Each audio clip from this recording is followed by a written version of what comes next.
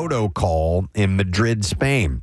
The event marked the couple's first red carpet outing since the premiere of Spider-Man No Way Home back in 2021. What's a photo call? I guess that's where they're just a PR thing? Taking the pictures in front of, all of the official stamped and, posters and stuff like that. Signage. Yep. So she arrived in a stunning black strapless dress while he was coordinated in a custom black and red ensemble, creating a polished and matching look for the occasion.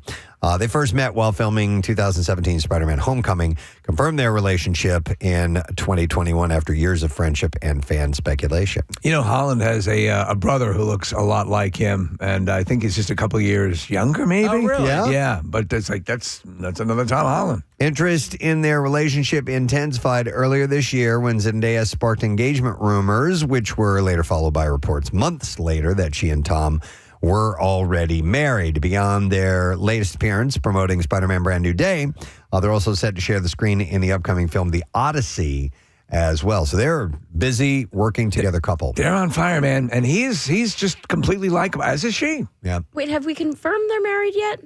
It says that they are. I don't think that they are married. So, but it was followed by reports that they were married. Okay, because Vogue's headline says that they made their debut as husband and wife, and Vogue doesn't, do the salacious. That's headlines. interesting. I've not heard anything officially from their camp, so we'll see. No confirmation. Do a little digging on that. All right, Scooter Braun's latest profession of love to Sydney Sweeney came in the form of a toast on a private jet following the New York Knicks championship victory. You're the best, babe. Braun's close friend, Steve Rifkind, posted a video on Instagram that showed Braun raising a glass and telling the actress, "Sid, I love you and your family so much," while sharing the love with the rest of the travel buddies. He also credited Sweeney with bringing extraordinary luck to his favorite teams. He said, "You are the greatest good luck charm for a New York Knicks and Jets fan in history." I'm going to cry. His excitement didn't stop there as he jokingly added, "The Jets could win the Super Bowl. I don't know." Oh, and you have great cans. Yeah. Jesus. So them toasting on the private jet. Isn't that precious? Yeah, it is. Oh, it's a life we can scarcely imagine. But I'm still trying to figure Scooter Braun out. Yeah. What's the story with him? Because he got into obviously all that stuff with Loretta. With Taylor Swift, I should say Loretta Swift. Taylor Swift, and but he's made a lot of careers. Yeah. So, speaking of Taylor, the very seat that she sat on, she and Travis Kelce, as they took Game 3 of the NBA Eastern Conference playoffs, was up for auction. So, what did some Swiftie pay for it? $7,000. While other celebrity sporters were also sold at the same auction, Taylor's seat went in the highest bid by a good margin. It's $1,000 for each skid mark. Yeah. Well, was it a Swiftie who bought her or somebody who wants to sniff it? Like, Quite possible. Yeah. Sniffy. Dude. Yeah. Absolutely. Yeah. Could be a sniffy Swiftie. So Kelsey's hers went for $7,000. Kelsey's went for $1,405. Timothy Chalamet and Kylie Jenner brought in $1,202 and $1,505 respectively. The Cavs also sold Ben Stiller's Game 4 chair for $732, and Machine Gun Kelly's went for $635. That's a steal compared to the others. I guess so, yeah. All right, actress Sarah Pidgeon and Joe Alwyn were spotted kissing during a casual date night in New York City over the weekend. The outing followed reports of multiple sightings of the pair in Brooklyn the week prior. Pidgeon has largely kept her dating life private and has not been publicly linked to anyone since her breakout success in Love Story, John F. Kennedy Jr. and Carolyn Bessette. She was previously rumored to be dating Spacey Jane. Spacey Jane? Frontman, no, that's the band. Spacey Jane frontman Caleb Harper. And Alwyn was previously in a 6-year relationship with Taylor Swift. Ah. So the Taylor connections keep on coming. I'm not familiar with Spacey Jane. Nah, me neither. No, but the frontman Caleb Harper is with used to be with Sarah Pigeon. Oh, of course. Yeah. It all works out. Why do I know Sarah Pigeon? She's an actress. Yeah. What do I know her from? So Love Story, John F. Kennedy Jr. and Carolyn Bessette. She plays Carolyn Bessette. Oh, okay. I didn't watch that. Yeah. right. So, but apparently she was great in it, and All right. her star is rising. So Yay. there you go. In the documentary, Travis Barker, Louder Than Fear. Kourtney Kardashian and Barker revealed that they suffered a miscarriage after becoming pregnant just 6 months into their relationship. The film premiered at Tribeca Film Festival over the weekend, set to premiere on Hulu on August 13th. Kardashian recalls in the documentary, when we lost the baby, we were devastated. She said we cried for days after learning their daughter, whom they planned to name Tulip, no longer had a heartbeat. The couple later underwent 5 rounds of IVF before deciding that they were officially done with the process in 2023 and would try to conceive naturally. And then in June of that year, she famously announced her pregnancy during a Blink-182 concert. Despite needing urgent fetal surgery during the pregnancy, the couple welcomed their son Rocky in November later on that year. So, Hey, yo. yep. So I forgot they had a kid named Rocky. No, I guess. And so you said it's on Hulu?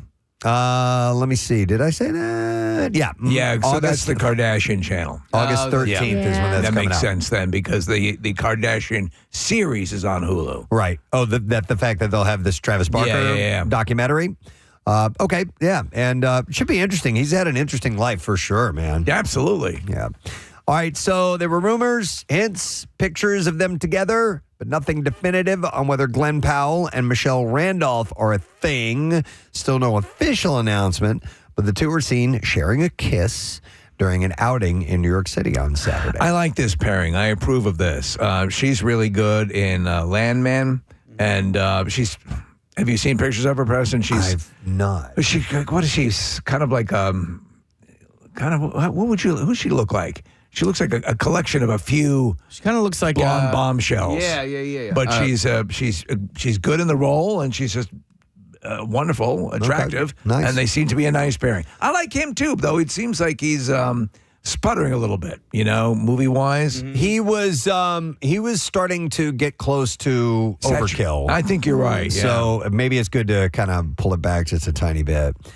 They were first linked in last November, after they were seen in Powell's hometown of Austin, Texas, dancing close at Broken Spoke Dance Hall, as I'm sure you all remember very well.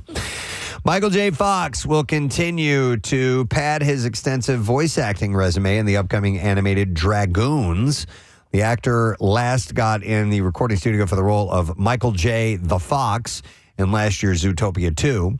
This time out, he's going to play Doogie, a factory worker and former dragon who discovers he and his kind were once legendary rulers of the skies until ruthless wizard CEO Hex shrank them, erased their memories, and stole their power to build his empire. Other than Fox's casting, no other details on the film were announced. So I wonder if there's any special accommodations they have to make for him doing voice work. When you hear him talk, he's pretty good, but I wonder if they have to do some manipulation. So with my hearing loss that I have, my tinnitus, when I am watching, especially most recently, like on Shrinking, Michael J. Fox speak, I have a hard time understanding him. There are some things that are a little bit mumbled, that kind of run together, that I have a hard time picking out exactly what he's saying. Right. So I know he has, the voice is an issue for people who have Parkinson's eventually. So, yeah, I don't really know. But, I mean, with subtitles I can read. But I would imagine in the recording studio, they can go through, they can go over, they can make sure that they get the proper take. And it all sounds right. Lin-Manuel Miranda has written a new original song. It's called Along the Way, and it is for the Disney live-action Moana, performed by the live-action version of Moana, Catherine Laga'aia, and the voice for the animated version of Moana, Ali'i Cravalho, alongside Dwayne Johnson. In a statement, Lin-Manuel Miranda shares it was such a joy to return to the franchise and praise how Ali and Catherine's voices blend so beautifully. This is the song in which she sings her adoration for biscuits. Oh, is that that right? right? Yeah, we have a clip of Wow. it. Taste the biscuit. Taste the goodness of the biscuit. I love it. It has that Hawaiian feel. It does. It Yeah. does. And those King Hawaiian rolls Oh, my God. are almost like biscuits. For sandwiches? For like turkey and chicken sandwiches? Hot spit. Lagaya had called the track the perfect symbolism for this movie, explaining that it reflects the two Moana's journeys coming together. The live-action Moana is set to hit theaters on July 10th. Hawaiian names are very lyrical and very difficult to pronounce. But Yes. they're very lilting. They're beautiful. Yeah, difficult. Once you look at them, the vowels have specific pronunciations, and there are a lot of them. And once you figure that out, you can kind of work your way through it. But if there's a lot of them, I have to sit there and sound it out very slowly. When you're there, a lot of "Hey You" will help. Yeah. Yeah. Details are finally coming out about the Duffer Brothers' upcoming theatrical movie. Matt and Ross Duffer, creators behind Stranger Things, have set the first Paramount theatrical feature for release on November 3rd of 2028. But details about things other than the release date are currently slim to none. It's being described as an event film, with the brothers directing from their own screenplay. It also is currently untitled. Their move to Paramount followed a major 4-year exclusive film, TV, and streaming deal announcement last year after the Paramount Skydancer merger. It's being described as Scorsese's Mean Streets meets Fraggle Rock. Oh. I don't know how they're pulling that off. The shift was reportedly driven by their desire to focus on making movies for the big screen. So. I like those guys. They are the producers of The Burrow. Yep. Which is The Burrows. which is terrific as well. Finished it yesterday. And how'd you like it? Yeah, I loved it. Yeah, It was great. It was a lot of fun. Yeah. Okay, so I got a heavy story here for you. The Love Island USA, a Love Island USA executive producer died during production on the reality dating show's 8th season. That sucks. Peacock shared in a press release yesterday that executive producer James Barker died last week in Fiji, where the reality show is currently being filmed. I don't mean to be insensitive, but does Love Island have a morgue? Oh, that's a good question. He suffered an unexpected medical emergency. Peacock said in a statement he was a beloved and greatly valued member of our collective family whose kindness, talent, and dedication left an indelible mark on all of us and everyone who had the privilege of knowing and working with him. Peacock and ITV America said that Barker will be honored on today's episode of Love Island USA. Yeah, I had no idea. Marissa, you pointed it out that Love Island is an everyday episode, right? Yeah, 6 days a week. I had no idea. He was a producer on shows including Counting Cars, Forged in Fire, and Pawn Stars, and also produced Queer Eye while working for ITV America. Did you ever watch that Forged in Fire where they make medieval weapons? No. I've seen episodes. It's pretty cool. Yeah. Is it? But you feel like an idiot for watching it. But they're like banging out swords and. Do you feel like an idiot because it was a waste of time? It's a waste. Or, okay. But also for liking it. Okay. Nice. So another Love Island story. They're taking one of its most talked about twists to theaters. Season 8's Casa Amor episode taking on the big screen on June 22nd. So for the first time, fans in 28 theaters will be able to watch bombshell twists, tests, and unforgettable recouplings in real time. Bringing the reality dating experience beyond Peacock. Casa Amor traditionally serves as the show's ultimate relationship challenge, separating established couples while introducing new singles who encourage Islanders to, quote, explore potential connections. Will that be in 40X? I don't know. At the end of the experience, contestants must decide whether to stay loyal to their original partner or recouple, often leading to dramatic outcomes and surprise elimination. So that's when they become Temptation Island. That was the whole conceit of Temptation Island. Yeah. So I guess these are couples that they've coupled up once they've gotten on the show, right? Yeah. And then they're going to split them up and bring in somebody else and see if sparks fly like that. It's a lot like Intercourse Cul-de-sac, which is the new show. Okay. People get voted off, and then they bring new people on, and that's what keeps it fresh. Well, and then every couple of years, now we brought back Donnie, or whoever the bad boy was, or people can't. Who was that guy on Survivor for the longest time? who was everyone hated. He was the Johnny Foreplay? Johnny Fairplay. Fairplay. I said foreplay. Johnny Foreplay. Dude, I'd watch that. Hell yes. How does this feel? You like the way this feels? Oh my God. Johnny Fairplay. Yeah, Johnny Fairplay. Yeah, that friggin' guy. Yeah. All right, Hulu's Only Murders in the Building is expanding its British presence for season 6, adding acclaimed performers, including David Tennant, Nicola Coughlan, Jodie Whittaker, Jim Broadbent, Richard Ayoade, I think that's how you say his name, and more. Hey, they're all British. The casting news brings together stars known for Doctor Who, Harry Potter, and Bridgerton as the mystery comedy series shifts its focus to London for the first time. Still enjoy the series. The last season got a little weird. They had these robots involved that were sort of security robots at the complex. But yeah, it's still great. Production on the new season is currently underway in the UK, the trio leaving New York behind to investigate a new case across the pond. The additional guests join a growing list of recurring cast members like Simone Ashley and Jerry Halliwell from Spice Girls. And many more. So, cool. Yeah. Netflix has renewed the hit comedy series The Four Seasons, and that will be for a third season.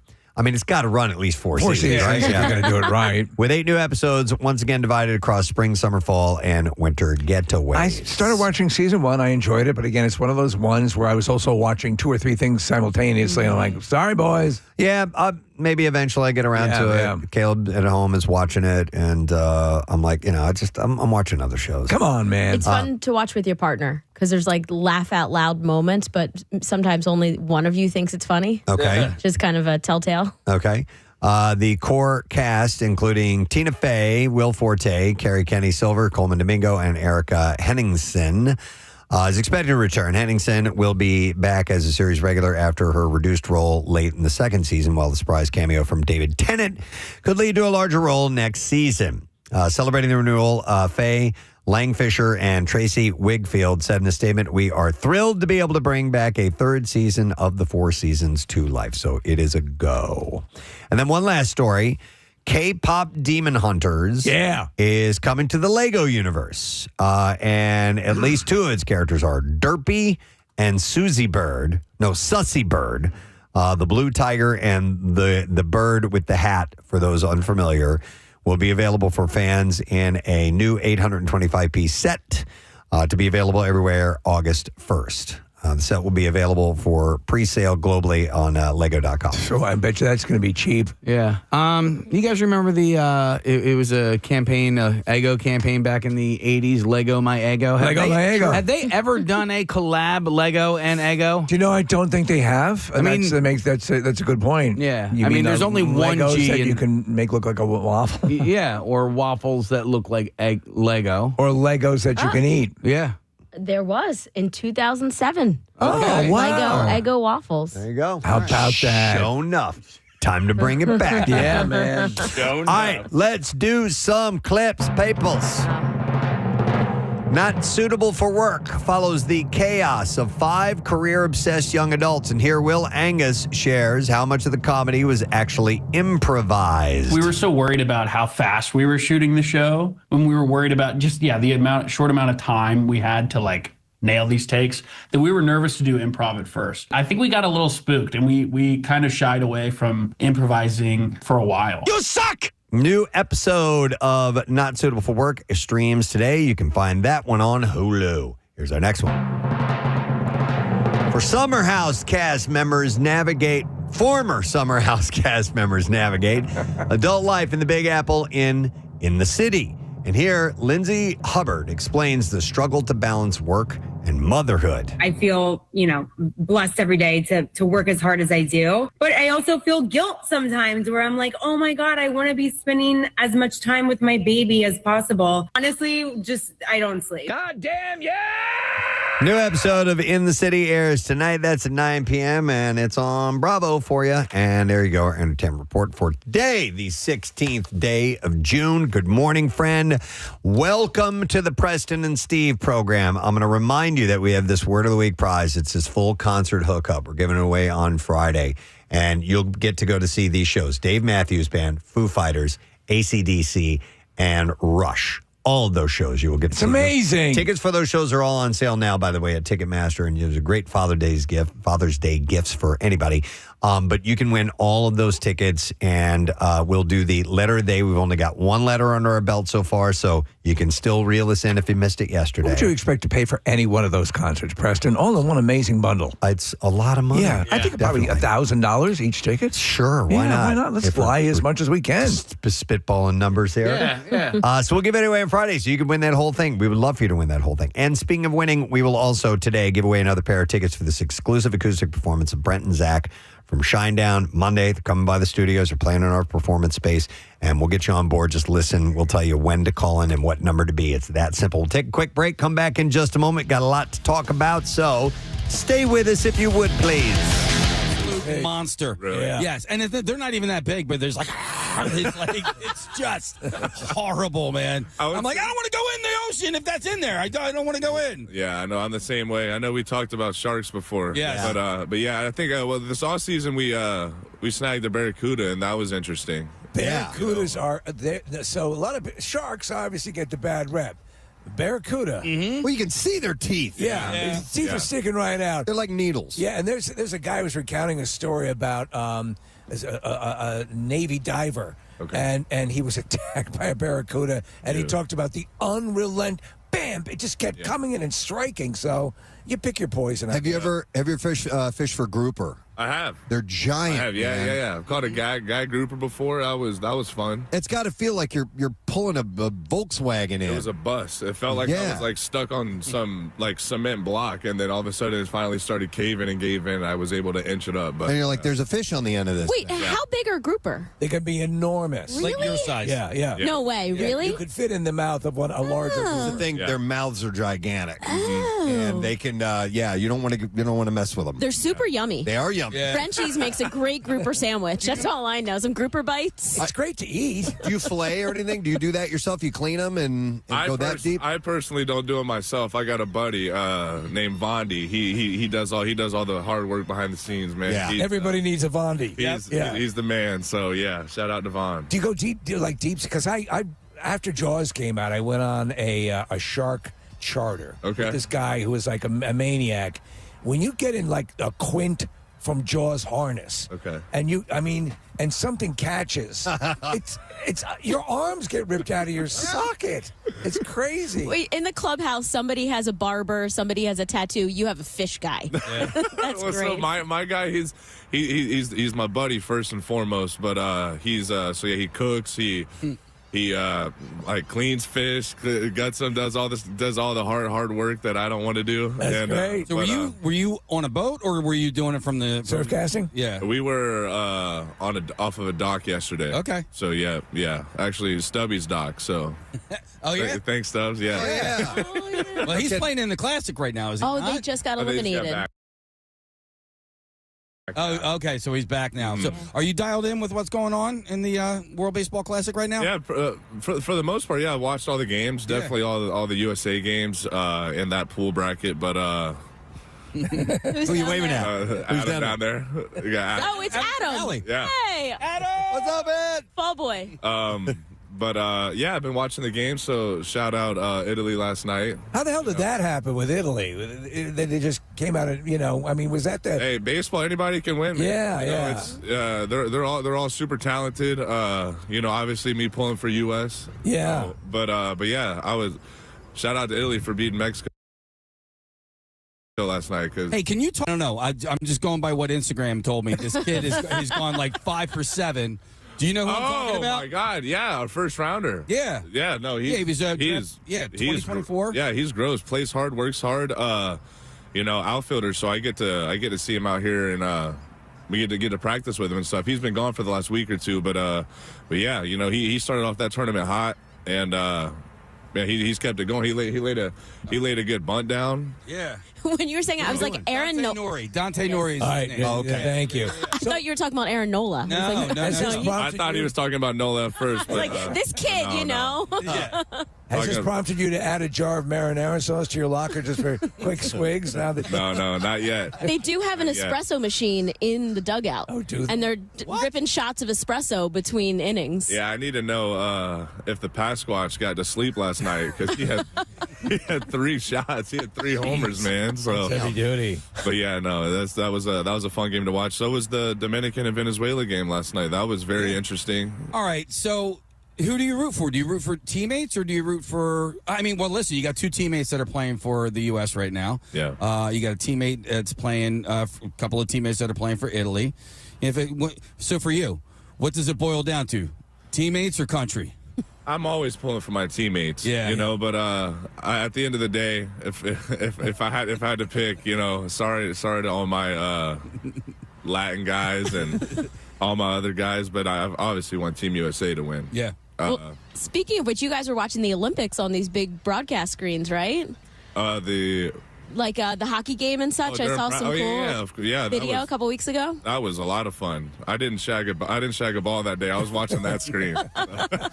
Speaking of that's pretty shagging badass. balls. Yeah, shagging balls. Yeah. So You're talking about here? Yeah. Okay, so we wanted to ask you this question. Last year, when BP was happening and we were still on the air, we were getting peppered with balls over here. Yeah. And they were landing, like, right here. Oh, yeah. Are you guys aiming for us while you're out there? Are people aiming for us? I can tell you one thing. I'm not. I can't hit a ball this far off the field if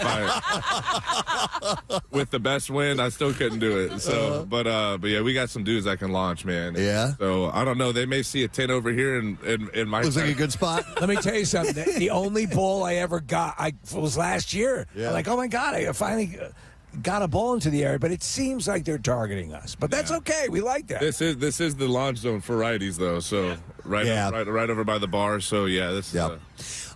Brent, I want to ask you something. I was thinking about, in preparation to come down here, and a word popped in my head about what you guys do, or what I thought of the fans that come to see baseball games, and they come to be entertained. They come to root for their team. They want their team to win, but they come to be entertained. And I was curious if any professional athletes ever see the side of themselves as entertainer. I mean, obviously, you're competing. You want to beat the other team, but you're also doing a job of entertaining as well. Does any of that enter into your mind? Maybe not necessarily during the game, but that you're an entertainer of sorts as well. You know what I mean? Yeah, that thought kind of pops into, I wouldn't say our heads, in my head sometimes when I'm away from the field. Yeah. Just kind of just thinking about just like life and stuff in general. But when I'm on the field competing, like you said, it's just war out there. Yeah. So I'm not really thinking about the entertainment part out there. But but yeah, sometimes it does pop into my head. Like, we are here to entertain a group of people, but it's our job. So and it's a beautiful, beautiful job, and we all love it. So we don't look at it as a bad way of entertainment. It's fun. It's just as fun for us as it is for the people watching. So if not more fun, because we're out there doing it. So, but yeah, definitely entertainers, but. Yeah, feel more like gladiators. Yeah. Without the final part. And I had another thought in that same, when I was thinking about that same thing, when COVID was the order of the day and there was nobody in the stadiums when you guys were playing, did that almost feel like, sandlot ball to you guys back in the day where you were just playing like nobody else existed? You know what I mean? It was. I wasn't up when COVID was going on, but I was at like the alternate site doing all that, all the testings, all the stay away from everybody and stuff like that. But it was very, very different, for lack of better words. It's it definitely wasn't a fan of it because I feel like me personally, I feed off of like, either I'm on the road and someone's chirping me about my hair or someone's saying, cut your beard, you stink, you smell, take a shower, all that good stuff. So how long do you go, by the way, to that point? How long will you go before you get in that beard and clean it out now? Hey, I clean it every day. Do you? All right. Yeah, not having today. It's still early. No fish scales in that? No. I'm sure you've heard it all, but every now and then do you hear a good one that somebody's chirping at and you're like, that was pretty good. Yeah, I can't think of a specific one recently because spring everyone's really nice. That. But even the opposing fans are really nice. But during the season I get some good ones. So it's It's fun. I enjoy it. It's part of it, you know. Yeah. It just comes with the job, and it's my fault that it happens. I can cut my hair and my beard, and it would end. You know, at any so point. we were talking with Orion earlier about, now you're like the old man, it's sort of, you can even gray it up if you want, just to really send the message. I think I do have one gray or white hair on the left side. I like to pluck it every now and then, but I just have one. Just one. It's so cathartic to find those and just pull them out. It hurts. Yeah. But I'm like, it's crazy. It grows back twice as quick as the darker hair, and I'm just like, what is this, man? That's the to the Preston's point about entertaining and so on and so forth. A lot of that, I think, that what you allow the public to know about you and your interests and things like that, and as you meter what you put out there. Have you ever had a case of too much information where you thought, oh, maybe I need to reel that back a bit? Because you're such a personable guy. You're so instantly likable. And you have things that are, were you not the fifth grade chess champion, for example? I mean, things like that. There weren't a lot of people competing in that. But, but yeah, I still take pride in it. But, I'm a pretty open dude. Yeah. I really... no regrets with what, how you monitor that? Because I just, man, you got to be able to live with it, Yeah. There's some, Yeah. some people do stupid things, some people don't, some people do good things, some people don't. It's you just got to be able to live with it all. And right. Stupid things is in giving too much information of, hi, Rio. You get a lot of waving. Too information is like, just too much personal information, stuff like that. But you can go on Google and find anything. Find it all So anyway. it's just- No, that's a good point. If this was the 80s, I feel like I'd be a little bit more closed off, so no one would know anything. But, you could go on Google and find out. True. Well, it's such a tangible world. I actually started following your sister because Okay, she's yeah. a track and field athlete, she's the pretty best. badass. Yeah. Does she feel it when she comes to the stadiums and comes to games? Do people come up to her and talk to her? There are people that come up to her because she has a lot of fans herself. She's crazy athlete. She's the athlete of the family. Oh, yeah. By far. What are her Passing events? you? She does the heptathlon. Oh, okay. Wow. Yeah, she's got the long jump, the high jump, javelin, shot put, 800 meter, 200 meter, and the 100 meter hurdles. So Damn. I've I know. always wanted to throw a javelin. I tell her all the time, she's crazy. Just pick one and be good at one. But yeah, no, she's the best. She works her tail off, and she's deserving of everything coming her way. Have you ever thrown the shot put or the javelin before? No. Yeah. I'm too scared because she beats me. I'll never hear the end. Yeah, that's Think kind of about injuring suck. yourself. I'll let her have that win. I agree, though. So I half-assed to a javelin once, but I think I'd like to try to. I want to give it a try. Yeah, I tried the It's a shot warrior put, yeah. thing to do, right? Yeah, because my daughter was throwing shot put. This is at like a grade school level or whatever. I'm like, Yeah. I wonder how. Yeah, and so we ended up doing it on the air, how far I could throw it. I threw it. I think I got 30? Yeah, but all I know is that there was this kid who was in like 6th grade. I threw it farther than he did, but not by much. Not by much at all. Yeah. As an adult, you should take on the kids again, and you'll. But it's not like I got a good throwing motion. not a baseball It's throw. not a baseball. It's a push. It's a different Technique push. over strength for sure. Yep. Yeah. You know? No doubt. Random text came in that says, "Greetings from Puerto Rico. Family and I are here on vacation, but still wanted to listen to what's going on back home." That's great. My heart goes out to you, man. I go on vacation. If I were in Puerto Rico, I would leave the mainland behind, like everything. So thank you for taking us along. I'm a different type of person in that regard, but I like to forget about anything and everything when I'm on vacation. Oh, absolutely. Puerto Rico is a great place. I love going. You land in the airport and you're 5 minutes from all the resorts you want to be at. Right. Yeah. And you can just run and gun quickly. You can make it a long weekend. It's terrific. I got to get there someday. Yeah. I've done like connecting flights through Puerto Rico, but I've never actually stayed there. It's just the best because you kind of, you don't want to take an hour and a half to get from the airport to where you want to go. And I stay at a place called La Concha, which is, it's terrific. And again, literally just a couple minutes from the airport and you lock into tropical mode instantly. Love it. And it's not crazy expensive. Well, thanks for checking in from Puerto Rico. We appreciate that. Hey, I have some important information to pass along to you. There are a ton of recalls that have popped up in the last couple of days. Yeah, for real. Some of them on the serious side, like this one. The Food and Drug Administration and the Centers for Disease Control and Prevention issued a recall for a powdered baby formula that has led to an outbreak of infant botulism in 3 states. Oh, my God. As of June 13, 3 infants in 3 states became sick from consuming Nara Organics whole milk organic infant formula, according to the CDC. I forget. What exactly is botulism? So, you know what, Steve? I did not add. There was a description of what botulism was here, and I did not add it when I printed this article up. So Marissa is going to pull this information. A rare but life-threatening illness caused by a potential neurotoxin that attacks the nervous system, leading to muscle paralysis. And it is foodborne, caused by eating foods contaminated with the toxin, often from improperly canned, preserved, or fermented foods. Okay, it's one of those things that floats in the air. I think I know what it is, but I'm not sure. Yep, absolutely. I remember hearing that. Like I was known for leaving a pizza out right 24 hours, 48 hours or whatever, and still eating it. And a friend of mine was like, dude, you'll get botulism. How many times did we come in? I would have, and there's been pizza that was brought to the station on Friday instead of Monday morning. Yeah, that's good. Yeah, that's doable. It happened the other day. I recently learned the 4 hours. That's the amount of time that food should be sitting out. 4 hours. 4 For hours. any kind of food, or I guess from it a depends. chef. What about peanuts?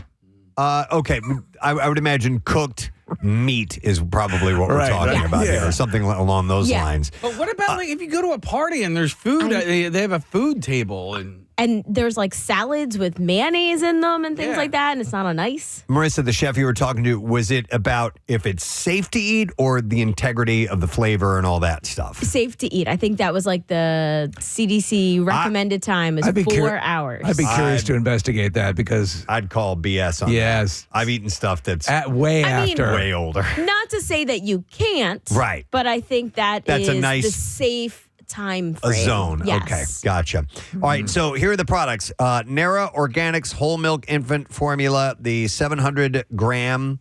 They've got UPC numbers as well. If you want to look this up, the products were mostly sold at Target.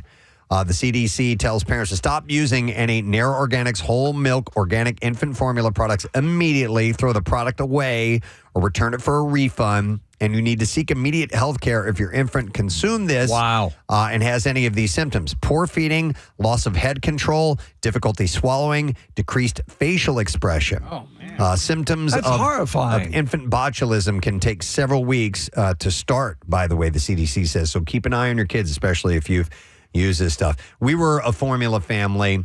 And I remember when we would lose a bottle or something and it would fall behind the crib or whatever, and you'd find it a couple days later. Open that thing. Oh my God, did that smell horrible? No, because it's horrible. The worst kind of sour milk, right? Just formula in general, just it's disgusting to me. So, keep this in mind. That if you have used this product, the Nara Organics Whole Milk Infant Formula, it's been recalled. I have a question about babies that I didn't know, but I learned potentially from that show 4 Seasons we were just talking about. Can you not give infants water? That is a good question. I've never heard that. You don't usually give them water because you're giving them milk or formula. Yeah, sure. That's their meal, their all-together meal. But what was the context was somebody who was thinking about having a kid, but obviously didn't know what to do with a child and was like, well, the kid's got to hydrate. You give it water. And all of the characters who were parents were like, no, you don't. You don't give it water. Yeah, I don't remember ever giving any of our kids as babies water. As infants, I don't know. At a certain point when you gave them little sippy cups, you had water in there. Sure. But I don't know I don't remember what age that started at. I know you can't leave a baby out for 4 hours. Right. Yeah, then they go bad. You got to get rid of it. Yeah, they go bad for sure.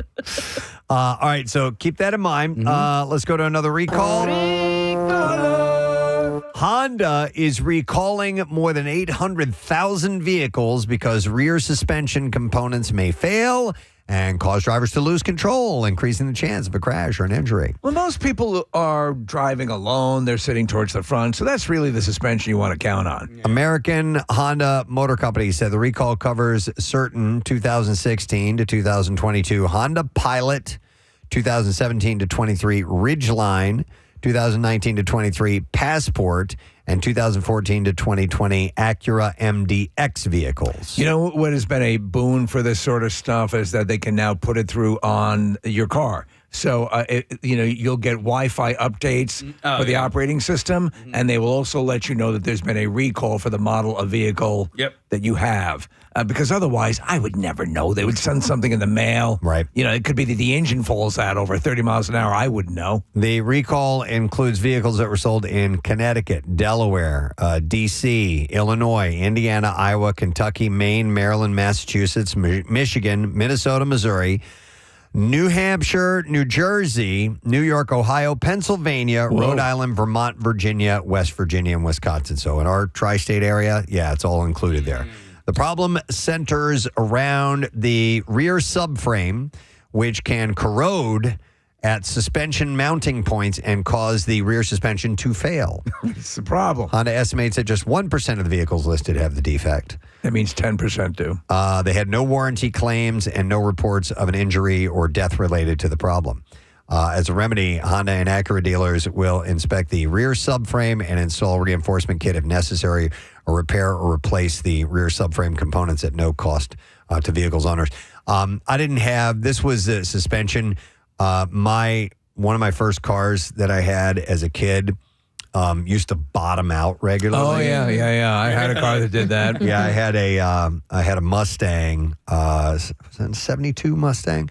I forgot the year on it, but anytime I would go over any kind of a bump, and I was a teenager, and so I'd be driving it too fast and everything, and I'd be with somebody in the car, and I'd be like, "Hold on, because I'd notice a bump at the last second, and it would be bang. I mean, like you would hear an audible, loud banging sound as it would hit. Now, you could also, if you sat on the passenger side, if you moved the floor covering, you could see down to the road. Yes, I had one of those. You could see the pavement zipping by. A la the Flintstones. I had a Montego. Is that the Montego? I think it was a Ford.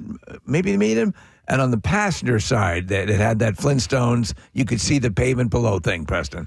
Casey, here's a picture. This was my car. Yeah, it's a tough looking car, man. 72 Mustang. It was brown. Mm-hmm. The name of the car was the Cleaver. What was the Cleaver? It had a 351 Cleveland engine in it. Ah, there you go. With glass pack mufflers, so it was real noisy. And I lit that thing up all the time, dude. I would just floor it and lay rubber all over the place. And it would bottom out all the time? Oh, my God. Yeah. It was just, it was falling manual apart. Or stick?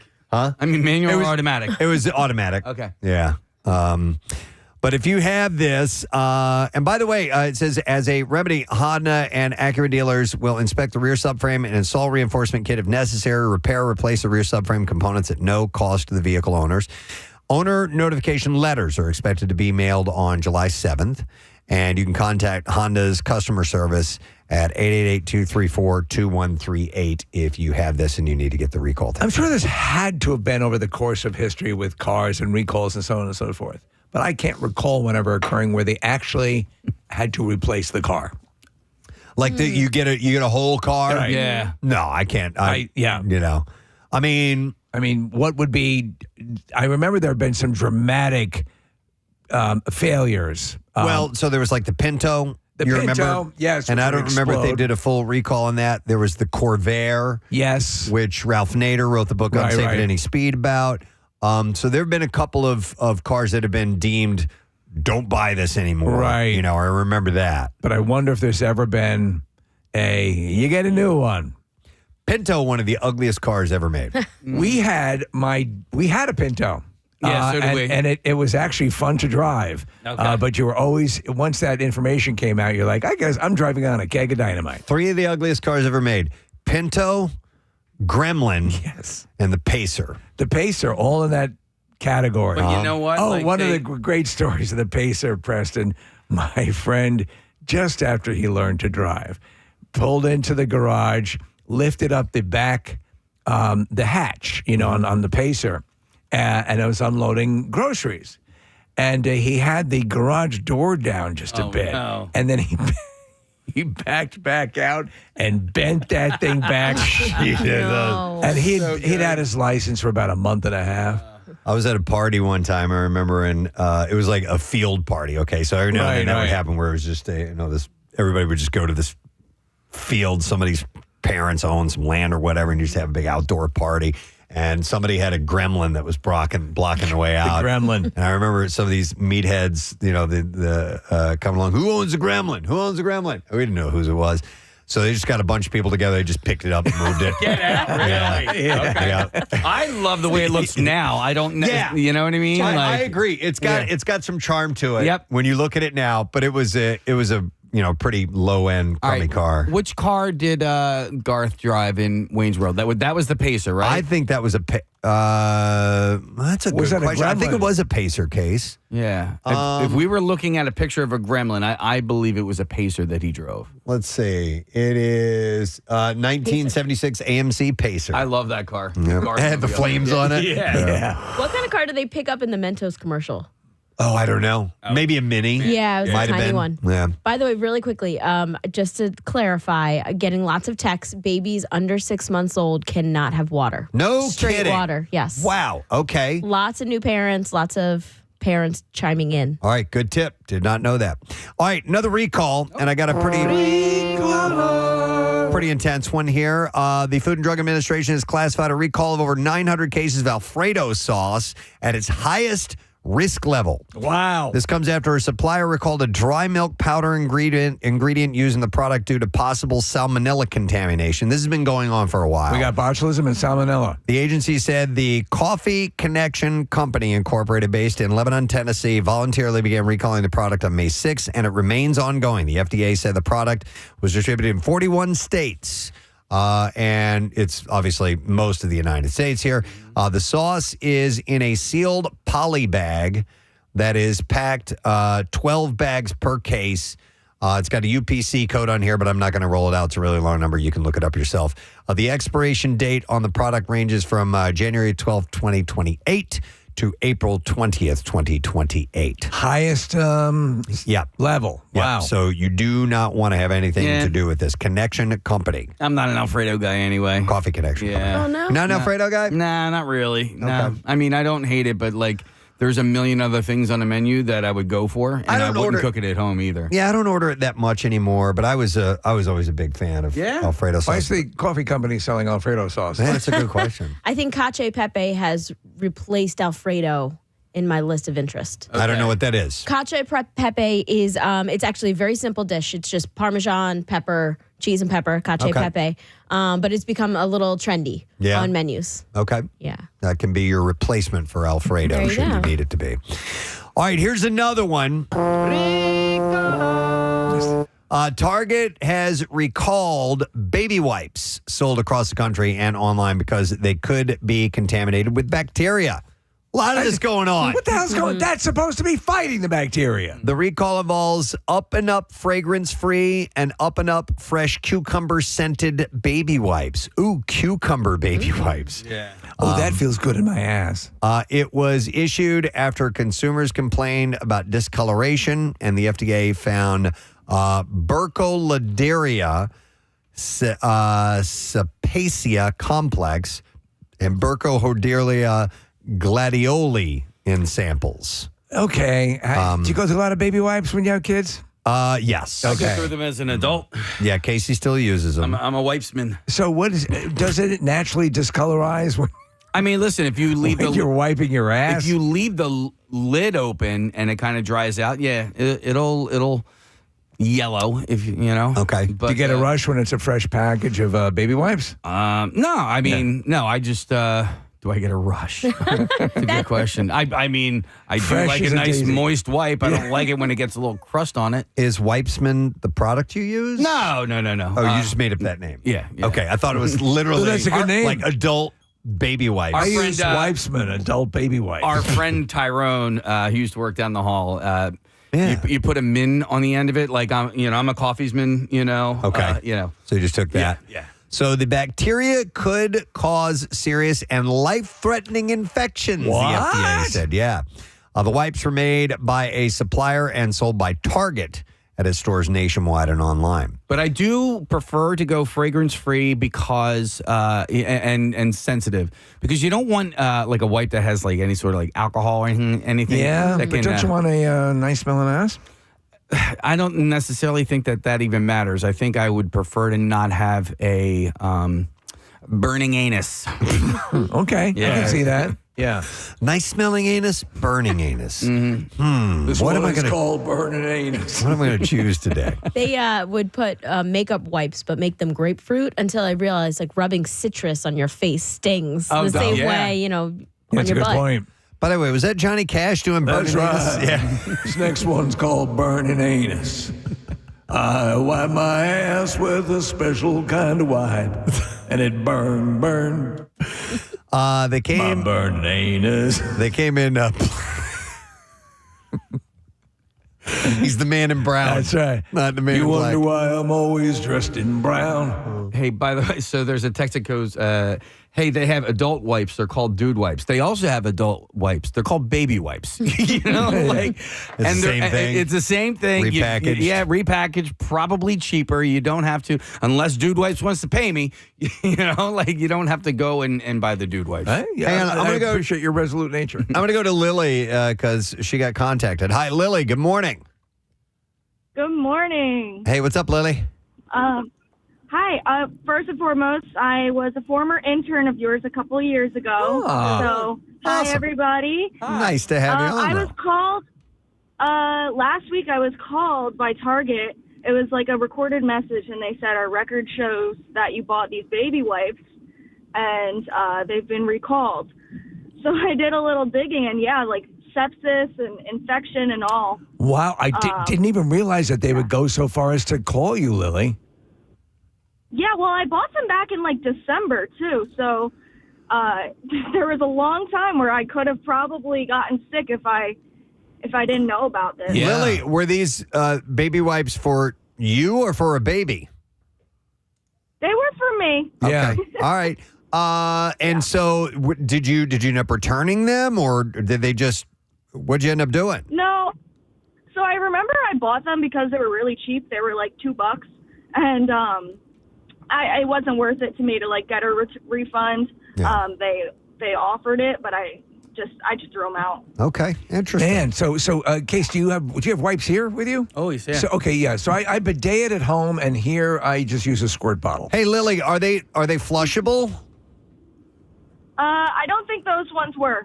They say none of them are. Even if they I say know. they are, Yeah. they say All right. none of them are. Thanks, Lil. Good to hear from you. Take care. Even I have heard that from many people. Yeah. Even if they say flushable baby wipes, Don't do it. don't do it. Don't do it. Not flush. Yeah. Do not flush. So Dude Wipes are on sale at Acme this week. 144 for $11.99. Generic baby wipes for 192 count, $6. I think I would be fine with my anus being minty fresh. Yeah. That'd be all right. Case, do you flush yours? God, no. Okay. No. Throw them in the trash. All right. You don't just keep them as a little nostalgic thing. No, I try not to do that either. But we, Fozzie, my dog, Eats them. he loves them. Oh my God! So we you just need- want to die. We need a trash can with a lid on Yeah, it. Yeah. You just want to die. We got that too. Up and Up Fragrance, the baby wipes, if they came in plastic pouches, which were sold individually or in bundles. If you have the recall wipes, stop using them immediately. Return them to Target for a full refund. You can call the company with any questions that you might have. I did not think that they would have the wherewithal to call people. That's pretty wild. Yeah. All right, here's another recall. Ford is recalling more than 250,000 vehicles that were incorrectly repaired under a previous recall. Oh, man. Meant to fix a problem that caused the engine to stall while driving. And the recall includes 255,404 Ford Focus automobiles, model years 2012 to 2018. Ford said the canister purge valve may malfunction, causing the engine to stall unexpectedly or explode while driving. Increase the risk of crash and injury. To fix problem, dealers will provide a powertrain software update for free, and owner notification letters are expected to be mailed on July 6th. The whole powertrain? Yeah, they'll provide an update. Okay. Powertrain software update. Okay, there we go. All right, that's more manageable. I forgot to mention this. I told you guys yesterday. I bought a packet of batteries, like a watch battery that you'd put in your key fob. Yeah. Because I was having an issue with my car getting into the car, and I had both key fobs. I replaced the batteries, and I still it was working sporadically. And then yesterday in the parking lot, I couldn't get into the car. I had to, by the grace of God, it finally clicked and went through. That's cool. I took it over to the Audi dealership, and they put 2 of their batteries in it, and it worked fine. These were just a packet of bad batteries. Stop it. Yes. Really? Now, what happened was I got them through Amazon. Oh. And it's my understanding that batteries can be a hit or miss situation if you buy the Amazon brand. Really? Yeah. Like Okay. if you're going to do that, buy the Duracells or whatever. Okay. So I learned a lot about Amazon batteries yesterday. It's interesting because I will purchase batteries. You know, obviously I play golf and I use this thing called a rangefinder, and there's a very special battery you have Right. to get. It's a small, weird little, it's not your average size. And I'm like, well, I don't know how often I need one of these, but when it goes bad on you, you need the battery right then. So I bought some, and they're good for 10 years. Wow. I mean, like it can sit dormant for 10 years and still hold its charge, which blows me away. Because I remember back in the day, if you didn't use batteries by a certain amount of time, Forget it. They went bad on you. They would leak. Yeah, Remember that? Yeah, most definitely. But I guess they've, have perfected the battery technology. Is there anything they can't do? But your batteries went bad. Brand new packet of out batteries. package. Yeah. That's crazy. All right, so that's, by the way, the Ford Focus between 2012 and 2018, you might have an issue, so check in. There has been a recall. Recall. Here's another one. Hope Light adult portable bed rails are recalled due to risk of serious injury or death from entrapment and asphyxiation. You've seen these things. Mm-hmm. Yeah, I can see this. You put them on the side of your bed so you don't roll out of bed. Right. Essentially. What you do is it manages to choke you out. Yeah. The recalled bed rails violate You okay, Grandpa? the mandatory standard for adult portable bed rails because users can become entrapped within the bed rail or between the bed rail and the side of the mattress, My head is stuck. posing entrapment, hazard, and risk of death by asphyxiation. In addition, the bed rails do not bear the required hazard warning labels on them. This same kind of thing happens with cribs occasionally, right? Yeah. Consumers should stop using the recalled adult portable bed rails immediately. Contact the shop for a full refund. Honestly, if you have a senior that you're worried about, make them sleep on the floor. Customer, they're not going to fall. No. Yeah. Consumers, You comfortable down there, Gum? they will be asked to cut the storage bag, cut the handrails foam, And cut the crap. Write recalled on the upper and lower bed rails with a permanent marker. Take a photo of the marked bed rail with the consumer's name on a piece of paper and email the photo to them. Honestly, that's too much goddamn work. It's like, you sold me the piece of crap. Throw it away. Now my job is to convince you that it's the recalled piece of equipment. There must be some legality to it. Yeah. Like I'm sure they need there a is. photo Definitely. Yeah, from you Right. that proves it. Yeah, there definitely is. If you just throw it away without doing all that and somebody else gets it and uses it, maybe they could somehow or another, swing back around and tie it. Well, the company, somebody could sue them for making a defective product. So they want you to destroy it. And that's on you to do that, by the way. Sorry, Gum. So if you bought these bed rails, keep that in mind. They have been recalled. There's another one. The Mercury Innovations company has recalled their hot and cool heating and cooling fans due to risk of serious injury or death from a fire hazard. It's a problem. So this is a heating and cooling fan. I have a couple of them. Really? Dyson makes them, and they're great. So what did you can turn the heat on or make it? So the cooling aspect of the fan is simply the fan itself. Yeah. It's not like an air conditioner, but it will also pump out heat, and it is effective. They're very good. Is this one of those that looks like an oval? It's not a fan, Preston. It's an air multiplier. Oh, yeah. You know what we call a fan. No, this actually looks like a more traditional fan. No, Okay. no, wait. It is an air multiplier. Okay. You're exactly right, yeah. I was just wondering how. I mean, those things, especially Dyson, they're expensive, dude. We actually were at Costco over the weekend, and we're looking to get a small fan for Caleb's room, and they had the Dyson one, and it was like $200 more expensive than the regular, fan blade fans. I will tell you this. You're getting a superior fan. Yeah. It really does work. And you don't feel bombarded by the air. It's not like a jet engine blowing in your face.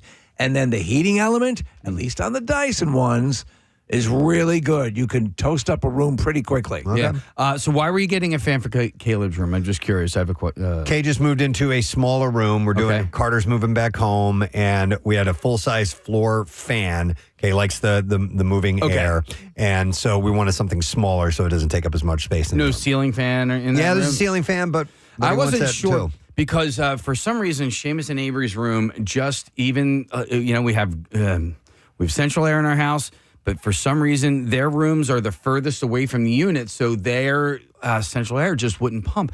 And I ended up getting these floor registers that you put into, where the central air is supposed to come out of, and they have fans in them, and it sort of sucks the air out a little bit further. a little bit more. Gives you actually, a greater. It's a better suck job. Yeah. It's a top-notch suck job. That's interesting. And they weren't expensive. I think they were like $20 or something like that. I like it. So what I do? So it just draws off of your central air and moves more into It that just room. Sucks it. Yeah. That's interesting. Just sucks the hell out of it. I've done that before. If you have a part of the house where it's not quite hitting, one or two fans to help move things along makes a big difference. Have you ever had a company come by and test your home for the airflow? Yes. You seen the equipment they Yes. use? Oh, it's really cool. It is why. Yes. In fact, They have like these chambers that they set yes, up. they did it at Manayunk. They didn't do it in our old home, but it was wild, and they're metering how the air is flowing, and it's pretty crazy. There's a science to it, to making sure that that was a top level suck job. The pressure is correct and everything in your home. So, all right. So if you have one of these Mercury Innovations heating and cooling fans, you should stop using it. Because if it's setting on fire, you want to not use it anymore. Contact Mercury Innovations for a full refund. Consumers are going to be asked to write in permanent marker the date, their initials, and the word recalled on the product.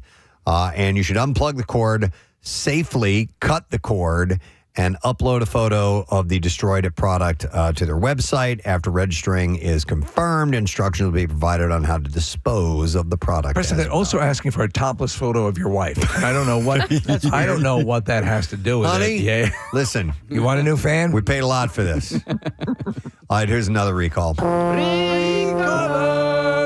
Kawasaki is recalling their 2026 Terry X4 H2 and Terry X5 H2 recreational off-road vehicles due to impact and injury hazards. What are these like? Are these like the souped-up all-traction vehicles, like ATVs? Yeah, they're not. They're like the enclosed ones. Yeah, that's looking cool. Yeah, they do look fun. Yeah, I drove something like this in Utah. Did you love it? Dude, I loved it. I would love it. You were just hauling ass. You know what? I would love it so those. much. I would still take the broken one and drive it. Yeah. We drove those in Colorado off road as well. They're a lot of fun. I would have zero practical use for that. I have nowhere to go. You don't want that down the shore?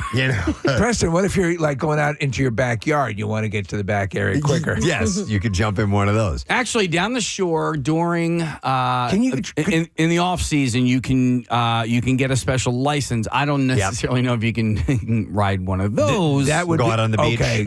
The question for roadworthiness or road certified. What is the most eccentric vehicle that you'll see down at the shore that is allowed to be out on the road? Some of those golf carts. Yeah, that the are golf already carts. done up. Okay. Yeah, especially ones that kind of look like an egg. Yeah, They like the kinda one really- in the Burrows. Yeah, in the Burrows, Yeah, yeah. exactly. I'll tell you what, when we're in Clearwater, they have those little, they're not golf carts, but they look like little buggies. I love You know them. what I mean? They look Like- great. I wanted to rent one. Yeah. I would love to see more of those down the shore. And really, all you need is like one or two people, and then, just you turn, because it's the golf carts are the big deal down there.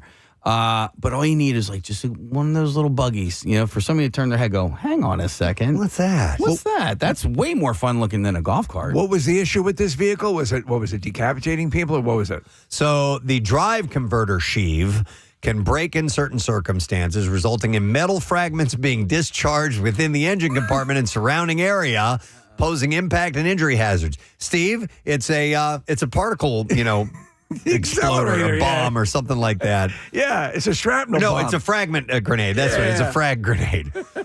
Consumers should stop using the recalled vehicles immediately. Contact a Kawasaki dealer to schedule a free repair. A technician will replace the movable clutch sheave assembly, install a clutch cover guard, and reprogram the engine control unit of the vehicle. And Kawasaki is contacting all known purchasers directly. Those vehicles are so fun, the ATVs, anything in that realm. Always, you know. I've never been but you have, no, like my brother-in-law lives up in Windham, New York, and he's got just acres and acres of, he could just go out any time and run stuff like that all over the place. Just big boy toys, yeah. Big boy toys. I've never been on a four-wheeler, though. Oh, really? Yeah, yeah. Meaning, it seems like that's a four-wheeler. Yeah. What do you mean by No, four-wheeler? like what the Fanatic drives. Quad. Yeah, quad. Okay, yeah. Ryan, yes, sir. So, if you're going to ride one of these, be safe. This is a trip that we took in Utah where one of these vehicles, my buddy decided he wanted to go over a sand dune, and they can be extremely dangerous to use. So I'm glad that, some form of recall is coming for They that. got roll cages on them and stuff. That Yeah. actually looks exactly where I was driving mine in Utah. It was like a Pink Coral Sands or something like Yeah, that. it was around there. I Yeah. think it was mine as well. So Oops. Yeah, a roll cage, definitely important. Quads are wide open, right? They don't have them. It's like what Ozzy. ATV, exactly. same thing, rolled on top of him and crushed his rib cage. Yep. All right, speaking of golf carts, and this will be our last recall. Yamaha is recalling the model year 2021-2022 fleet golf cars due to risk of serious injury or death from a crash hazard. They call them golf cars? That's what it says here. Yeah, Wow. golf car. Okay. So the recalled golf car's passenger side brake cable could have been misrouted during assembly. If the cable was misrouted, abnormal wear can occur, which can cause the passenger side cable to break during use, posing a risk of serious injury or death from a crash hazard. People die on golf carts, man. From like having them flip over Who's the and major- land on you. It's very heavy. Sports agent or sports figure that died within the year. Really? It was a golf cart accident. Yeah, I believe it. Yeah. I'm having a brain fart, but he was from the sports world, whether in a main way or tangentially, but there was a golf cart accident and he died. They are fun to drive. The man died. Yeah. Consumers should stop using the recalled fleet golf cars. And keep saying golf cars here. Immediately in contact an authorized Yamaha golf cart dealer to schedule a free inspection of the passenger side brake cable routing. Do you think you would ever get one, Case? No. For down the shore? No. I don't have anywhere to park it or put it. Yeah. You know what I mean? I feel like you need a garage or something along those lines. And then B, I have no use for it. You know, You can't cut into your baby white money. I don't either. I see them around and I'm like, it doesn't make any sense for me personally to have one. No, so your bike would get it. Don't you have you have one of those tricycles? One of the three-wheel Yeah. Got that done. Isn't that what it Yeah. get? Yeah. And I live in also my home is a golf course community and people drive golf carts all over the place there, although you can't take them on the golf course. But I'm like, I get in my car. Yeah. It's, Well, I started to think that it is saving gas. If you're just going someplace not too far, you have this electric vehicle to get you back and forth. They're not all electric though. Some of them are gas powered. Okay. Golf carts. Yeah. And so I have my little scooters. I have my my little Segway scooters. Yeah. And so if I'm gonna go get some, I usually go out for takeout on Friday nights. I scoot into town. I bring a little backpack with me because What's your name, young fella? My name's Casey. Do you have a basket on that? No, I don't. For bagels and such? Do they make them? They probably do. The thing about scooters is they're not super stable. You need both hands on the handlebars. Like you can't ride one-handed on those things. It's part of your balance. Yeah, it's part of my balance. Yeah. So if my order is small, I can just have it in a paper bag because I always go to the same spot on Friday nights. So I can just either do that, or if my order is a little bit bigger, I'll bring a little backpack with me or whatever. Don't they have an orangutan golf cart chauffeur service? Yeah, they do. By the way, Steve. I forgot. That was the best, wasn't it? It was the best. The dude. orangutan driving a golf cart from, I don't know, 5-6 years ago, whatever it was. That was a wonderful moment. Looking so cash. Yes. That was just, What's up, baby? We should all be that orangutan. we all want to be that cool. Just chilling and riding in your golf cart. By the way, was it John Elway's longtime agent and business partner, Jeff Spurbeck? That's it. All right, He's he the one who died died? from head injuries after falling off the back of a golf cart being driven by Elway. By an orangutan. We're watching the video right now. You know what? You owe it to yourself to go watch this. If you need to just escape for a moment, I know there's a gazillion things online and you're still being hit by fresh stuff every single day, but that's one from just a few years ago that is worth taking a moment to go and relax and let you smile for a And he's a second. good driver. He's a really good driver. All right, that's it. No more recalls, folks. Hang on a second. Wait, what? I just want to make sure I don't have any that are like gonna. Oh yeah, there's one more. All right, we got to do this one. Yeah, one more. There were a lot of these sold. There were like 250,000 of these sold. So Joyan has recalled their Sloosh dive sticks. Sloosh. I'll explain what I that know what is. these are, Due yeah. to risk of serious injury for impalement. And they violate the federal dive sticks ban. Ooh. So there's a ban on these products altogether. So these are things, Steve, that you throw in the pool if kids want to play like a go chase after it type of thing. So they float, or I'm sorry, they sink to the bottom and they point straight up. So we have a number of these. And what makes this particular one bad? So any of them, so they violate the federal dive stick ban because they exceeded the compress limit, posing an impalement hazard. In shallow water, children may fall or land on a dive stick, resulting in serious piercing injuries. I see what you're Facial saying. and eye injuries are also possible when children attempt to retrieve the sticks underwater. Never thought about that. What is it? It stays vertical or Yeah, it something? stays straight Okay, up. They're okay. weighted at the bottom case. Gotcha. And so they stay straight up like that. Do you know what we got, which is really cool? If you're talking about a fun pool toy, it is basically a floating piece of foam that floats on top of the water. It has a mesh air intake. You have a hose that runs down to a piece that goes into your mouth, and you can, like the famous water shows, Wiki Watchy or whatever, they have those hoses. You can swim down in the pool, exhale, and descend. And if you're, it's basically you're able to breathe and stay under for quite So a it's while. a tube. It's like a long snorkel of sorts. It's but it long enough floats. that you can breathe and have an exchange. You can't go too long with Right. Do you know that, and I learned this while in taking my certification for diving, that if you go, this is how water pressure, we don't realize what it does to us while we're swimming. But if you go down 6 feet and you try to have a tube that goes up to the top and breathe, you don't have the strength to fight that. the pressure of the water. You can't breathe in. That's cray-cray. I know. It seems like you can be able to go much deeper, but that's why regulators are so important in scuba. It forces that air into your lungs as you breathe in. It feels like you're just breathing normally because it can detect the pressure and what appropriate pressure it needs to take, the regulator, for letting that compressed air go into your lungs. It's pretty sophisticated, actually. But yeah, if you go 6 feet down and try to breathe, if you had a long enough snorkel like that, you would not be able to physically breathe. It's pretty wild. Yeah. So consumers, by the way, should stop using the recalled dive sticks immediately, take them away from children and dispose of them. Consumers will be asked to take a photo of your topless wife. Of your topless wife disposing of the dive sticks in the trash and email Take your it. blouse off, hon. Email it to more100 at WMMR.com. Once received, Joyanne will send the consumer redesigned dive sticks that meet federal regulations. These things look so benign, but you don't think about that. Yep. All right, and there you go. That's the last one. I promise you, gang.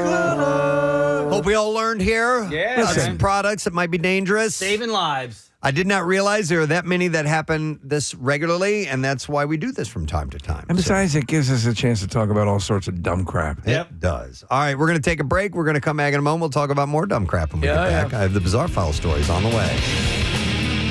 Yeah, she'll beat all of us.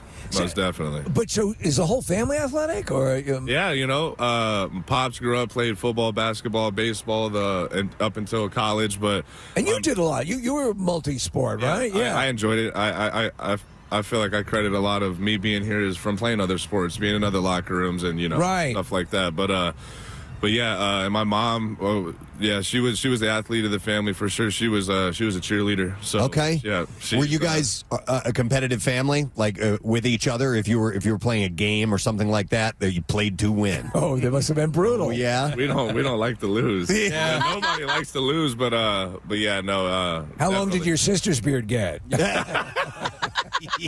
Preston and I were talking about this. There are people, and I have a friend of mine who is the nicest person you will ever meet, and he's just a sweet, sweet individual. But the second the game starts, a switch goes off. All bets are off? All bets. And wow. he doesn't turn into like an a-hole. It's just, no, I need to win. I need to be superior than, more superior, and it doesn't matter what it is. And so, but we had Eddie Alvarez, an MMA fighter, and it's just a mentality, and you have to lock in. Like, you can't go into the batter's box and half-ass it. Like, not at this level, you can't. Yeah, no, that's why I during live at bats at the beginning of spring is always so tough for me, because I see, say, Nola's pitching and I see a Phillies jersey on him. Yeah, it's like I don't have that Yes, you're like, I don't have you're that my teammate. Like I'm not stepping into the box trying to murder this baseball. It just feels weird. But then you put another team up there with another jersey, and it's like, okay, now we go. All right, so maybe we need to put different jerseys on. No, I like Nola having a Phillies one. Yeah, no, you'll take Us that. too. Well, listen, speaking of your fellow teammates, and we always like to play some kind of game with you and have some fun when you come by. We've come up with some alternate nicknames for a few of your other teammates, and I've got 3 for each one. I want you to pick the one you like best, and if you don't like all 3 of them, which one would you come up with? Okay? So let's try out a couple of these and see what you think. So we're going to start with the biggies. We're going to go with Bryce Harper first, okay? Do you like the Bryce is Right, Harper the Destroyer, or Bryce Lightning? Ooh. They're pretty good, right? From Greece? Yeah. Yeah, what a movie. Yeah. It really touches on And everything. it would have a song that would play, so. Me personally, I go with Bryce Lightning. Bryce Lightning, okay. I like the Bryce is Right, too. It's too wordy, though. But I would really go with the Bryce Lightning. All right, he likes Bryce Lightning. Growing up. All right, Trey Turner. Okay. There's some good ones here, all right? Turn and Burn. Yeah. Pretty good. Trey Bien. That's good, too. That's pretty solid. Like for the cultivated crowd. Or the Turnpike. See, I like Turner Burn because nobody runs like him. Yeah, right? Nobody slides like him either. Nobody slides like him. Stott did have a good one the other day, but it wasn't it wasn't as good as Trey's. It was good. It was really, really good. It's so good that it almost looks AI. Like, I know. You know what I mean? Like, you're like, I agree. I That's agree. fake. Yeah. Yeah, I'd be lying if I said I haven't tried to get on one of the slide mats and do a little pop-up, smooth, silky smooth slide, but no. I still have a scar on my left leg from me trying to slide when I was in college. Yeah. And oh yeah, like an idiot. I just went straight. It was like I was trying to dig a hole. You know? You didn't land like the airplane. You went straight down. I went straight down, and then just and they a few said, days. move off the gravel onto the grass. Well, then a few days later, I had to slide again, and I tore the entire scab off. Oh. Yeah. Dude, there's a science to the people that can do that and hook around, and it's a gymnastic move. All right, so Turn and Burn. You like that one. All right. I like that one. I also like Turnpike, too. Turnpike's pretty good. I like that one. I like Trey Bien as well. You got to bring these into the clubhouse, by the way. So, Kyle Schwarber already has the coolest nickname on the team. Yeah. Schwarber, I think, anyway. But here are a couple alternatives, and I like this one. Schwarbecue. Schwarbecue's good. It's not bad. The Schwarminator. Oh. Yeah. Or Kyle from Another Mile, because of how far he hits it. That's a stretch. What do you think? I'd say the last two. What was the second one again? The Schwarminator. Yeah. Schwarminator. All right, he likes that one. I like that one. Let's go JT Real Muto. JT the Jet. It's kind of like Benny the Jet. I guess, a little bit. And you're a Sandlot fan, right? Oh, yeah. Yeah, all right. Love Sandlot. The Realm Dealer. No, the Realm Dealer. Real Muto. That's a stretch. Or the Real Mute Button, because pitchers love calling him the game. Whatever. No, those suck. I like the third one. I like because the Real Mute Button? You rarely see anybody ever shake JT. Okay. So it's like, I mean, I trust with 10 in my life. So, you know, if I was on the bump and he was calling the game, yes. Okay, whatever you're saying. Yeah. Well, there you go. I wouldn't have thought of that. All right, how about Aaron Nola? Nola Cola, Okay. the Nola Controller, or A Nola Express? I like the second. I like the last two, but I'd say the second one, Nola Controller? Because it'd be Nola Controller. There's really no one that can pitch the way he does. You know, like especially in today's game. You know, I think the term that they use is pitcher, not a thrower, and he's one of the best, if not the best, at just spotting up, hitting a spot, east, west, north, south, all that. I've heard grower, not a shower. Yeah. I've not heard that one. There's a club I go to where they say that all the time. All right, I got two more. Real quick. Bryson Stott. Yeah. All right, Stott Shot. Okay. Yeah. Bryson the Rising. Okay. Or, I like this one, Stott Topic. Stott Topic. Like Hot Topic. Stott Topic. That's good. What was the first one again? Stott Shot. I mean, that just makes me think of his homer he hit in Miami against Miami in the in the wild card. So I'm gonna go with the first. All right, one. Stott Shot. Yeah. And the last one is Alec Boehm. Boom Boom. Okay. The Boehm Squad. Yeah. Or Bon Voyage. Bon Voyage. I like Bon Yeah, Voyage. Bon Voyage. All right, done and done. I like Bombs Away. Yeah. A lot of bombs away this year. Yep. That's The one thing you can't do is you can't start your own nickname. It has to be anointed. Yeah. You have to be delivered to it. It's not. Yeah, it's not the same. It doesn't think as well. Yeah. Are the marshmallow people still coming out for you? Sometimes. Yeah. Yeah. Here and there, I do. I see a little headgear thing that they wear. Oh yeah. You gotta love that, right? I do. Yeah. I think that's That's great.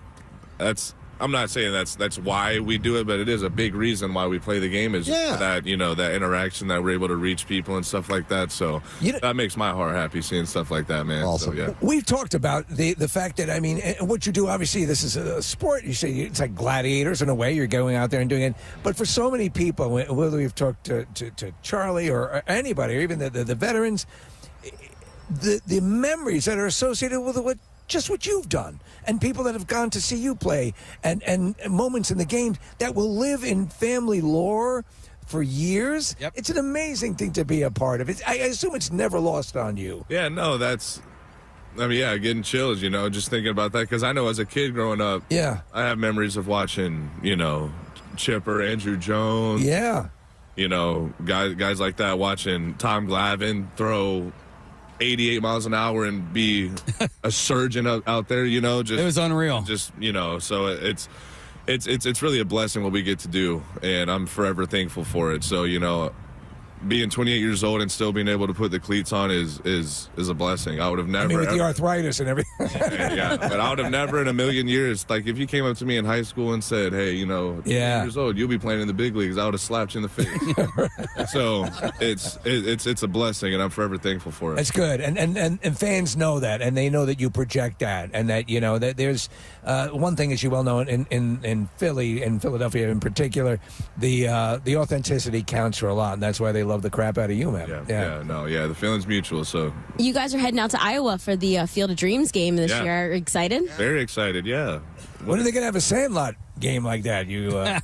That's your movie, right? That'd be cool, but the dog better be AI. I don't want to.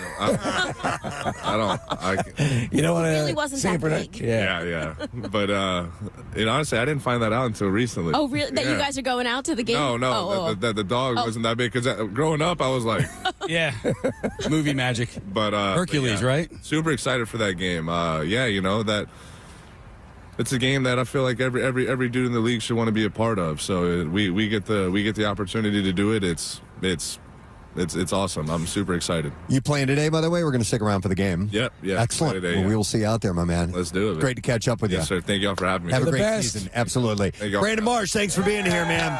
He's the best. Absolutely. All right. So new segment, Captain Elliott. Is that what we're calling this? We invite you to turn your tray tables to their upright position. We're going to find out some interesting aviation facts from our pilot. Yeah, I actually have. Sorry, I didn't pot it up too loud. Oh my God! Ryan brought in my flight helmet. Scabrick? Yeah. Scabrick? Yeah. I didn't even know he still had this. Oh my God! Wow. Well, that's a different kind of pilot. You want to be a fighter pilot or a commercial pilot? A commercial pilot. Right. That's what these stories are about. But should I put it on? Yeah, why not? I wouldn't be able to hear anything. It's like a return to. Here we go. Your aviation glory. God damn it. All right.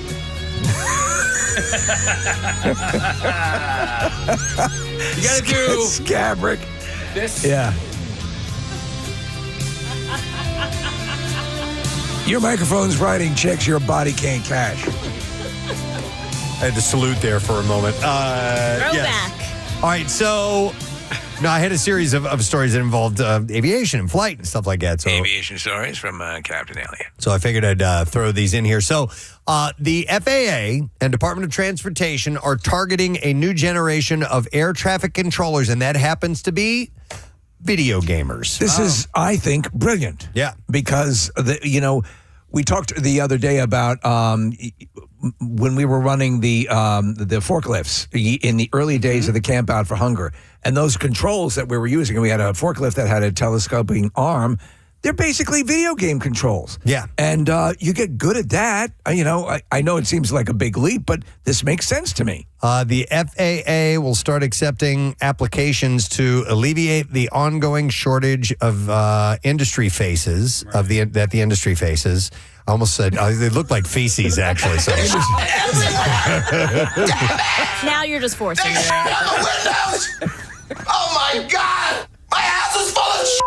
By the way, a few people are texting in saying that they had what had happened in the movie was they melted chocolate. Oh, okay. And he came in and He shit everywhere! he thought it was. Look what he did! He shit all over the wall! But anyhow, so beginning tomorrow, actually, the FAA will start accepting applications to alleviate the ongoing shortage that the industry faces. Not feces. And the FAA has 11,000 controllers currently working with 4,000 trainees in the pipeline, but needs thousands more to be fully staffed. Well, you're dealing with people who have been using controllers, who are looking at screens. And listen, what if their game of choice is Flight Simulator or, Well, listen, I just started watching the documentary Sky King. We were talking about it off air last week.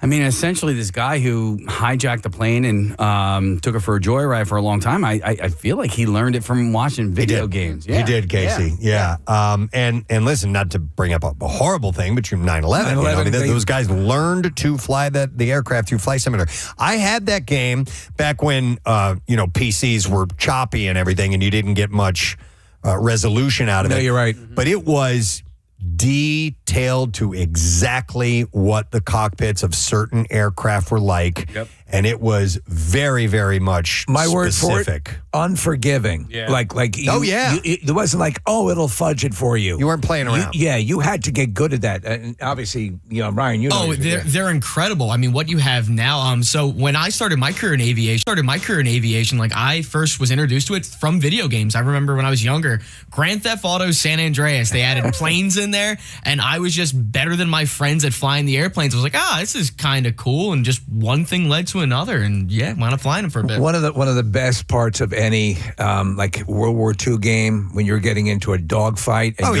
But you realize, and obviously, Ryan, this is something that you'd be. I'm sure you weren't doing a lot of barrel rolls when you were doing your deal, but when you're flying. And thanks, Chris. Don't forget those Brent and Zach from Shinedown passes to be given away at some point this morning. We'll tell you when to call in and what number caller to be. The event is on Monday, so less than a week away from that, obviously. And it's here at the Performance Space at WMMR. And we also have the blood drive coming up on Friday. So just a couple things to remind you of. And you get all the information about this stuff at PrestonandSteve.com. Oh, and by the way, Brent Porsche will have tickets this afternoon to give away to see the guys from Shinedown as well. So a heads up on that. Let us dive into the Bizarre File. Here we go. WMMR presents Preston and Steve's Bizarre File. Brought to you by Live Casino and Hotel Philadelphia. Catch every international soccer match with fellow fans on the giant 52-foot video wall at Sports and Social inside Live Casino and Hotel Philadelphia. Right in the heart of the Stadium District. Must be 21 or older. Gambling problem? Call 1-800-GAMBLER. 41-year-old man who used a semi-automatic rifle to repeatedly fire at an Orange County Sheriff's Department helicopter after getting drunk at his birthday party, was sentenced on Monday to 9 years in federal prison. What a birthday party. Yeah, Justin Derrick Jennings was also ordered to spend 3 years on probation following his release from prison. Now you can celebrate your birthdays with the convicts. He admitted to one federal count of attempting to damage, destroy, disable, or wreck an aircraft. In sentencing an apologetic Jennings to 9 years behind bars, Judge John Holcomb effectively split the difference between the roughly 10-year sentence sought by federal prosecutors and the 7-year sentence the defense was requesting. He's very lucky. What if he was shooting up at the helicopter, and in that helicopter was the butcher of Bakersfield? During a party, an inebriated Jennings became angry and family members began to leave, according to prosecutors, at which point Jennings retrieved a rifle from his gun safe and fired an entire magazine of ammunition inside the home. Remaining family members... And you're nothing but a chameleon, lemon-headed, coward, terrorist, and I'm after you, buddy. You're in that helicopter. You're in that helicopter. So, remaining family members, after this guy unloads all, this full magazine inside the house, they fled. They called 911, drawing deputies to the neighborhood. Jennings fired at a sheriff's helicopter overhead from a second-story window. The gunfire lasted intermittently for at least 20 minutes until Jennings was taken into custody. Deputies found 2 revolvers, 2 handguns, 2 rifles, multiple rounds of ammunition, and bullet casings scattered across the floor of the home, as well as 2 magazines and a box of ammunition on a couch beneath the window Jennings had been firing from. Well, time to cut the cake. Jennings' attorney wrote in a sentencing briefing that Jennings' addiction to alcohol was at the heart of the incident that led to his arrest. He had been drinking early the day of his 39th birthday party. He ultimately finished off a handle of Jack Daniels containing 1.75 liters of hard liquor prior to the confrontation with law enforcement. It sounds like he can handle it. Judge Holcomb acknowledged that Jennings was inebriated at the time, but said it was still an extraordinarily serious crime. So he's going to jail for 9 years. What if he brought down a helicopter? Yeah. A record-breaking daredevil who performed alongside Madonna at the Super Bowl halftime show is one of 2 men who died in a base jumping accident near Moab, Utah over the weekend. Marissa, you were talking about your interest in base jumping. Still looks cool. Andy Lewis, best known for setting a high line record 480 feet above Las Vegas in October 2013, died during a tandem jump with another diver on Sunday in Mineral Bottom, Utah. Lewis's final Instagram video posted Sunday, not long before his death, showed him doing a flip off a cliff in the desert outside of Moab. The second victim, described only as a man in his 50s, has not been publicly identified. Lewis was originally from California and relocated to Moab, where he picked up the stage name Sketchy Andy for his death-defying stunts. He appeared on an episode of Red Bull's Ultimate Rush in 2016, where he attempted a high-line walk between 2 hot air balloons 4,000 feet in the air. At the time of his death, he held a Guinness World Record for slack rope walk above a waterfall in China. He had performed stunts on at least 3 continents and previously set records in Bangkok and at the Mandalay Bay Resort and Casino in Vegas. He'd also been part of a group of 4 men who removed a mysterious 12-foot-tall metal monolith that appeared on public land outside of Salt Lake City in 2020. I remember that, yeah. There were a few of those that popped up, but he was the one that went and got it. But dude died at doing what he loved doing. Yeah, thought it occurs to me, though, at what point does it become clear to him in that fall that you're checking out? Yeah. This isn't working. Yep. Brazilian military police got quite a surprise during a traffic stop in Cidade Ocidental on Thursday when a female passenger reached into her nether regions and slowly extracted a loaded 9mm pistol in full of the officers. That's a cool trick. The weapon, a Taurus PT-92 pistol, was found to have 2 live rounds inside.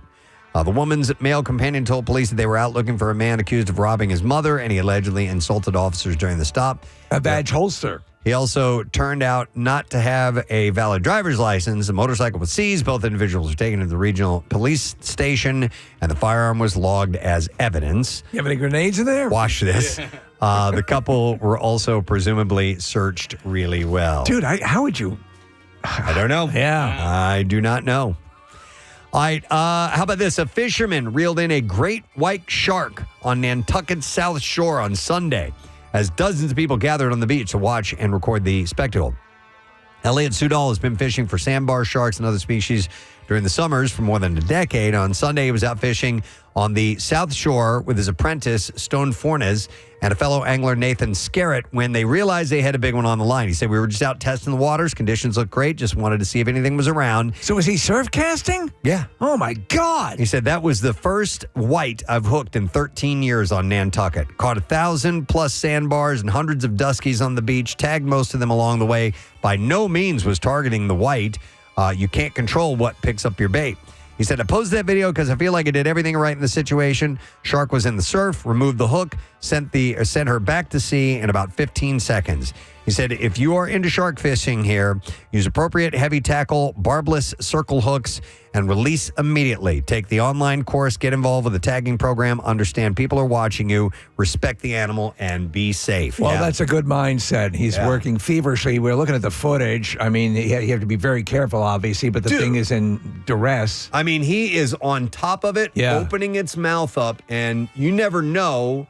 Those things are so strong, it could flip around and just turn around and bite him at any moment. That's like pretty ballsy. Anchorman 2, the great white shark that he takes under his nurses back to health. But this guy's, whole aim was to get it back in the water, get it back out there. He just was, he catches for the thrill of it and sends him back out and tags him. So, all right, and there you go. That's what we will end the Bizarre File with this morning.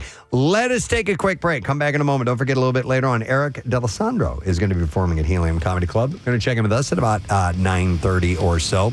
We'll come back after this break. Stay with us. And evading someone who's on your tail, like a fighter pilot would, Scabrick, you really realize how disoriented you are. Oh, my God, yeah. There was a game on the Oculus. Yes, was that what you were about to ask about? I was about to ask you, what was that called? It was a World War I aircraft dogfight and actually ground strikes and stuff that you were doing, which is interesting because they didn't have much technology in World War I. But anyhow, it was extremely realistic. And you'd get vertigo, and it was a really strange sensation. Yeah, the Air and Space Museum in DC has full every degree motion simulator for it. So you can get in these dogfights, whether it's World War II aircraft, you can do F-15s, and you get the full sensation of doing barrel rolls. And it is pretty wild. One of the best, and it's when the PlayStation introduced their VR. They had, I think it was what was it, Battlefield? What was the Star Wars games that we love? The Battle. Oh, yeah. Battlefront. Yep. So with the 3D package on the PlayStation VR, you were in a TIE fighter. No, go TIE. and you were flying around these cruisers. And the thing is that with the way the regular two-dimension video games are, they'd have to put an arrow to kind of tell you where you're looking. But now with the 3D, you got that full experience. It's just a great game.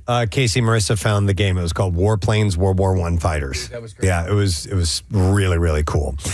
So anyhow, gamers are encouraged to, quote, they said, level up your career on the hiring website, which includes mission requirements and lists technology being rolled out as part of the department's effort to bring the air traffic control system into the 21st century. Yeah, a lot of the equipment is old. The agency is amid a multi-year plan to eliminate old technology like floppy disks, copper wiring, and paper flight strips from the air traffic control system. The website promises, and they're using all this terminology, high score rewards, including paid training, government benefits, and average yearly earnings exceeding $155,000 plus after 3 years of service. The number of air traffic controllers in the U.S. has declined by about 6% in the last decade. And over the last several years, the shortage was fueled by the pandemic, along with multiple government shutdowns and other unexpected trends in the market. So that's been a turnoff. It's been a massive turnoff. Yep. I wonder how much AI is going to figure into the air traffic control of the future. Meaning using that as a guide. And how much that can take over. Yeah, not sure. This is not actually the first time that the FAA has targeted gamers for controller jobs. In 2021, the agency launched a Level Up hiring campaign, which sought to attract video game players and diversify the workforce. According to the Department of Transportation, approximately 25% of controllers hold a traditional college degree, So it's pretty low, 25%. 65% of Americans regularly play video games. The agency believes the positive cognitive influences like thinking quickly, staying focused, and managing complexity would translate well for the intense task that controllers need to compete. I have heard, or to complete, that it's a high stressful job. Very much so. You know, and I'll tell you a good example is the movie Sully. Yeah. Because they have, they're not only showing what's going on in the aircraft, but they go back to the control towers, and what those guys are going through to try to figure out what's going on, it's just like they talk so fast. They do. It's amazing. That would be the hardest part, right? Yeah, Ryan, the jargon and the speed at which it's said is, I guess after you hear it time over and over and over and over again, you get used to it. Yeah, it comes with repetition. I have a few friends who are air traffic controllers, and they will admit it is an insanely stressful job. Try to figure this out. Here's a clip of a pilot right here. He's everywhere. I get the We gist. have a feces issue aboard the flight. One of our lavatories is backed up. The co-pilot will explain what happened. He's everywhere. Hang on. I think he's saying that he defecated everywhere. Yeah. Yes. Ryan, you're the pilot. Is that what you're getting from that? You're reading that 100% correctly, All Casey. right. Oh, look at you, But Casey. pilot. DJ! Yeah. DJ. Ryan. Yes. Were you able to Did you record that, executive producer? Were you able to get that delivery down as far as communicating back and forth? Yeah, so the understanding with that, it takes a lot of practice. I mean, the hardest part is when you're trying to figure out how do I get to the runway? Like, is they're going, all right, you're going to go from taxiway Echo Romeo to blah, blah, blah, to XYZ, da, da, da, da, da. And they're going a mile a minute. And a lot of times when you're starting out, you'll jot everything down. You have a little notepad. You'll write everything down. Let's go for sidelong Hong Kong. Everywhere. Sorry, I had to piggyback. Go for sidelong Hong Kong. Yeah. That's exactly it. But you doodle everything down. You get to the rhythm. You get to the flow. Yeah. Give me your best pilot voice. Oh, God. Yeah. What you would normally sound like when you were communicating with the control tower. All right, so I'll be the tower. Sure. What is something I would say to you that would give you a response? He asked everywhere. Oh my God. Just say that you're cleared for landing on runway 1. I don't know. All right, and I'll give you a Whiskey Bravo 555. You're cleared for takeoff on runway 1. Whatever. I messed the door. Oh my gosh. Oh my gosh. Oh boy. Yeah. I dropped the F-bomb. It is stressful, right? He's everywhere.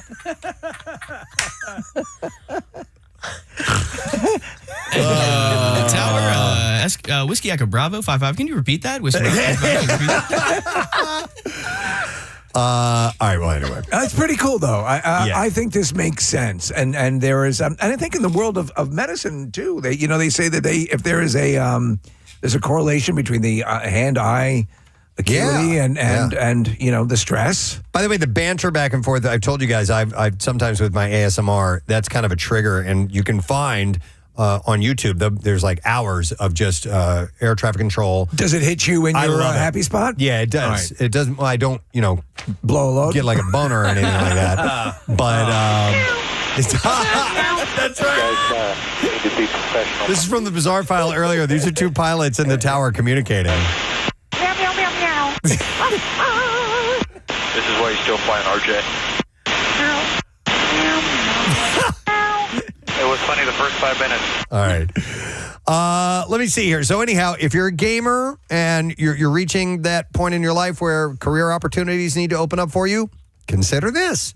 Consider an air traffic control job. As I said the other day, my wife and I are playing the game It Takes Two. Mm-hmm. Shows you how to work with people, problem solve. Yeah. I could fly a jumbo jet. Gaming is definitely, it's got its place in, I think. And it'll be a time for another conversation about what video gaming has prepared you for or you think you could do. Yes, yeah. Because you're a good gamer. Classic Friday, March 3rd.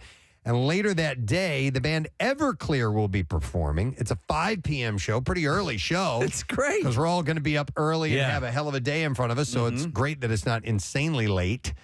And then Saturday, Lit and Fuel will be performing.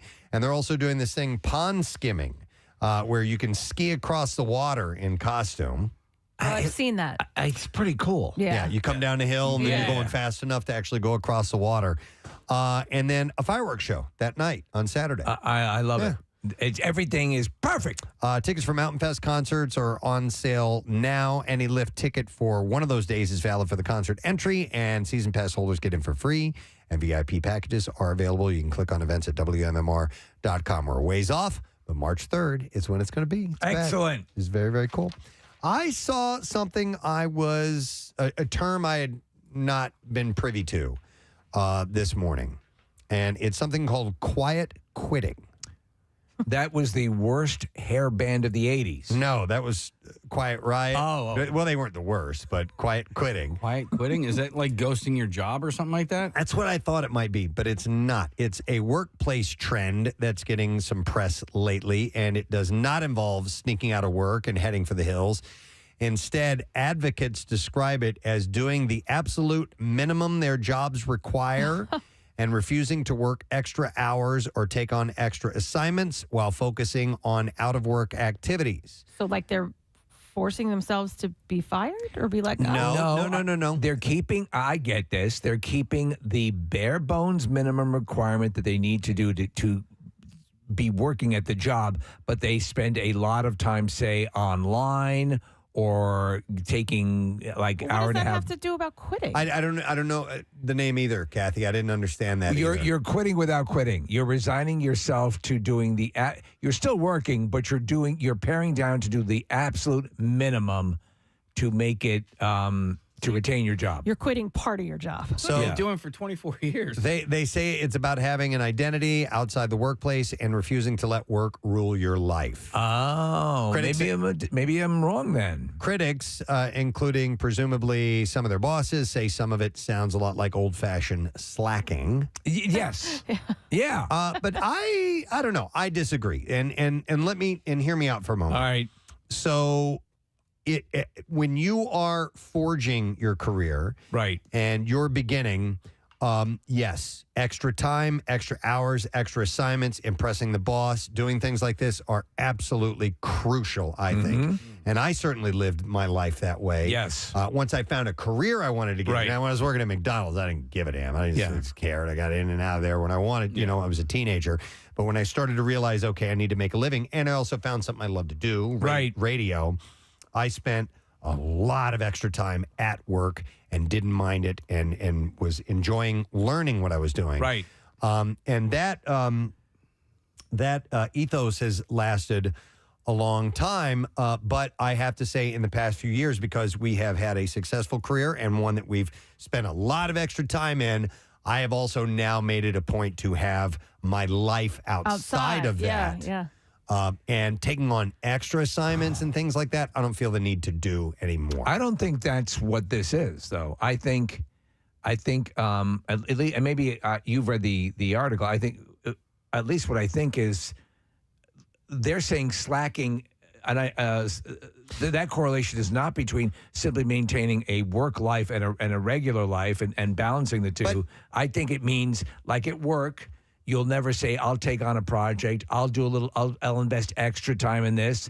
You're the second the clock hits 5, or whatever, you're out the door. You arrive at the last possible second. You take every second. And mind you, you're entitled. But also, if there are ways to dawdle throughout the day. Like I don't think it's that. You don't think it's that? No, and I think the reason that some of the critics might say that it's slacking is because, man, how many people do you know that take work home with them? I know plenty of them. Yeah. And, I do. Well, all the time. We do. I work from home all the time. Yeah. A good probably third of my job I do at home. But I also, my buddy Steve is just constantly, he's taking work home with him. Yeah. And it's just, I think that the workload in some outside weather today. Oh, my God. yeah. Just sit outside and play the vibes. We did that last night. Yeah, You yeah. can sit outside and play the vibes. You got all the summer stuff covered right there. Before we do anything, Steve has some gifts for us. TikTok gifts. This is my thing. Steve orders, finds ads, things.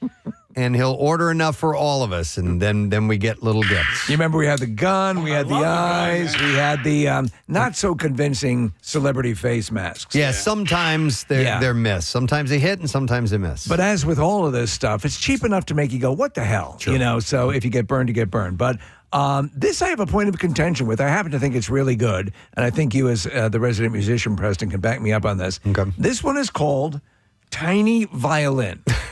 All right? And I'll demonstrate for you. Okay. Because I believe it looks more like a cello. Okay. This is it.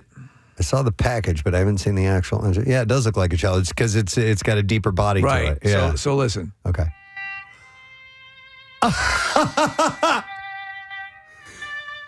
So Steve has the bow. It's a little mini bow, and he's running it across the strings, and it plays. Here's yours. Do you know what that reminds me of? Hand this over to there you go. I remember when they made full-size things like this. Yeah. But it reminds me of, do you remember that scam that was going on in parking lots for a Yes, while? yeah. Somebody was pretending they were out playing a violin. It was actually just a recording, and they pretended as if they were playing, and they were, like busking. So go ahead. Okay, hang on a second here. Just run across the part in the middle. Let me hold it up. So someone's bitching and moaning. Oh, my God. Oh, my God. Okay, so you don't even have to move it back and forth. You just push down on it. Yeah, but you want to sell You it. definitely want it to look. Yeah. But if it were a cello, you'd play it like this. So that is a cello, is it not? I think that size-wise, yes, it looks like a cello, especially because the neck only comes up a little bit above the body, and the body is much deeper. What it does have is sort of a stand where you could set it up and play it from the back. So this is supposed to be used when somebody is doing some bitching about something that doesn't matter. You know, they say playing the world's smallest violin. Yeah. So I love it. Can you just press the button? Do you even? You're actually depressing it when you push it. Yeah. Okay. Yeah. All right. Yeah, but that's fun. I like that. And if you really want to do it, Steve, you hold it up to your chin like this. It's hard to. I can't even. Oh, damn it. Here we go. Aw, poor you. Ooh, we're duetting. Yeah, let's do it. Ready? So you start, and then I'll go. All right.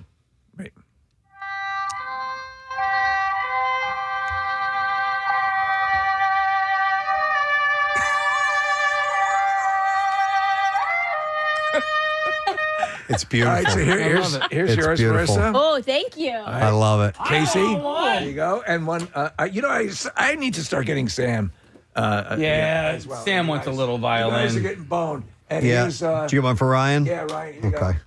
I haven't saved anything. I need to check my screenshots because what I'll do is when I see an ad of something that I like, I will, rather than actually click on the ad, I will screenshot it, Right. and then go and check externally for it. I haven't really been. Nothing's really been popping my cherry lately. I love that piece. I am a sucker for these things, but I told you I've gotten burned on a few. I will not buy anything big on the TikTok shop or Yeah, I wouldn't spend a lot of money. What do you think of this one? I like it. Hit or I miss? think it's a lot of fun. I think It's a that's a hit. hit for Yeah, sure. yeah. Definitely And a hit. it's got to be like having it here will be great. Yeah. Because as soon as somebody starts complaining about Oh, something. really? Oh, really?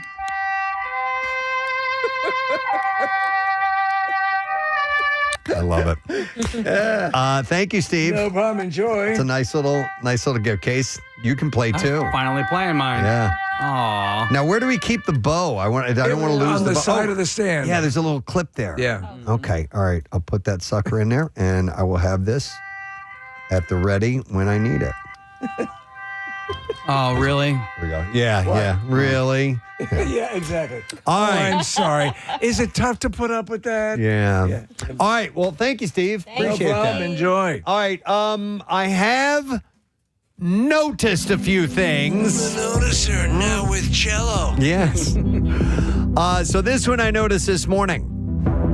Wow. Skill games are unlawful under Pennsylvania's Gaming Act and Crime Code, the state Supreme Court ruled yesterday.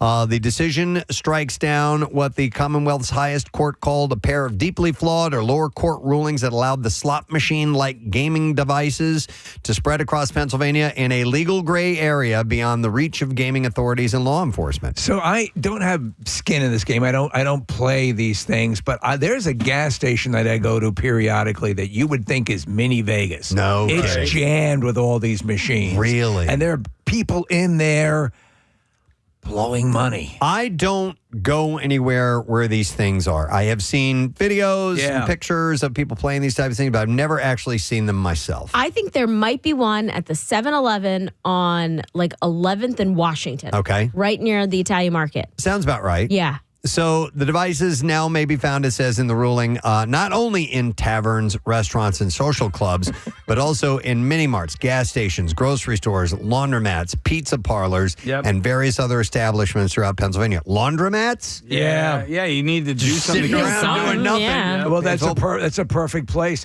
The one where I saw the most, I'm going to say 7, maybe 8 machines that are on one wall and take the turn on the corner. Yeah. And I mean, it is always hopping. I see them in gas stations all the time. Yeah. So since the Intermediate Commonwealth Court ruled in 2023 that skill games are not slot machines as defined by state law, the devices have been the subject of legislation seeking to outlaw them altogether, with lawmakers noting detrimental effects, including increased crime and the exposure of children to gambling. And by the way, I have seen some increased crime issues with these.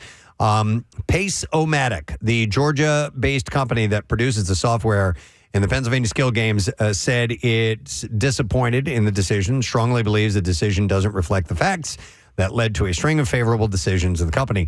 The State Attorney General, Dave Sunday, issued a statement calling the decision a significant victory for consumers, taxpayers, and the rule of law in Pennsylvania.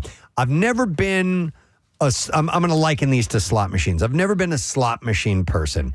It just takes, it's a waste of time. To me, I look at all, in many ways, I'm just not a gambler. Though I'm fascinated with casinos and gambling. I love when my wife likes to sit at the roulette table periodically and play. It's fun. She never goes like hardcore. But to me, these kind of games are basically, you're just set the money on fire. You know, it's like, it's just such a... I mean, you can win. You can win, but there's no skill. You're just putting money in. You're hitting the button. That's why I make that equation. Playing cards, dice, games like that. Okay, I can go do that and have some fun from time to time. At least there's the perception that skill might work in your favor to some extent. Yeah. To me, it's like playing at an arcade, though. I mean, it's just you're putting money in. I'll do $20 on Wheel of Fortune in honor of my grandmother, and then $100 later, maybe I'll win some money. Yeah. Right. I just don't get it. Like back in the day, it was just like 3 things across, right? Yeah. Now there's like a million things, and I'm like, how are things connecting, and how do you win? Like, I just don't really If you don't understand. know, I know what you mean. if you don't know if you've won, that's a bad game to play. Well, and it's like, maybe it's a penny slot, but you really need to play $1 to get the most out of it. Right. Like the penny will just do the 3 across, but if you want all 10 around in a square to count, you have to up your ante. But what Casey's saying is the number of configurations on how you can win is really confusing. It's no longer 3 cherries. It looks like a there's bizarre graphic. You can go diagonally, you can go across, pretty sneaky, sis, or up and down, or there's all different. It depending on how many panels there are that you're trying to fill up with. And I know what you're saying, Case. I'm like, did I win? I think I won. Oh, there's the counter going up. Yeah, I won. So some of it's not clear cut, and then they have others where. Like the Wheel of Fortune, where all of a sudden the wheel spins and the ball rolls around. It's like, what happens now? So Wheel. I know what you're talking about. Fortune. So the Attorney General's office, which estimates there are 70,000 skill machines in operation in the Commonwealth, argued that embedding an element of so-called skill into the game does not exempt the devices from Pennsylvania gambling laws. So I don't know how this moves forward next, if they're going to yank all those out of there. But this apparently resolves 2 cases. One in which the Gaming Act's definition of slot machine was at issue, and the second in which the seizure of 3 skill game machines, cash, and receipts from a Harrisburg area business was overturned. So I don't know what's going to lead to. Yeah, are they going to yank them out of all the establishments? Are they going to put different parameters on using them? Or I don't know. For example, if you're say like a 16-year-old or 17-year-old that looks older, do you get proofed if you go up to use those things? I mean, well, I don't know. Checking IDs. Or would you be proofed? Well, Is it legal to use that? How do you get your winnings? Do you take a ticket and you give it to the? That's what I assume. It doesn't pay out right there. I don't know. Yeah. Don't know how it works, because if that's the case, then they're going to, I would imagine, At the check point your of pay. check your your age. But I really don't know how it works. But anyhow, that's a ruling that came down in the state of Pennsylvania. And you noticed it. I did notice that. Noticed another thing. There is a search engine called OnlyGuider, and it's for finding OnlyFans creators. And they recently used search traffic, financial filings, and population data to compare 167 major U.S. cities to see which one spends the most on OnlyFans subscriptions. Which city spends the most on OnlyFans subscriptions? Yeah. So I saw this article. I've never once, because I have no intention of joining, never once even pulled up the OnlyFans website. So this morning I pulled it up. Did you? Yeah, just to see, and obviously you have to log in and do all this stuff. But on the front, they do have sample videos that you can watch. Okay. And so I watched one real quickly of this really hot girl telling me about manatees in Miami. Okay. All right. And she did not seem like a manatee expert. She just seemed like a hot girl who said, oh, by the way, there's a lot to party. You can party like crazy in Miami, but did you know there's manatees here too? But I searched down a little bit, and they weren't showing the sexy ones. The stuff, It was all, how to make a great fragrance, or there was salsa dancing on the beach, and stuff like that. I wonder, well, I'm going to guess that the bread and butter of OnlyFans is really the more salacious content as opposed to look at the manatee. I would think so. I mean, it has its reputation for sure on that. So to compare cities of different sizes, they used a spend per 10,000 resident metric with a national average of $77,334 per 10,000 people, $777,000 per 10,000 people. So where was spending the highest in the U.S.? Atlanta tops the list. Really? Residents there spent nearly $26.2 million, which is about $525,000 per 10,000 people on OnlyFans. What does that year. break down to per person? Well, I guess if you divide 525,000 by 10,000, would that be $500? I don't know. I'm doing the math in my head. Say it again. 525,000. Divide that by 10,000. I'm way off. Roosters don't lay eggs. Marissa's doing the math. It's $52. There you go. Thank you. That's about almost double the amount of the number 2 city, Orlando, which just spent $14.3 million. Or $466,000 per 10,000. You would think Orlando would have enough distractions to keep you off the OnlyFans. Yeah, you would think so. So here are the top 10 cities for OnlyFans spending per 10,000 people. Number 1 is in Atlanta. Number 2 is Orlando. Number 3, Salt Lake City. Those these conservative cities always rank high on the porn indexes. Preston, I didn't log on, but I went to the landing page of OnlyFans. You're right. Ashley Serrano, too, swaps Miami's party scene for something more peaceful. Kayak in search of manatees and coming face to face with one of the ocean's most gentle giants. Wow. So it's really a nature show. Right. She's beautiful. Yeah. She's wearing a bikini. Yeah. Then you have Miami, number 4, where you can see the manatees. Okay. Sorry. I just was handed a note. Then we have Minneapolis at number 5, followed by Cleveland. Denver is 7. Then you have Seattle at 8.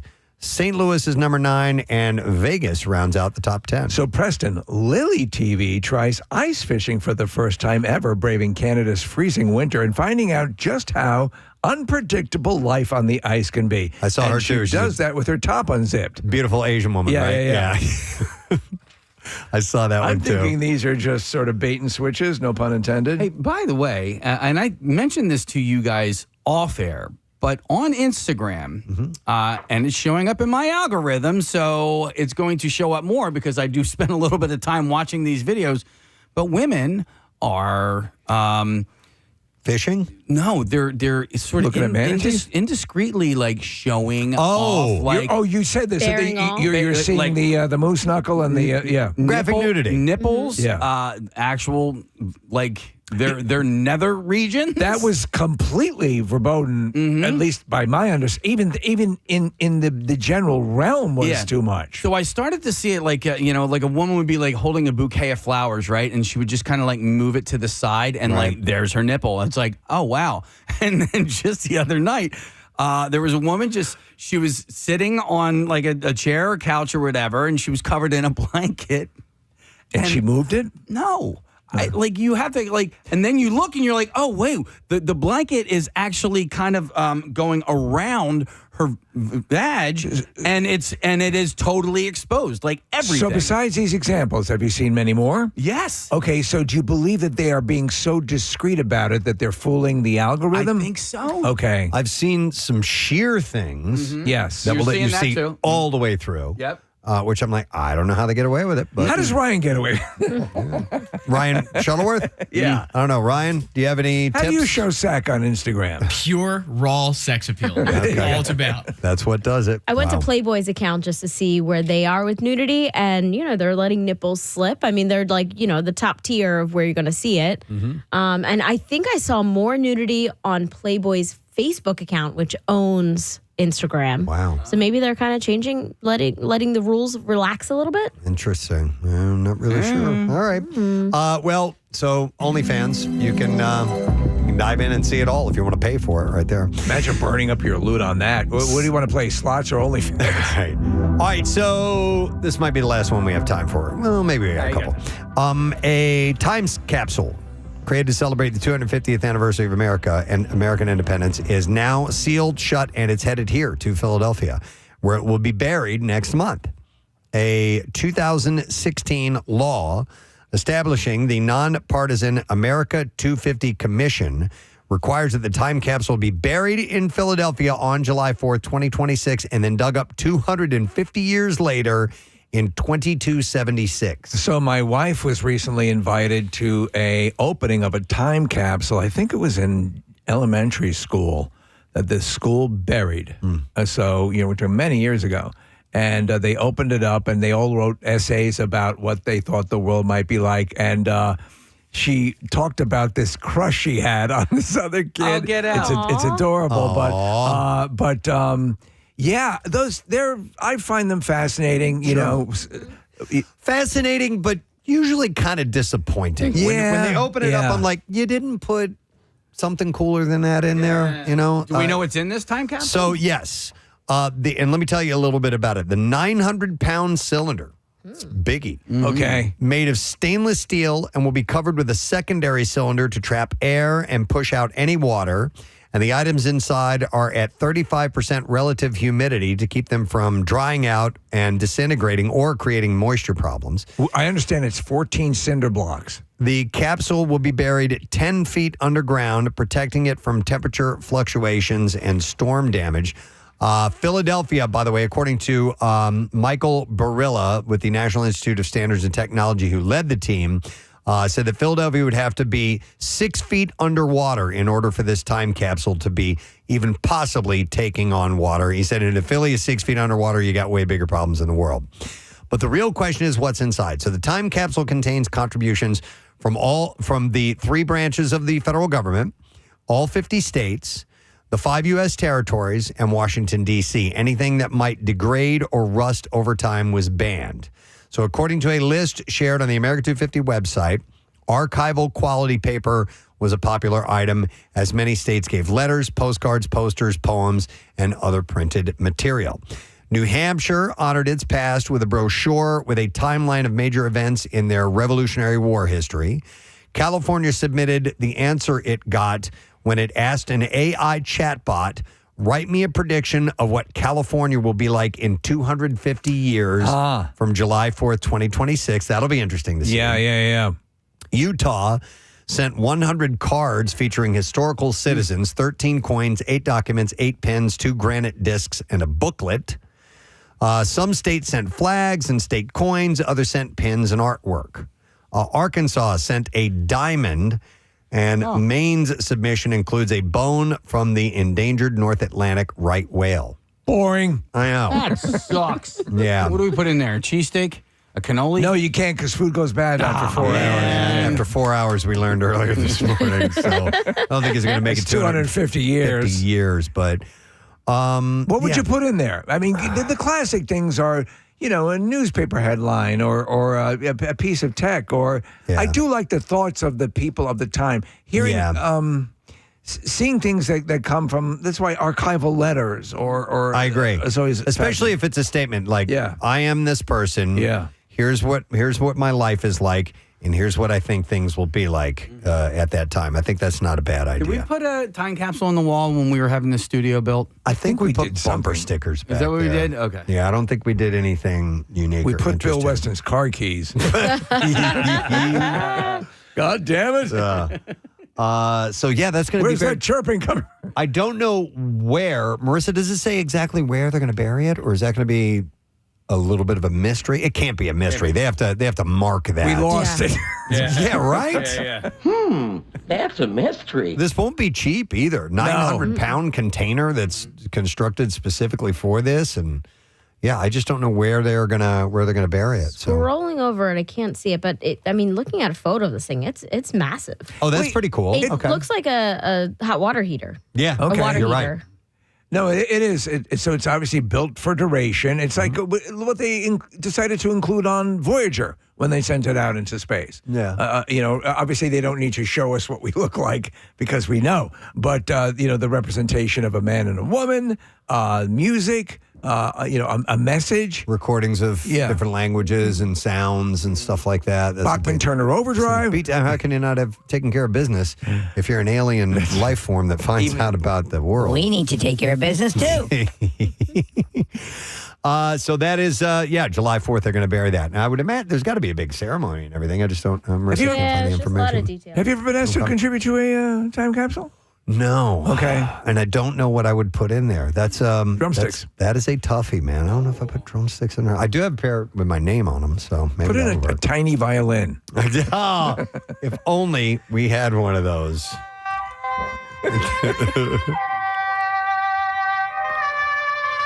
All right, Marissa, where is it going to be? Looks like it'll be buried at Independence National Historical Park on July 4th.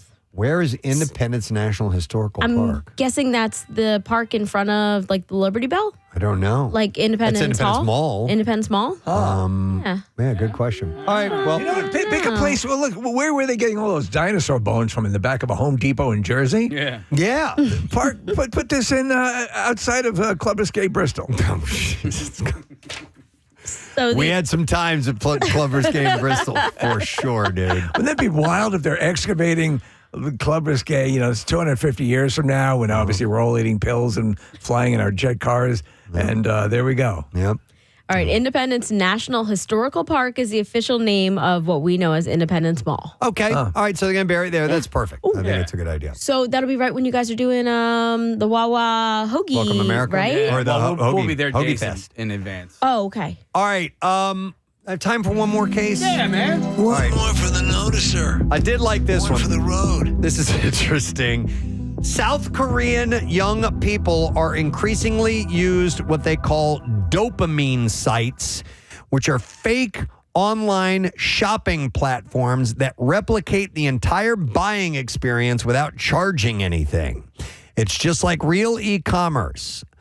These apps feature hundreds of products, detailed reviews, ratings, shopping carts, then checkout flows where you enter your address and click order. An app then shows a courier accepting your order, and you can track their progress on a map in real time. Without any real transaction. Nothing ships. Nothing is charged. The apps are designed around the finding that the dopamine hit from online shopping comes less from the stuff itself and more from the ritual. I kind of get this because I did something similar on that Temu website. I was directed there through Instagram because it was like, oh, you just won, all, like 8 free gifts from us, blah, blah, blah. So, and I knew I wasn't going to buy anything, and I knew it was a scam, but I was like, let's just see. And I was looking at all these power tools and woodworking tools, and I filled everything up. And then, when it came down to it, they're like, we need, 20 something for shipping. And I was like, no, thanks. But like, I got something out of it. You know what I mean? The only thing that sucks is the now thrill of the hunt Yeah. is equal,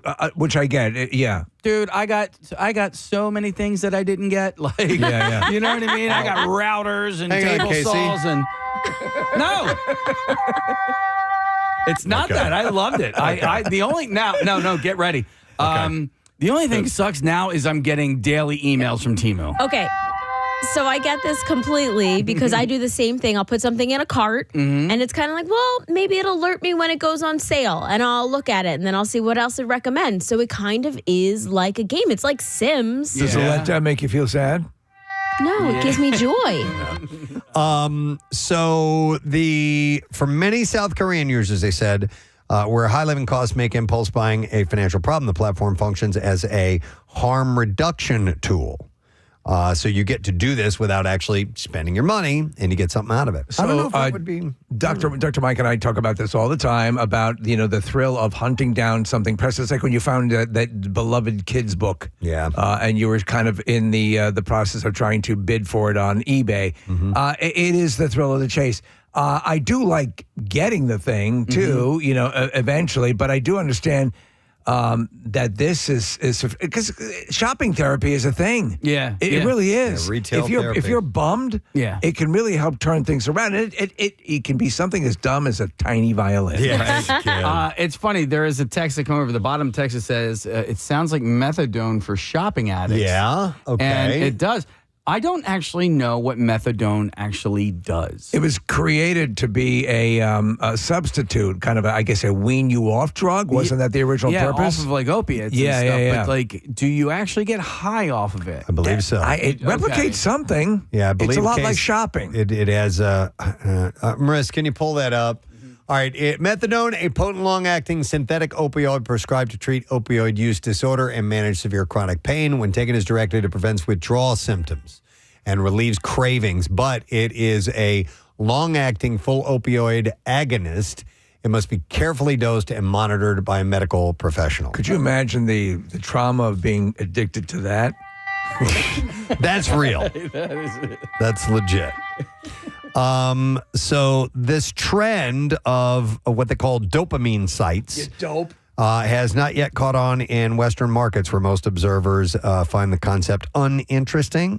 I'll bet you there's some people who would dig that. If it's a way, The shopaholic. If it's so, yes, because there are a lot of people who buy things and then return them, so that it's just simply for the thrill of that initial process. Well, and then thereafter, it's returning it and then going back to shop and look for more things. Right. Did you hear? Some of us might have that problem. That's okay. I completely, I feel you on that one. Did you hear the latest issue? I was watching a report about maybe it's World News Tonight or whatever, talking about how Ozempic has created a massive clothing return. Oh, yeah. Oh, so that people are losing weight and returning clothing, and it's mucking up the system for a lot of clothes retailers.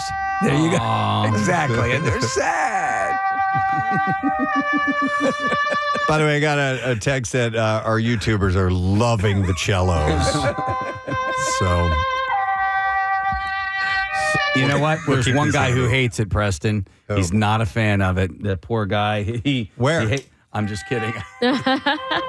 Oh, Yeah, I didn't catch your pitch to me to the softball to kick it out of there. Sorry, buddy.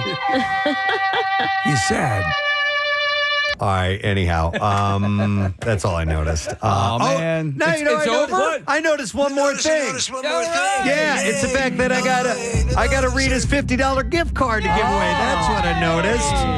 We'll call it caller number 18. We're going to set you up with this 610-660-9333. And don't forget to download Rita's app so you can start earning sweet rewards all season long and get a free small treat after downloading and signing up. And you could even order ahead on the app at select Rita's locations. Rita's Ice Custard Happiness. Caller number 18. Going to set you up. 610-660-9333 is the number. We're going to take a break. When we return, Eric D'Alessandro, who will be here on Comedy Club, will be joining us. Stay with us. Not everything. This is not an overall thing, but in some jobs, it's too much, man. Do they literally spell out what they're talking about there, or is it as vague as it seems to be? I'll read a little bit further on this. Gallup calls it not engaged. Jim Harder, chief scientist for Gallup's workplace at Well-Being Research Center, says survey data shows workers are less engaged and quiet quitting sounds like what he refers to as not engaged, a group that includes 54% of survey respondents born after 1989. But while engagement is lowest among Gen Zers and younger millennials, it's been dropping across all age groups in recent years. So it's not... It still seems kind of vague. Yeah, and then on the other side, it says they're doing what they're getting paid for. Advocates say quiet quitting is all about maintaining a healthy work-life balance. People aren't going above and beyond. They're not bending over backwards for their employers anymore and sacrificing their mental and physical health. Yeah. They're doing what they're getting paid for. She says she wishes the trend had a different name because you're not quitting. You're taking care of yourself. You're coasting. You're carefully coasting. So it's the above and beyond thing kind of spells it a little bit. Sure. Now, I think, I feel that we all go above and beyond, for this, because this is not a... that's our agreement. That's what we do. We want to do the best we can do to live up to our agreement with the audience. But I think at a certain level, especially if you want to get ahead, you need to take. But but if you are ahead, if you're already ahead, and I think it has a lot to do with how your company treats you. Yes. If you work for a good company that takes care of you, you're more likely to go above and beyond. If you work for a company that does not take care of you, you're going to do the bare minimum. No, I agree. Yeah. I'm going to say something that'll only make sense to you guys, but recently there's been some requests of what I would call going above and way beyond. Right. And we've all it's ignored like, it. come on, man. Come on. Yeah. We're already working a lot, and that happens in all kinds of businesses. We say, oh, by the way, you also need to do this now. Right. Like, wait, what? What? Yeah. I'm sorry. How about? I quit. Yeah. I quit. Hang on. Let me go to Larry because he's got an example of quietly quitting. Hi, Larry. Good morning. Yo, you guys ever heard of Jerkmate? You've ever heard of Jerkmate? Yo, ever heard of Jerkmate? What's up, Larry? Yo, how are you guys? I work for a very big, very corporate, and that's the one word that I think hasn't really come up in this conversation. Very corporate company. Mm-hmm. So at this point, they were pretty good throughout the pandemic, and I stepped up, took the job above me. Was waiting for basically somebody to open up so that the job title would open up, and I could kind of step into that. And when it did, they denied me my promotion and a raise. So now I'm just kind of freeloading until they figure out, it would cost them more money to find me and fire me than it would for me to just skirt under the rails. Kind of, let me ask you. So that's your version of quietly quitting. Okay. Have you ever you've seen the movie Office Space? Yeah. Right, exactly, right. Exactly. Would that hold true to what you're talking about? Except they're not fixing the glitch. Yeah. Yeah. No. But I agree too. We happen to work for a company that is very supportive and really wants to be a participant in helping us realize our maximum capabilities. I wonder though. There's got to be people out there who have had a job for a long time who actually, because there's so many people in the workforce, don't actually have to do anything. They just go in, clock in or whatever. Well, kind of hang out. Like the guys you see who work for the city who they've never shown up for in years, never show up for work. And, go get the vehicle, go home. I think of Tom Hanks and Joe versus the Volcano, Preston, that kind of job. As mundane as it could possibly be. No, but there's got to be coworkers who are not doing that, who are going to call that person out, or at least, do you know what I mean? There's no way that can go on for years and years. Somebody's going to say something. Yeah. We hear from so many people about how hard they work, and I appreciate that. But Casey made me think of something.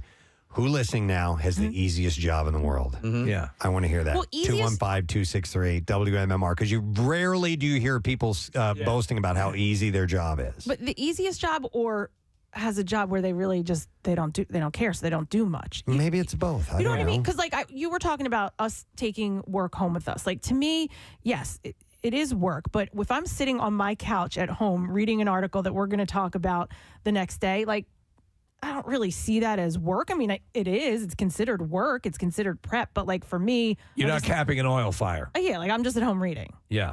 But it is all relative. I see it as work. But I mean, and I probably do it differently than you do. I'm scouring all kinds of stuff. I'm printing things up. I edit. You don't have a glass of wine and bonbons. No, I categorize. I try to. I've got. My feet are up. I'm like, I'm working. Now, listen, it's not hard work. It's not physical hard labor. It's time consuming and time consuming is what it is. Yeah, for sure. Do you at like your prep though? Sometimes are you like, oh God, I do not feel like doing this? Oh yeah. Oh, you do? Okay. Oh my God, yes. Okay. Absolutely. But then I'm like, get it done, do it, get it over with.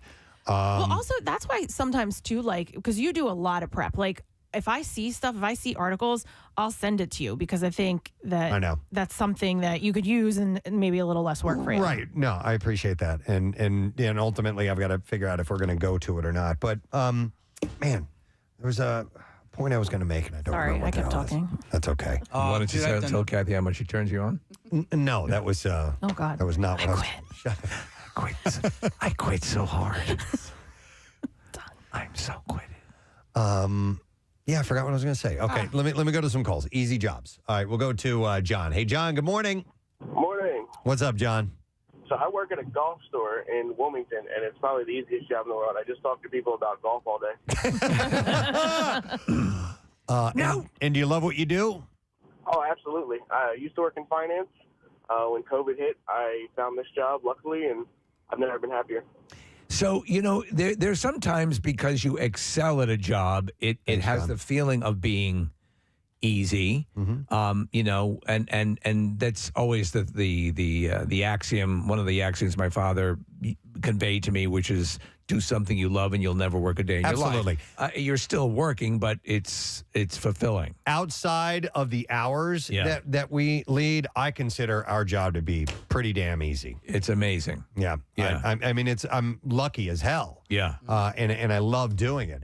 What I don't love doing is getting up when we get up and doing that whole thing because it messes up the rest of your day. But I'm lucky that I can say, yeah, my job's, this is not something I dread, and I'm not going crazy from the amount of time I spend on it. The prep work is a little arduous, but I still love doing this job. So I'm not bragging. No, I'm just saying we're good at what we do. Oh, well, and so therefore it makes it this that advice much easier. Is part of the other great advice I've gotten. Listen, and I tell this to other people. If you do something you love, you're going to invest more time into it, even in the beginning stages. If you do that, and I think by sheer force, you will get good at something, and then hopefully the monetary compensation will come down the way. But I mean, that's all a chain of events. And that's the ultimate desire, is that you do something you love and you are paid well for it. You know what I do love is mindless labor. And when I was getting ready for the bike ride for the Tour de Shore, I had all these team jerseys that were sent to me, and I needed to make sure that they were getting to the right people. So I was just like basically sorting and stuffing, and I had to do it for a couple of hours. And I loved it. Yeah. You know what I mean? You want to work in retail now? No, because I don't want to deal with people, right? Yeah. Like you don't have to. I work work in a warehouse. Yeah, I could do that. I could do that. But look at an Amazon fulfillment plan. I just threw headphones in. I stood here for like 2 hours, and I just stuffed names and cooling towels into these bags and. I do like the organizing factor of things like that. I'm actually volunteering at a nonprofit today, and we're putting together packages. So to me, that's perfect for you. I'm gonna make sure each package has two of this and one of that. I love sometimes if you get to put a little bow on it, or something like that. I can tie the bows. The studio that I have in my room in my house in one of the rooms. I love. Oh, today I'm gonna rearrange the wires so that everything sits properly. I like that sort of. Yes, that's sort of where I can just check out and do that. I do love that kind of work as well. You know what I was going to tell you guys back to? You mentioned, the bad part of our job is, getting up so early. That 2-week vacation, I know you're going to make fun of me, but I'm not kidding you. I'm dead serious. During that 2-week vacation, at the end of it, I swear to God, I woke up and I looked in the mirror and I was like, I look a little bit younger. I'm beautiful. Look at me. Have I always glowed like this? Listen, my nipples are like erasers. I did. I had color in my face. Yeah. I felt like my wrinkles weren't as bad. The bags under my eyes were gone. So beautiful. Did the gentleman stitch naturally appear? Oh my God. Oh my God. I've gotten tighter. It's gotten tighter and more moist. Oh, wow. By the way, I know someone who got that. Oh, really? I thought that was just an urban legend. Oh, no, and it's a major, it's not a little, we're going to put a little stitch in. No, it's like really? a major. Yeah. I always thought that was an apocryphal. It's basically like having a baby. Wow, Kath, what is their first and last name? I want to hear more about that. But I got all these callers on the line. no, it's but okay. I want to hear Never more mind. about that. Jennifer's on. Hi, Jennifer. Good morning. Good morning. Jennifer, you have an easy job? I think it is right now. Okay, share. Are you doing it right Yeah, now? I know. Seriously. Yeah, she's a blacksmith. No, I'm actually shopping at the moment. Oh, okay. All right, you can stop. My day off. Okay. All right. All right. I work at a casino as a sportsbook writer. You work I as write I can't. a sports book what? writer. I write tickets for sports bets. Okay. She writes tickets for sports books. Or the Eagles, Yeah. but we're real slow at this time of the year. Okay. So I spend half of my day just staring at TV, watching sports. Well, okay. Well, that's not bad. But what about the other half of the year when everything is kicked in? Is it very difficult? It gets crazy when people are trying MetLife. All right, That's the sorry. hard part of it. We're sorry to interrupt your shopping, Jennifer. Yeah. We'll let you get back to Sounds that. like but she's thank you for the fighting a call. robot. We appreciate it. All right, let me go next to Brandon. Hey, Brandon, good morning. Yeah. Uh-oh, here we go. All right, you have an easy job, it says. I'm a trash man. Trash man. How is that an easy job? That looks like hard labor to me, man. You drive the truck? A monkey can do my job.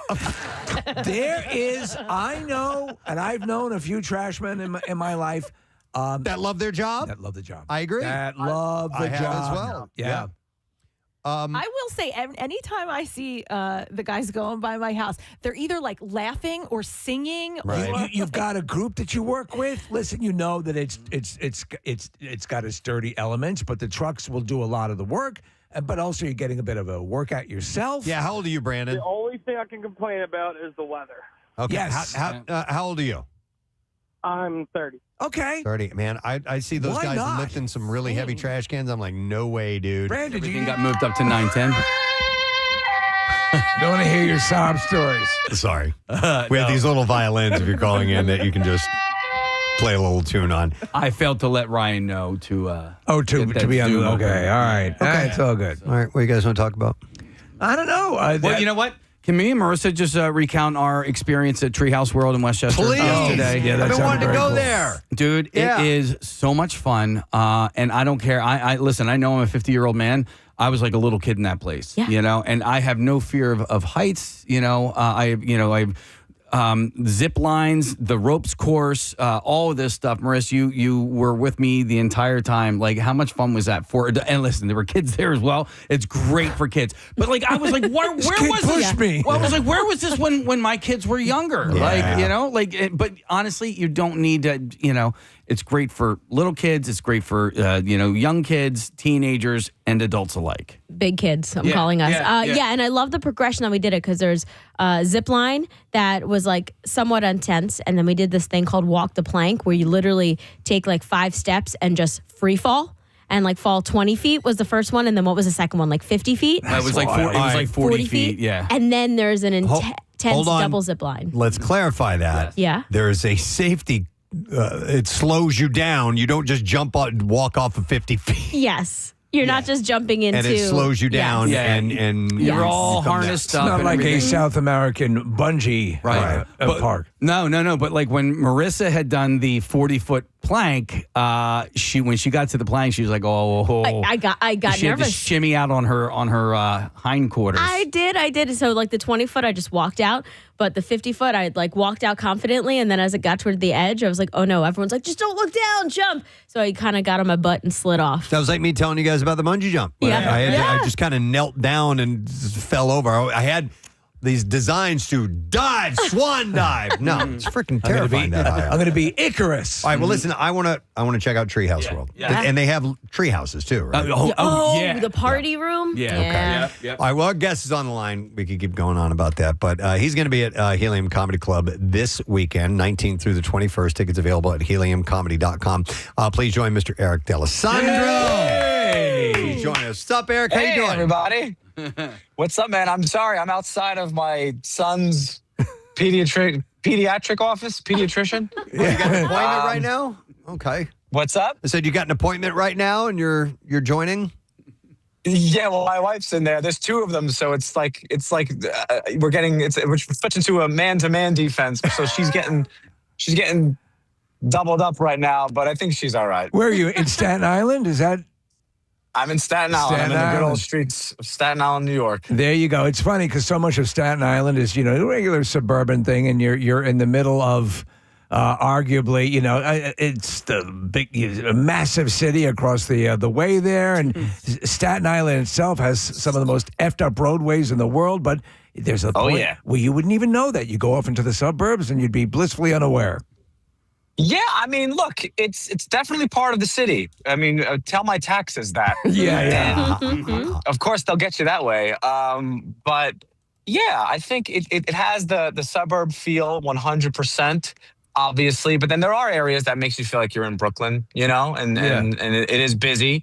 I don't know why that's like a bad thing. People try to act like, oh, you're not from the city. It's like, why? Because I have a lawn? I'd rather have a lawn. Yeah, that's completely fine. Exactly. It's the same thing. I live in Mount Airy, which here in Philadelphia is technically part of Philadelphia. It's part of the city.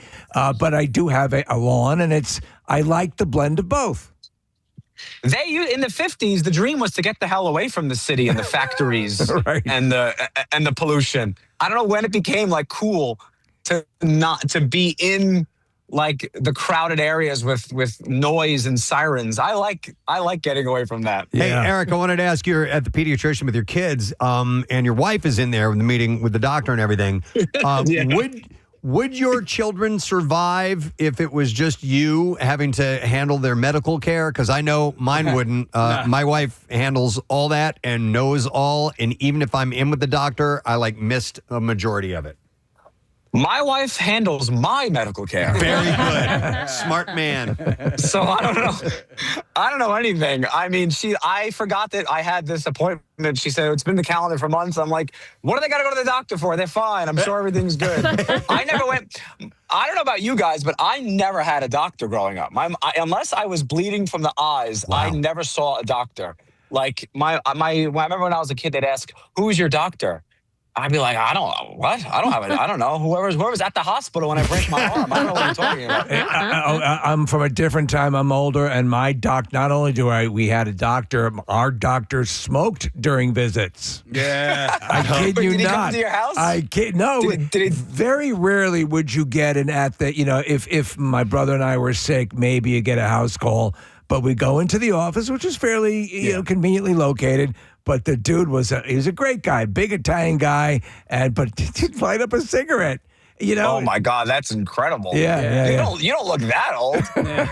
I never had regular appointments. I used to get earaches. So the only time I ever went to the doctor was when I would have a flare-up and have a really bad earache. My doctor was straight up obese, which you don't see that anymore. Usually doctors are fit and stuff. This dude was I kid you not, at least 400 pounds. Yeah. It's a mixed message. Is your pediatrician 400 pounds by any chance? No. She's in very good health, and I just like try to nod along like I know what the hell they're saying, and I'm like, I don't know what's.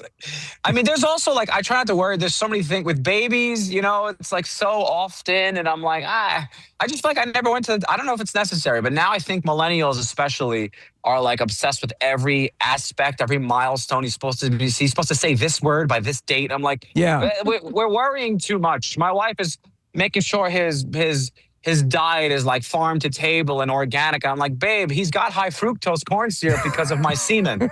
There you go. It was imparted anyway. And sometimes my wife and I don't have kids, but I've seen a lot of people sweat it out. I know you talked about, generally before this was a blessing in your life, having to process it. But then I always think of the people throughout history, like, I think of the heavy metal rockers who were just complete debauchers who have kids now. So they can do it. You can do it too. Yeah, I mean, he's half Doritos, whether you like it or not. What are we doing here? I remember being like 12, 13, and my mom was like, all right, should we find you a new doctor? And I was like, nah, I want to go to the guy with the cool toys still. Because like the whole waiting room is filled with like all the toys that you wouldn't get to play with anymore. What's funny is that has become millennials' jobs. I don't know if you guys have seen what it's like to work at Facebook or Google, but it's basically a pediatric waiting office. Yeah. They got abacuses and highlight magazines. There's nap time.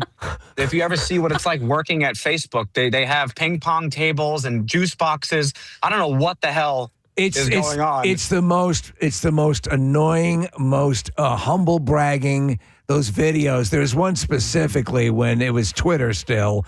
This is my follow me on my day at Twitter, and you're right. Massage, sensory deprivation tanks, and you're clocking the thing, and you're going, when does work begin?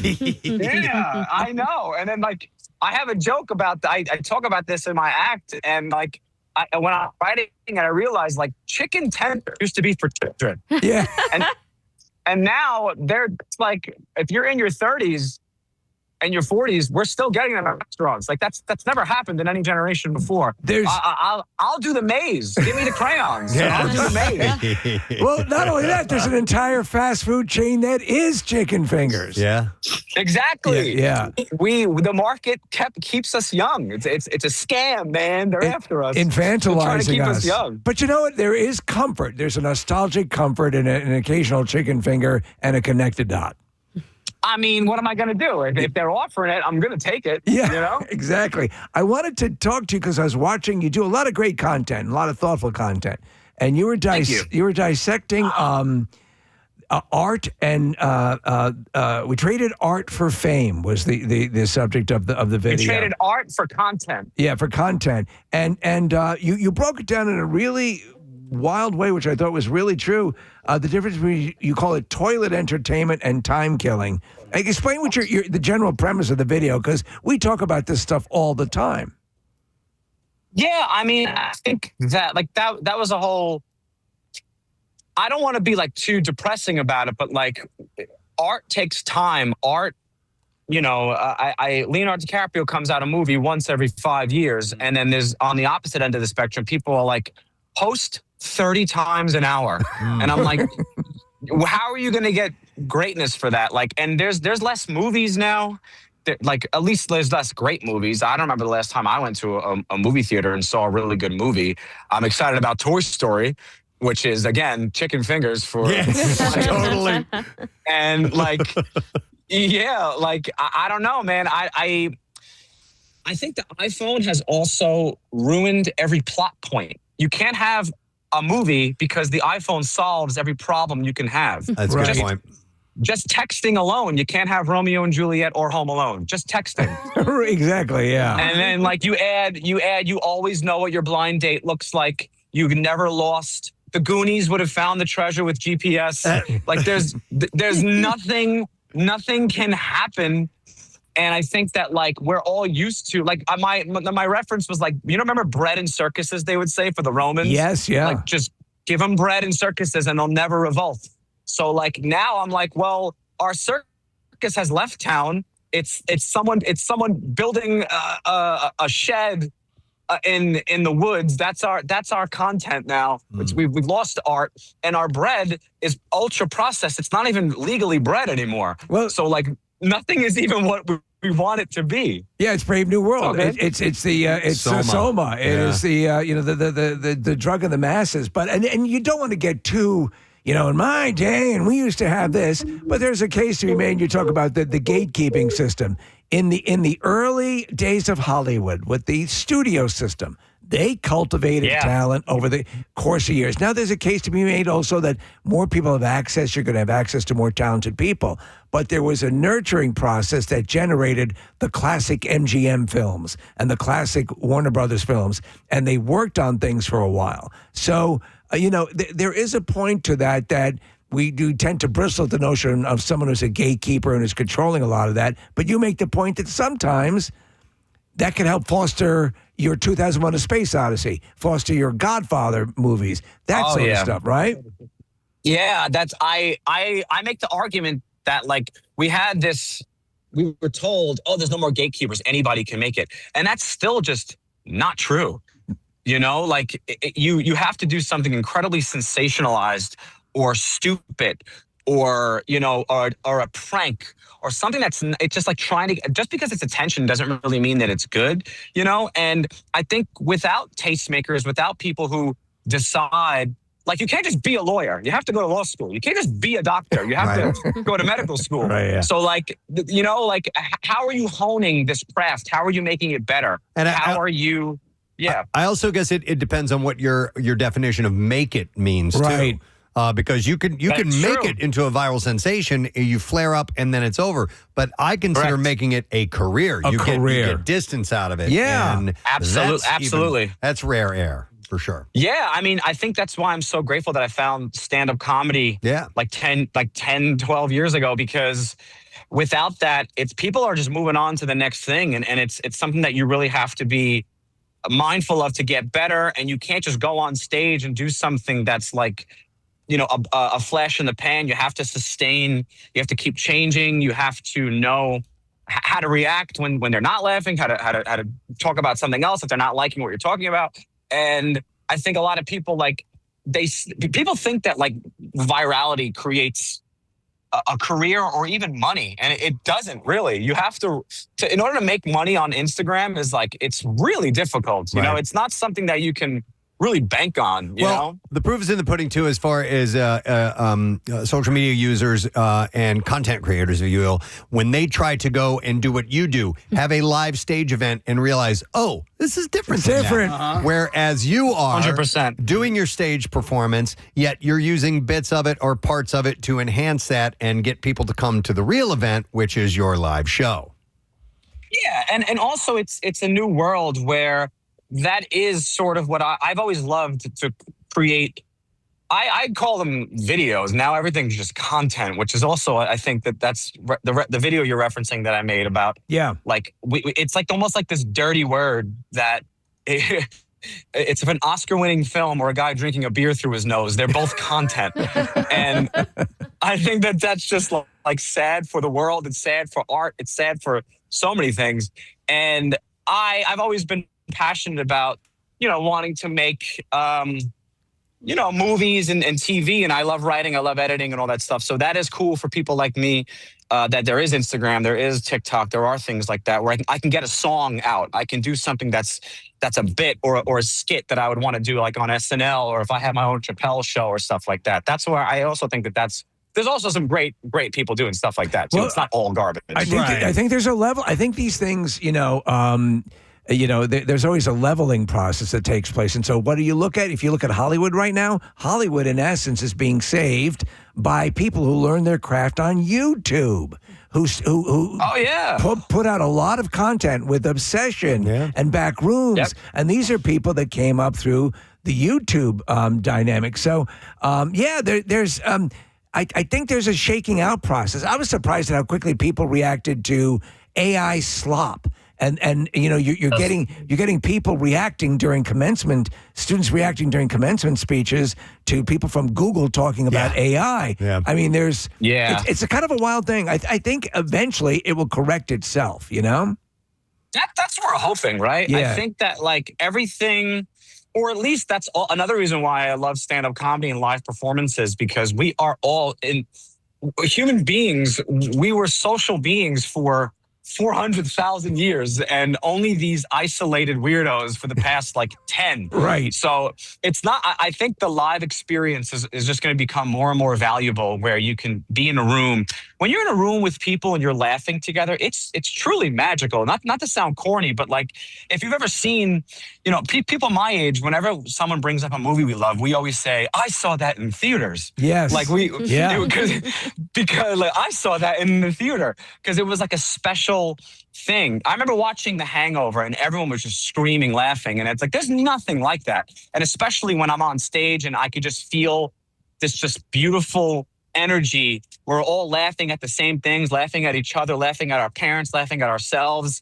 And I don't think that AI will be able to replicate that. Like AI is absolutely going to be making ads and slop and maybe movies. I don't know if it's like, also, isn't it like ruining the planet with like, it uses like a billion tons of water to like make one image? Like, what the hell are we doing? Exactly. Now, I did want to ask you about some content that you have created. Marissa has just pulled up a video of you and your wife doing home goods and iced coffee. You're in a home goods store. Was that open at the time? And are people watching you as you're going through these dramatic moments through home goods? Do you have a handler that tells people to just move along? We're filming something here. No, that was just early in the morning. My son is up at 6 o'clock. So I wrote it. I had fun. And then I just go in there. My wife is so awesome, too, because I just hand her the phone. I'll tell her just get this shot, sweep this way, whatever. She's so good at it. And no, we were just, and she was 9 months pregnant. Like, we just did it. Like, it was just, you got to do what you got to do, right? Try to explain to my dad that that's what I do for a living. But you ignore the looks from other customers and just go about your business? Oh, yeah. There was really no one. What's funny is I'm definitely a performer, but I get so embarrassed in public because I do feel like an idiot. Okay. And like that one was like, it's pretty easy to sneak it too. And there's a lot of lines in that song that I'm proud of because I didn't have a track with me. I just had the timing in my head about like, okay, this kind of sound, and I was kind of doing the tempo in my head, and I'm like, damn, I matched these lyrics up perfectly. Nice. Well, so I know what you're saying is that you feel a little bit, you don't want to be like one of those. We see people out all the time walking around, quote unquote, generating content, and there are different events, and it's just like, are you that kind of douche? You don't want to be that specifically. But you mentioned your dad, and I think we talked about this last time. Your dad wanted to be an entertainer. He's a police officer, right? Yeah, he's a retired cop, contractor, just as the Bible says, and he's a drummer. My dad's a drummer. He loves like motorcycles and like he always like draws tattoos. He doesn't have any tattoos, but he's very much an artist. And I think I don't know what the hell he would have done. I don't know if he would have been an entertainer, but he would have been. He would have loved to have been in a band or something. I think. Does he envy what you're doing? I don't know if he envies it. He's very much. He has a very like a lot of men his age. They're very afraid of money. So anything that's secure. He doesn't care if you're happy or if you're. It just is. So my job is not secure, and right. I think he'd rather I make $50,000 a year with a government job than $200 million as an independent contractor. He doesn't understand. It's of that time, though. Yeah, no, we get it. You got to make sure you make sure you're protected and all that stuff. Is it? Yeah, but hey, when he dies, I'm gonna take his money. So that's but he doesn't. I have that to fall back on. He doesn't throw that. That's not a real job thing at you, does he? No. Okay. He loves it. He comes. I had a bit about how he's obsessed with tape measures, and he came to one of my shows and I gave them out. He acts like he's above this. He's a total slut for the fame when it comes down to it. Hey, I have a question for you because I see the hat you're wearing. Were you on stage when the Knicks won the World Championship? So here's the thing, guys. I was terrified of Game 7. Terrified. Because that's my show this weekend. Yeah. I kept praying and praying and praying. Luckily, no. Game 2, I had a show, and I was able to watch it. and everything else kind of worked out where I got to watch all of them. And I was just praying they could do it in 6 because I really, I mean, I've been a Knicks fan my entire life. And I know there might be some beef because they beat the 76ers, but still, like, Philly you guys have had some incredible moments in the past 20 years. I haven't had one. Yeah. I'm a Mets fan. I'm a Knicks fan. My family's Jets. So like this is the first time I've ever seen one of my teams win anything. I still can't process that this happened. It's a massive catharsis when it happens, and it's funny because we talk about this all the time. They're like Casey has been hardcore Eagles, for years, and now you have people that are going, the Eagles winning the Super Bowl. Yeah, that's what they do. What you have, Eric, is that crazy? You have the equivalent of standing in line at a grocery store. And you're like, okay, I think I'm going to go switch over to that line, right? And then you go over to that line, and then that line is a slower line. Like you have, the Knicks, apparently nobody cares about the Nets, right? But, you don't even have the Giants. You're a Jets fan, and the Giants have won 2 Super Bowls in the last couple of decades. Correct. Yeah. Exactly. I mean, I don't love football, so like my friends were Giant fans. I could enjoy it, but I was like someone's girlfriend. I was like, oh, you guys are having fun, right? Like I had no idea. I didn't care. I didn't care at all. Like I mean, I'm not gonna lie and act like I'm a fan. I mean, even when the Jets, if they ever win, I'll be happy for my brothers, but I don't really care. The Knicks, I have been through such heartache my entire life. And the Mets, too. I don't think the Mets are ever going to win in my lifetime. But those two I'm really excited about. The Nets, it's funny you mentioned the Nets because when I was a kid, I couldn't afford Knicks tickets because they were actually like really good in the 90s. So my family and I, we'd go to Jersey all the time and go to Nets games. And then I rooted for them when they had Jason Kidd and stuff because my brother was a big Jason Kidd fan when they had like Kerry Kittles and Kmart, all those guys. Like they had a good run against the Spurs. But yeah, I mean, I still can't believe that this is happening. It hasn't really sunk in yet. Maybe when I go to the parade and someone throws a water bottle at me in the face, maybe then it'll sink in. There was a great shot. It was talking about throwing a water bottle in someone's face. So right after the win, everyone's out in front. Besides the burning of the buses and stuff like that, there was some general congenial crowd reaction to the whole thing. And some guy standing in this massive sea of people just lobs a hot dog, way far down the way. And as he's standing there, the hot dog comes flying back and he catches it. Sweet. Yes, I saw that. It's another miracle. It's amazing. It's funny you mentioned the Jets because, when I was living up in New York, I'm from New York originally, and we were living in Massapequa, Long Island, and there would be these buses that would take Jets fans, you flew some sort of group or whatever, and you would figure they're like, yeah, Jets, let's go. And they would get on the bus as if they were boarding buses to a death camp. And I'm like, I get it. Yeah, the most sad fan base I've ever seen.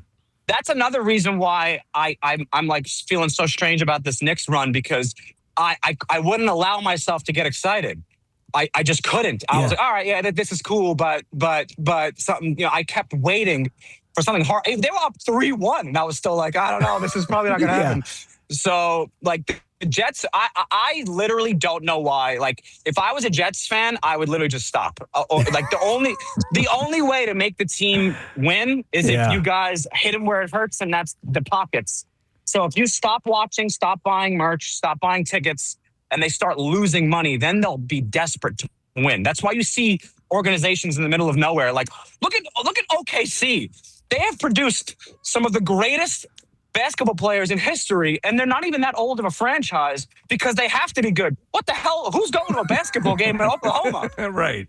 We love basketball so much in Philly and in New York that like their squads could be trash. We're still going to go because we love basketball. You have to incentivize them to upgrade the team. Yeah, it's heart wrenching. Casey is and Marissa are more of the hardcore sports fans on the show. I find it gut wrenching, as do they. But I just walk away. Casey, for a brief period, you walked away. So actually, this past football season, I stopped watching football. I stopped watching my team on Sundays. I actually started hiking during those 3 hours that the Eagles were playing because I was just getting filled with so much rage, and even when they were winning games, I remember when they beat the Cowboys early in the season. I'm watching the game. I go, "Am I even enjoying this right now? Like I'm not." It doesn't matter if they win or lose. I'm hating this experience. So it's not fun. So I stopped. That is such a true perspective. Like when Carlos Beltran watched that pitch go down the middle from, I think it was Adam Wainwright of the Cardinals, and we lost Game 7 in 2006. I was depressed more than I literally, I was 16. I said to myself, I have to change my relationship with sports. This is not healthy. It wasn't even like you said, them losing was like not even worth them winning. Like the wins were so like, oh, just thank God we didn't lose. It's literally like how a drug addict. I was like, I had to keep taking the drugs to not feel sick. It is an analog to that. Yeah, it's funny, but you put yourself through it. Yeah. Hey, are you friends with Sam Morril? I'm not. I'm good friends with a lot of his friends. I don't know if we ever passed, but yeah, my friend Mateo is really good friends with him. Chris DeStefano, he's a giant Knicks fan. Yeah. So I know, very happy for him. I know a bunch of you guys up there are huge Knicks fans. So I'm happy for you guys, and Thank you, man. and also you got 3 guys that play for Villanova. So I'm happy for those guys. It's weird How to say crazy is that? that I'm happy for any Knicks or Knicks fans or whatever. But I kind of hate the San Antonio Spurs and the City Thunder because those 2 organizations are what these Sixers should have been had our front office not ruined the entire organization. Yeah, I mean, look, the Spurs, it's just one of those things where like their fan base, how spoiled can you really get? Like whenever I meet somebody from Chicago and they're around my age, they talk about like how they wish the Bulls were better. I'm like, you shouldn't get anything for the rest of your life. Like seriously, you had a run. Michael Jordan. Yes. You had Michael Jordan. You get nothing for the rest of your life. I don't want to hear about the Bears. I don't want to hear about even the Cubs, the freaking Cubs. So like, yeah, it's like you said, it's not worth it. I mean, I'm just happy that I could just tell my sons, like, hey, you know what?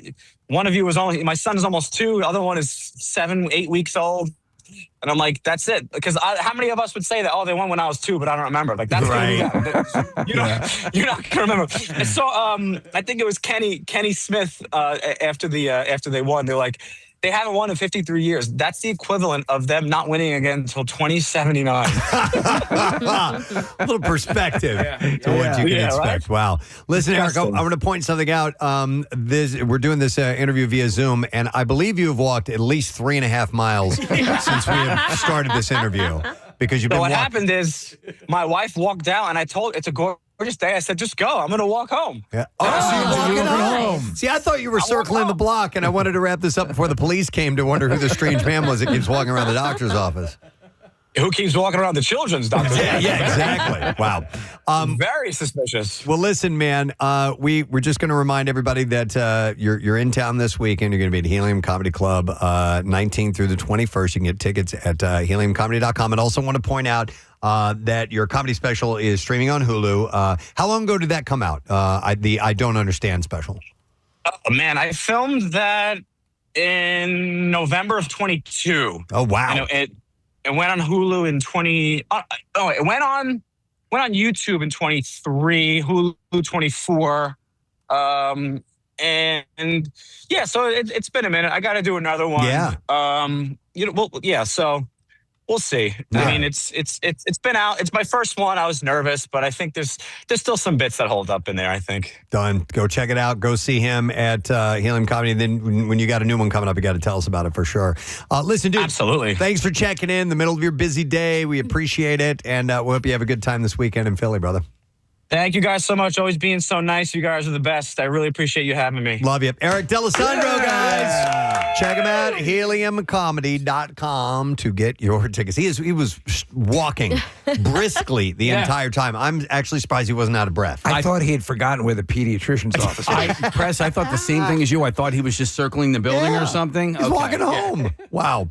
All right, we are going to take a quick break. We'll come back in a second when we return some Bizarre File stories, but let's do something special. Yeah. Would you like to see Brent and Zach of Shinedown performing live in a special acoustic performance? Yes! Caller 27 at 610-660-9333. You get the exclusive invite to this. So call right now, caller number 27. You will be invited to this very special event. It's next Monday. We wish you luck, my friend. We'll be right back. You need to work out outside your job. Your job is a workout, correct? Yes. Yeah. Yes, that's correct. Okay. But I also am able to work outside my job because I'll probably be done within the next hour. Oh, there you go, man. All right, you get done early. What time you get up in the morning? We start work at 7. I get up at 6. All right. Okay. That's not bad at all, man. All right, so Brandon considers it an easy job. Yeah. I would consider that a difficult manual labor gig, but he thinks it's one of the easiest jobs. I wonder how they pick the case. To your point, do they go on rotation on who drives the truck? Because the dude who's driving the truck always has kind of the That's the dude. easier That's gig. That's a good his gig, question. Let me go to Kenny. Hey, Kenny. It takes me all this time to realize, but I love you. I love you. I love you. All right, Kenny, what's your easy job? Well, I'm not there anymore. Unfortunately, I had to move on. But I was a guard at the old Byberry buildings. After the asylum were abandoned. We were all over the place, and it couldn't have been any more of an easy job. Oh, man. We chilled in the trailer for about 7.5 hours out of the 8-hour shift. The boss said basically just take a drive around every once in a while.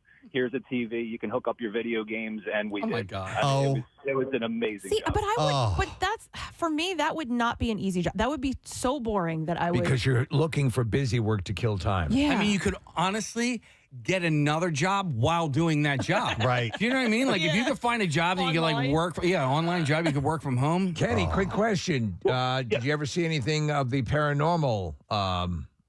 How much time you got? Wow. Are those buildings completely gone now? There's some that still exist. There's a self-help, like a halfway house, and there's a bank or something that uses. Okay. Do the tunnels still exist? They're flat. Do the tunnels still exist?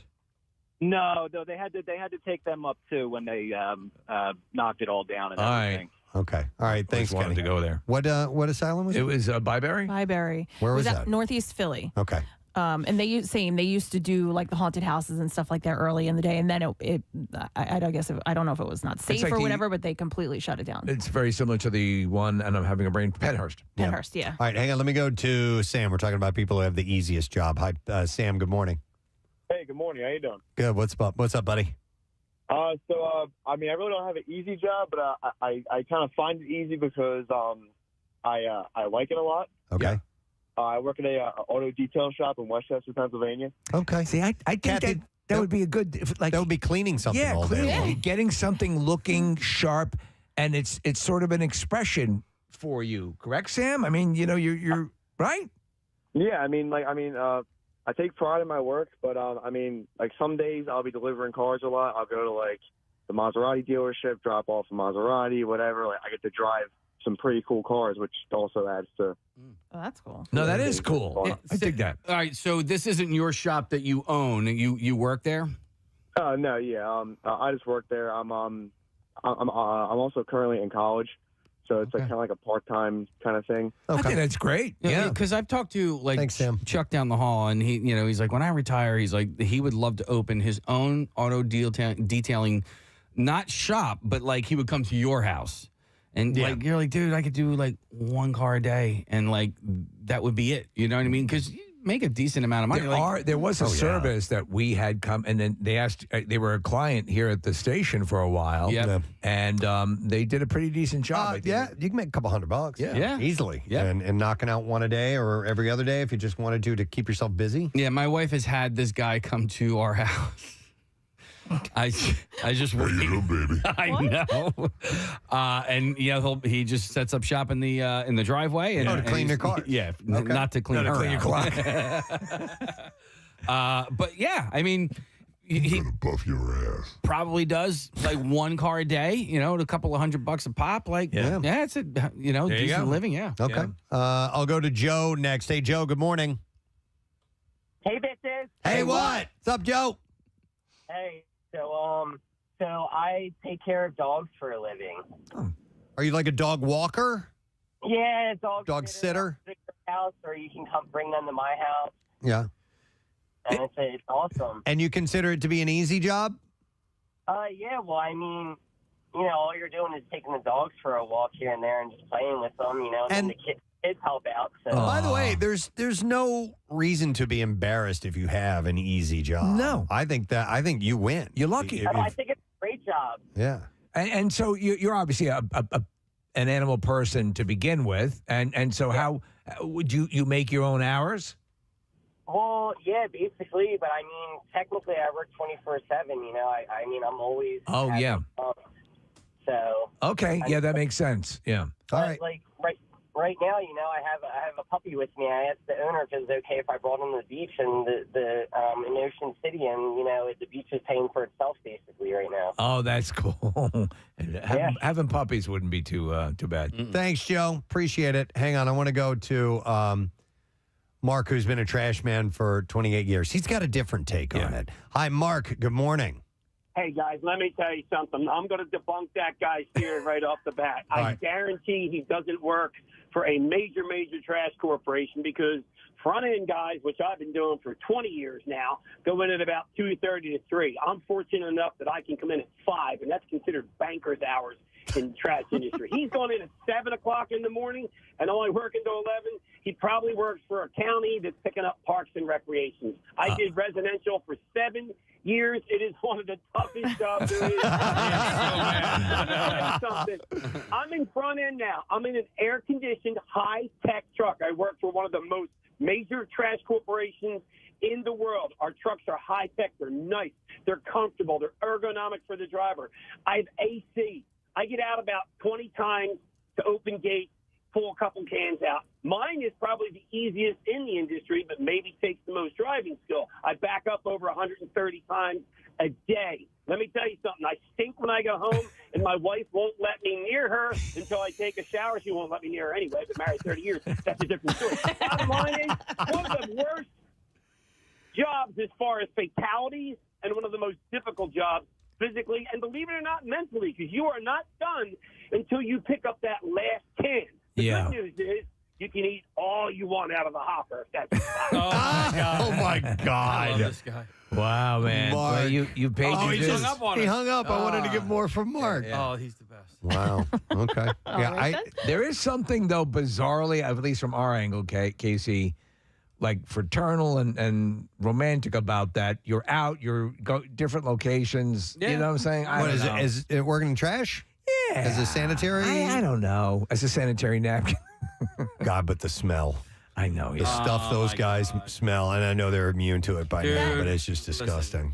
Just the smell alone makes your job not easy. I was walking down the street in Cape May a couple of weeks ago, and it was singing "Do What Diddy." I was not. I was holding my breath, Steve, because it smelled so bad because there was some rotten trash. Really? So behind one of the houses, but it permeated for like at least a half of a block. And then when I was walking back, I'm like, well, I'm going to walk on the other side of the street, and it was just as bad on the other side of the street. It made it across the street. Let's see who's been on hold for a long time because we got to wrap this up in just a second. Let me go to Kristen. Hi, Kristen. Good morning. Hi. Good morning, guys. Hey, what's up, Kristen? So I don't have an easy job. I'm a dog groomer. I get mauled on a daily basis. But I love it to death. My husband, on the other hand, he works in the IT department in a library. Yeah. This man spends 90% of the time watching YouTube, sending me memes. He brings, he's like, oh, I'm watching Terminator. I'm like, you found it online? No, I brought it from home. He's bringing his own movies. I knew I would need something to watch. I don't do anything here. So he's got it. So what is he basically like? Update the library's website, or just make sure everything's running? So he helps with that, but he's in the computer lab, so he's got to help anyone who needs help with like any computer assistance. And he's like, from 10 to 3, I have people. Before that and after that, I don't. And he works 9 to 5. Mondays he does 1 to 9, but the best part is, twice a month, they then pay him to shut down the computer lab to play Dungeons and Dragons.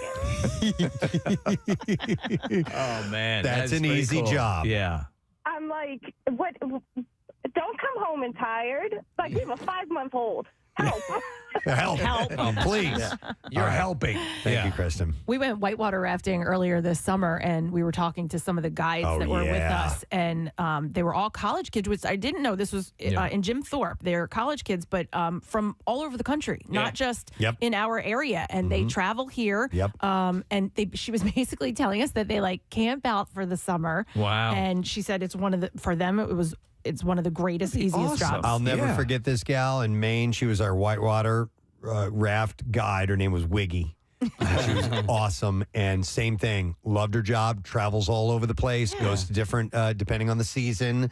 You know, she'll head out west when it's warmer, and then head east, and just loved the job. One of Jace's surf instructors too. She goes to Hawaii for the winters and then comes to Ocean City for the summers. A guy who would teach surfing in Costa Rica in the winter, he would be a snowboard instructor in Colorado in the wintertime, and in the summertime he would go to Costa Rica and teach surfing. I'm like, damn, man. Did he die in a big wave off Australia? Or is that that was boating. That was after the bank robbery, and we don't talk about that. Yeah, I mean it's a legit career. The guy who ran our thing in the Grand Canyon, like that's what he does from May to September, and he majored in that. He found a college and basically majored in like adventure activities. That's cool. Yeah. All right, one last call, then we got to take a break. It is Jeremy we're going to go to. Hi, Jeremy. Good morning. You guys rock. Thank you. Jeremy, it says here you got an easy job. What is it? Dude, I coalesce the vapors of IT security maybe 3 hours a week, and I work 40 hours a week. So you're actually working for 3 hours of your 40-hour work week. Not even working. I'm literally just talking to somebody else in a meeting about. Thank you very much, Marissa. We're going to get to the B file. If you're good, I might have a little treat for you at the end. So you just have to get yourself ready for that. WMMR presents Preston and Steve's Bizarre File. Brought to you by Arnold's Family Fun Center. You can join Brent Friday night at the Water Tower inside Arnold's Family Fun Center in Oaks for the official of Preston and Steve Blood Drive After Party featuring music from Big Green Limousine and more. Tickets at watertowerlive.com. Well, we had Evan from Letterkenny on yesterday. Yes, yeah. So I'm going to start with a Canadian story.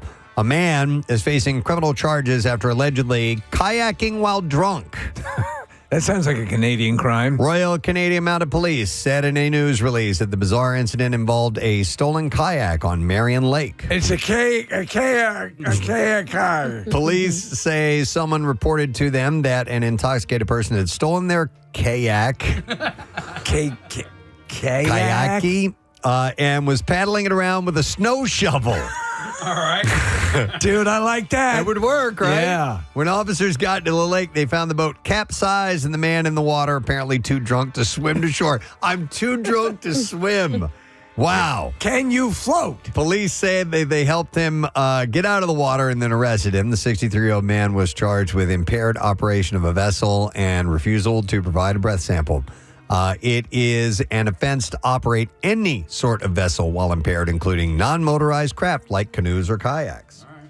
A daredevil adventurer known as the Spider-Man of Yemen died after falling into a volcano crater while attempting to climb vertical rock faces without safety equipment, authorities said. Al-Qaqa. Q-A-Q-A.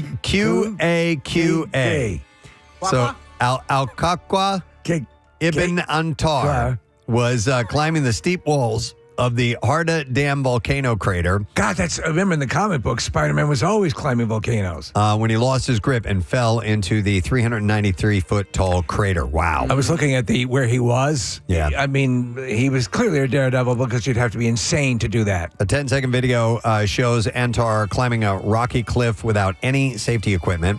On the cliff, he is scaling names in Arabic that have been written in white across the wall.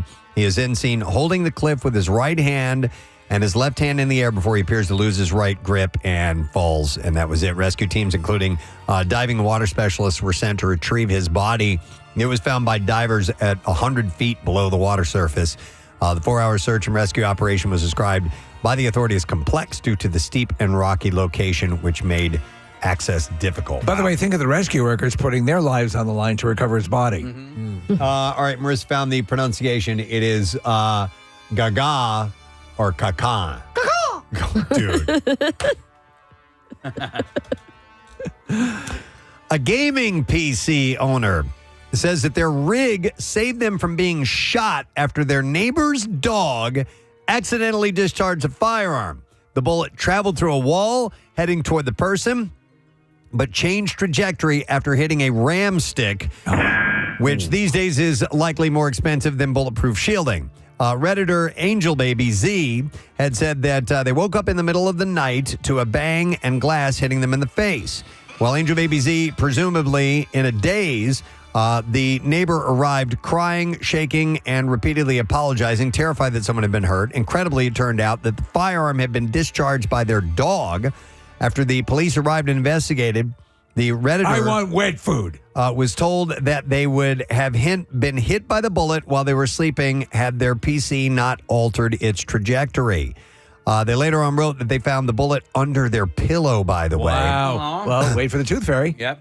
Photos showed that the projectile went through the motherboard and deflected off of the G-Skill Trident Z RGB RAM stick. Jeez. The neighbor in the incident was charged criminal negligence and had her gun confiscated. Her insurance is expected to pay for the repairs, cleaning, and other damage. She added that anything the insurer wouldn't pay for, she would cover herself. If you were to leave a bullet under the pillow, would the tooth fairy think you were sending a message? Maybe. Yeah. It took 3 days to clean up all the broken glass from the broken panel, and now Angel Baby Z is looking for a replacement PC using a $3,500 budget. That's amazing. Saved her life, yeah. Yeah.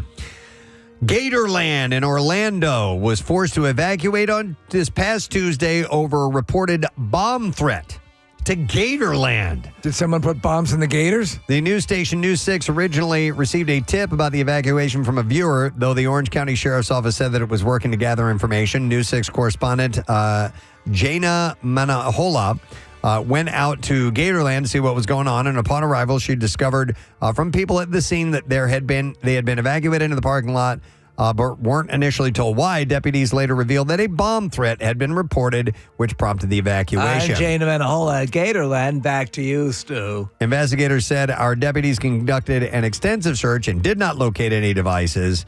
Our detectives are investigating this incident. As a result, people were cleared to go back in. I wonder what the impetus would be for a Gatorland bomb. Blowing up Gatorland. Maybe they thought it was Possum Land. Yeah. Because that makes sense. Put a bomb in the possum and the shark. Yeah, so for whatever reason, somebody called in a bomb threat to Gatorland. All right, I'm going to do one last story and wrap it up. Let's end with this one. This happened a couple days ago. A 6-hour manhunt at Marine Corps Base Camp Pendleton in California ended with the arrest of 2 suspects who breached the installation during a police pursuit and abandoned a vehicle that was carrying more than 110 pounds of cocaine and fentanyl. Wow. The Naval Criminal Investigative Service, NCIS. I don't know if I've ever reported an NCIS investigative story. They said the high-stakes incident began when 2 suspects fleeing local law enforcement crashed through a gate of the base. They then abandoned their vehicle in the military housing area and fled on foot. So every day around here, a truck will pull in and they have fentanyl and cocaine, and everyone comes out of their offices and buys it. Yeah. The breach prompted...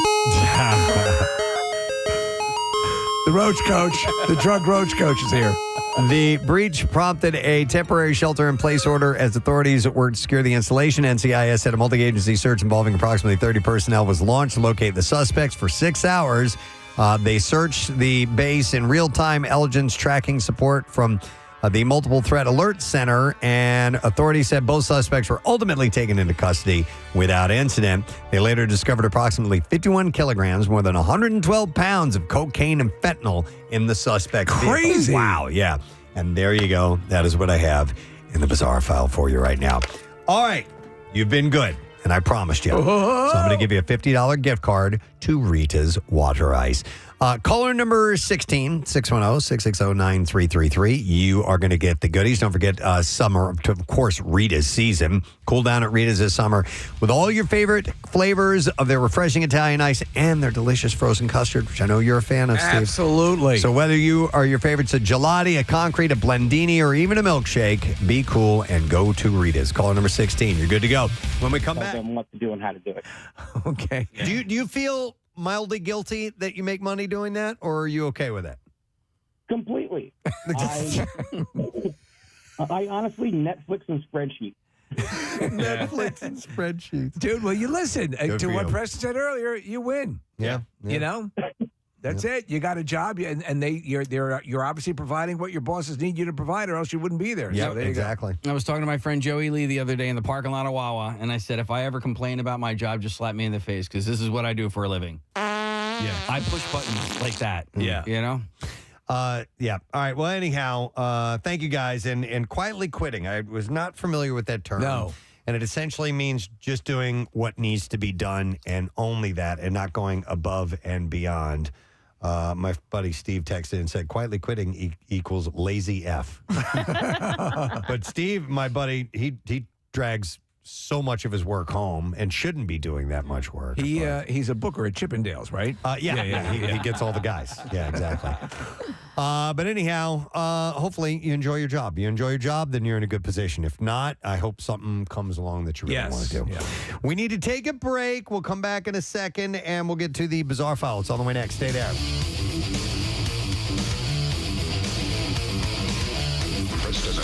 I'm starting to feel the buzz of excitement in the studio. Oh, yeah. This morning, and the excitement that I have is that something will probably go wrong. So Yes, absolutely. I was And it's getting probably excited about something. that. It's probably an exposed wires. What's feeling that buzz? That's what Yeah, it yeah, is.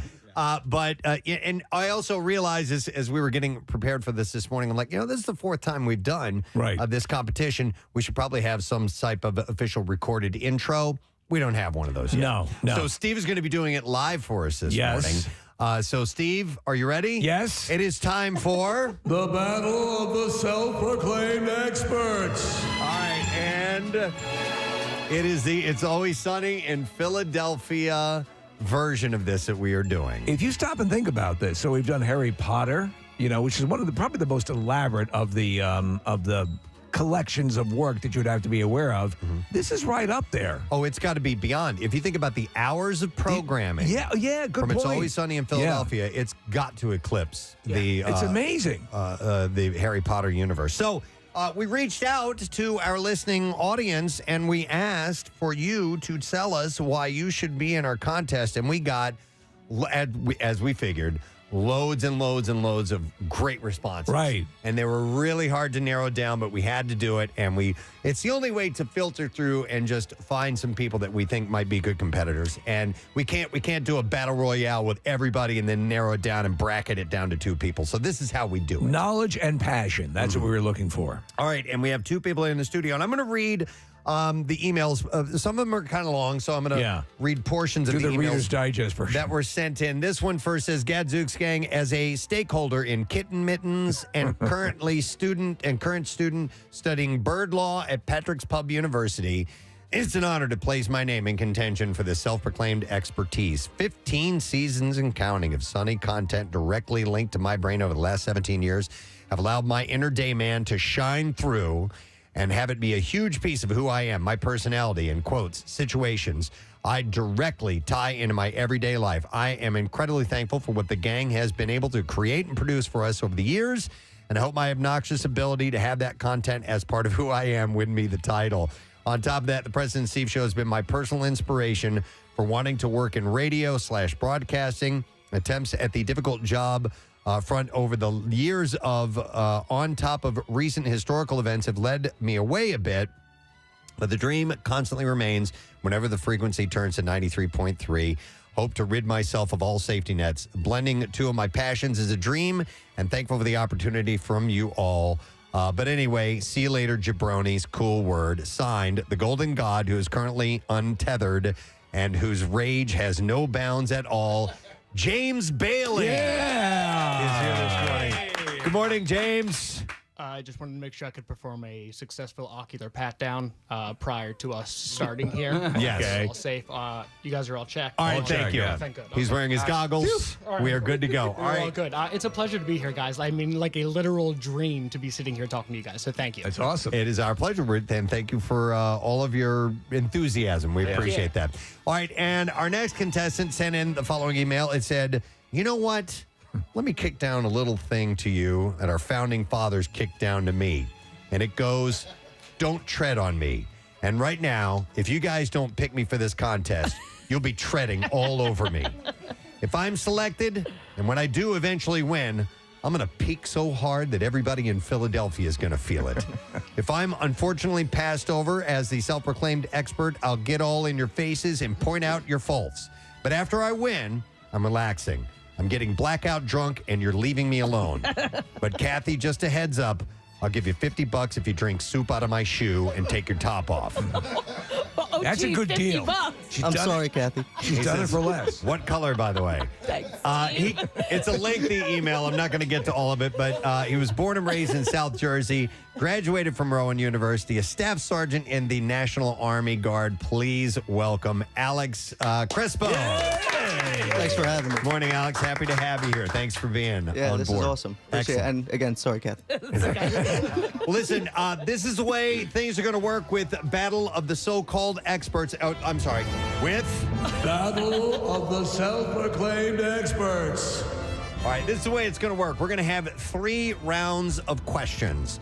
Each round is going to be a different level of difficulty. Obviously, we'll start with the easier questions, move on to medium, and then we will get to the hard questions. The first round, questions are worth 1 point each. 1 point. The second round, questions are worth 2 points each. 2 points. And in the third round, where the scores can really change, it's 5 points. 5 points. Now, if we find ourselves in the event event of a tie. A tie. Oh my God, make it stop. We do have a tiebreaker question that will determine our winner. And I know I'm forgetting something. Oh, yes. As Sarah Marshall. What? Oh, forgetting Sarah Marshall. Oh, forgetting Sarah Marshall. One of my So, as I ask the question, either one of you can buzz in at any time. Now, if you buzz in before I finish with the question, I'm going to stop where I am. You'll have to answer the question at that point. There may be more to it that you miss out on, but if you're feeling strong, you can go for it. Now, if you do get it incorrect when you interrupt me, I will pose the rest of the question to your competitor, and they will get to hear the entire clue and then give us an answer. Yes. So they might have an advantage. That's up to you. That's where a little strategy comes into play. We need to test out our buzzers to see what they sound like. So let's go. Alex, if you could hit your button. Oh! That will mean that Alex has buzzed in first. That's great. And James, could you hit yours? Hey! All right. When you hear that, that's James, and he will get to answer the question. And that's how things work. We have our podiums set up here in the studio. If you're streaming on YouTube, you'll be able to see all of this live. Nick is going to be our scorekeeper. Nick, you all set? Yes, sir. All right. I don't have your mic on. This one? There we go. All right. Mike wasn't on. All right. So we are going to get this underway. Let's begin with round number 1. Gentlemen, grab your signaling buttons. And by the way, I need to compliment them on their T-shirts. They are wearing It's Always Sunny centric shirts. Oh, yeah. We have the Bird Law shirt and the Implication shirt as well. You had to call them to say, at least to alert them to the fact that while we are fans and watch the show, these are the encyclopedic knowledge of the whole show. So we may not be aware of everything. And in fact, I need Connor in here because Connor is going to be our judge should we need to go to a ruling. Connor's another super fan. Connor's a super fan, and he helped out with all of the questions. So, Connor, I may go to you for a thumbs up or thumbs down. Like the gladiators. All right, here we go. Starting with 1 point questions. These are the easier questions of the lot. Let's begin. Here we go. In what year did It's Always Sunny debut? Hey! James. August 4th, 2005. He knew the date. Oh, my God, that is correct. Absolutely. 1 point for James. Like I said, these are the easier questions. Question number 2, and there are 5 questions per round. I forgot to mention that. Which Pennsylvania bridge is seen? Alex. I'm going to go with Strawberry Mansion Bridge, but I think I jumped the gun. That is incorrect. Which Pennsylvania bridge is seen in the opening credits? George Washington Bridge, correct? Or no? That is incorrect. That is incorrect. Both of them wrong. It's the Ben Franklin Bridge. George Washington Bridge is in New York, James. Round up. No, that's very different. Very different. All right. Is it the Verrazano Narrows Bridge? Here we go. Golden Gate. Yeah. And by the way, you heard Casey playing sound effects. For a correct answer, for an incorrect answer, you will hear this. Dead air. Or you will hear this. This is not good radio. All right. And for a correct answer, you'll hear.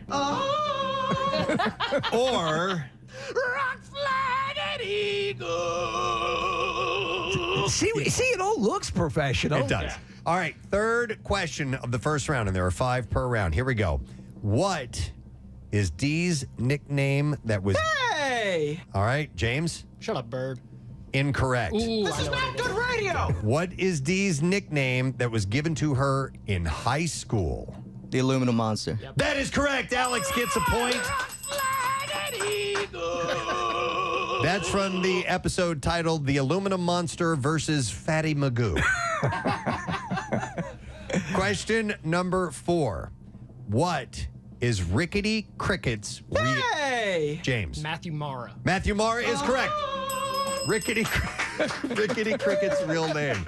All right, question number 5, and this is a lengthy one. A lengthy setup. I just want to tell you ahead of time. Here we go. Mac and Charlie go to a diving pool they used to go to as kids. But the pool... it's everything that rocks. Preston and Steve, so some Red Hot Chili Peppers. Did I already say Red Hot Chili Peppers? Yeah. Okay, sorry. I was reading something else as I was saying that. You get distracted. Well, I have a lesson question, and Ryan brings them in, and then we're in a commercial break when that happens because he keeps track of what we're talking about on the show and jots down potentials. And then I'm just, at this point in the day, I'm kind of just getting in a zone. Right. And I always forget to take a look. When I need to glance at something, I usually use the traffic as my buffer to do that. Right. We're done with traffic at this point. That's and then right. I realize, I didn't read the lesson questions. You're screwed. So while I was actually speaking, I was reading at the same time, which is a weird little skill that I've learned how to use over time while doing this. But sometimes I will forget what I'm actually saying because I'm paying attention to what I'm reading, if that makes any sense at all. It absolutely does make sense. You know, it's a trouble. It's a problem that I have. Poor guy. It's great, isn't it? We have these little miniature violins or cellos that Steve bought us, and so anytime we're complaining about something, we have the world's smallest violin. Literally. Play My Heart Bleeds for You. I wonder if that's the song, My Heart Bleeds. That's what I would. That's the phrase I always heard was, "This is the world's smallest violin playing My Heart Bleeds for You." Well, there is a booklet in the box that might explain it. Yeah. Tell you what song it is. Yeah, it might explain it. All right. Well, listen up. We are going to ask a lesson question. We are going to give away a 4-pack of tickets to the Universal Theme Parks exhibition at the Franklin Institute. Here's the question that we will go with. It was from 6:55 this morning. Johnny Fairplay was big on Survivor, but which Johnny was huge on Intercourse Cul-de-sac? 610-660-9333. Let's see if we know the answer to that. All right, Johnny Fairplay was big on Survivor, but which Johnny was huge on Intercourse Cul-de-sac? 610-660-9333. Had to have heard it this morning. If you did, then you should call now. The trash business is a gold mine. 93.3 WMMR with Preston and Steve's Hollywood Trash. Brought to you by 80 Moyer, trusted expert since 1939. 80 Moyer Lumber is your professional source for decks, windows, doors, kitchens, millwork, and more. You can visit them on the web at 80moyer.com. What's up this morning, Steve? Well, Preston, former Nickelodeon star and rapper Gavin Magnus officially confirming to TMZ that OnlyFans model Piper Raquel is his girlfriend. Magnus wanted to share the news with the world the same way Piper has shared her vagina. This is true, believe it or not. John Stamos admitting that years ago, he went to Michael Jackson's plastic surgeon to correct a botched nose job. Stamos says he saw Jackson's nose and knew he wanted that same natural look. And finally, Courtney Stodden is amazed how many men are unhappy that she elected to reduce her breast implants. Stodden says that what people need to realize is that she is so much less. That's how Let's see if someone does indeed know the answer to this question. Johnny Fairplay was big on Survivor, but what Johnny was huge on Intercourse Cul-de-sac, and it is John that we'll go to. Hey, John, good morning. Good morning, guys. How you doing? Great, John. All right, who was big on Intercourse Cul-de-sac? Johnny Foreplay. Yeah. Johnny Foreplay, my faux pas this morning. And since you got it right, buddy, we're going to give you a 4-pack of tickets to Universal Theme Parks, the exhibit at Franklin Institute. You can explore how theme park attractions like Jurassic World, Minions, and Super Nintendo World come to life through hands-on exhibits, cutting-edge design, and storytelling innovation. You can get your tickets today at fi.edu. Now, Preston and Steve's Music News on 93.3 WMMR. Brought to you by Horizon Services. Protect your home's HVAC, plumbing, and electrical systems year-round when you join Comfort 360 from Horizon. For just $19.99 a month, you can book on horizonservices.com to join. Former Iron Maiden guitarist Dennis Stratton is thrilled that the legendary metal band is finally getting its long-awaited Rock and Roll Hall of Fame induction, but whether he'll be there to celebrate, it's another story. In a recent interview, Stratton revealed that while he'd absolutely love to attend the ceremony, the decision ultimately rests with Iron Maiden and its management. I think it's always a good thing. I mean, you know, you invite anybody that was this, unless it's you're in had a complete blowout, but you invite everyone who was involved with the band. I would think so. He played with Iron Maiden from 1979 to 1980 and appeared on the band's historic self-titled debut album. And didn't hide his excitement about the honor. He said, absolutely over the moon, to be honest. But despite his enthusiasm, he made it clear that he won't be making the decision on whether to attend the ceremony itself. He said, I have to say that decision lies with the band and with the management, and whatever decision they make, I will respect. His comments come after Iron Maiden manager Ron Smallwood confirmed that the band will skip the Rock and Roll Hall of Fame induction ceremony because the group will be touring in Australia at the time. And he said, it'd be fantastic for me, for former drummer Nico McBrain and ex-singer Blaze, who is Bailey, to accept the award on the behalf, but I don't know whether or not that will happen. I don't know whether or not someone else will accept the award like Rod. Over the years, Bruce Dickinson has repeatedly dismissed the institution, once famously calling it an utter and complete load of bullocks and questioning its understanding of rock music. Stratton said he respects Dickinson's opinion and the band's collective decision. He said, yes, I have to respect what Bruce said. And Bruce's statement Bruce's statement, the band are behind him, and I suppose the management are. So still being a part of that lineup for the induction, then I have to go along with it. Well, you also get a free dinner. Yeah. He said, I have to respect their decision about whether or not to appear in person to accept the award. So we'll wait and see what happens. Do you assume that meal is like your classic rubber chicken kind of thing, or, Maybe up just a little notch. Yeah, a little notch or two. Rod Stewart backed out of a show in Chula Vista, California, Friday, letting fans know just 45 minutes before showtime he was unable to perform due to health reasons. On his Instagram stories, the team posted that on the advice of his doctors and following a diagnosis of an acute upper respiratory infection that has resulted in laryngitis. He's unable to take the stage this evening. And he posted, following treatment, feeling much better, but my voice is not. Very disappointed and sincerely apologize for any inconvenience to my fans. I always assume Rod Stewart's singing with laryngitis. Right. He said, I did everything that I could to make the show happen tonight. People get sick. It happens, accept. And then next day, Rod posted a video on Instagram of him on his private jet flying across country to take in the World Cup. He wrote, here we are flying off to Boston to see Scotland in the World Cup. He said in the clip later that day, Stewart could be seen celebrating as Scotland defeated Haiti. Fans were not happy about that. One said, too ill to perform, but okay to fly across country for soccer. Is that right? Another one said, so you blew off all the people in San Diego that wanted to see you in concert, but able to go to the World Cup. I see. I'm a huge fan of yours, but I don't think that's cool. So, mother. He will have to maybe make an apology. We'll see. I think so. All right, here's a band name we haven't said in a long time. Hoobastank. Wow. Has broken an 8-year silence with How Do You Sleep, their first new original song since the 2018 album Push Pull. And the single was produced by Howard Benson, who worked with the band on their early records and says that he was so struck by the new material that he booked studio time on the spot. Frontman Doug Robb said that the new track felt like a creative pressure valve finally being released. The band debuted the song live at Vans Warped Tour in D.C. last weekend and are set to appear on Stain's Break Cycle 25th Anniversary Tour with Seether and Hinder beginning in September. The stank is back. And that is what I have in music news. Yes, Marissa. Guys, I just discovered that this mini violin that you gave us, Steve, along with very many mini items, are made right here in Philadelphia. No way. Yes. So the company is called RP Minis. It's an association. It's part of Running Press, like books and things like that. But I know Urban Outfitters sells these a lot, like the I can't talk while it's playing. The like tiny, the mini inflatable wacky guy and things I like love that. all that stuff. All those And little they're things right here. you see in bookstores. Yeah, I'm on their website, and there's a whole list of people that are listed right in out of their Philadelphia office. Cool. Jennifer Lasowski. Hey, Jennifer. Julie, Cindy. Hi, Julie and Cindy. Shannon. Marsha and Alice. All right, now we know. Yeah. Do we know the song? No, we don't know the Well, song. okay, so I read through the whole book, and it gives a whole backstory of the story of, Why Don't You Cry About, or no, what is it?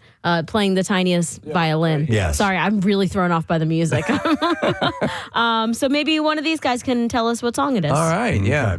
All right, here's what I'd like to do. I want to give away the last $50 gift card to Rita's Italian Ice. And all you have to be is caller number 12, 610-660-9333, and you will be good to go. The exclusive flavor, it's available now. It's called Mermaid Ice. Mermaid Ice is available for a limited time only. So head to Rita's to try this deliciously sweet new treat before it swims away.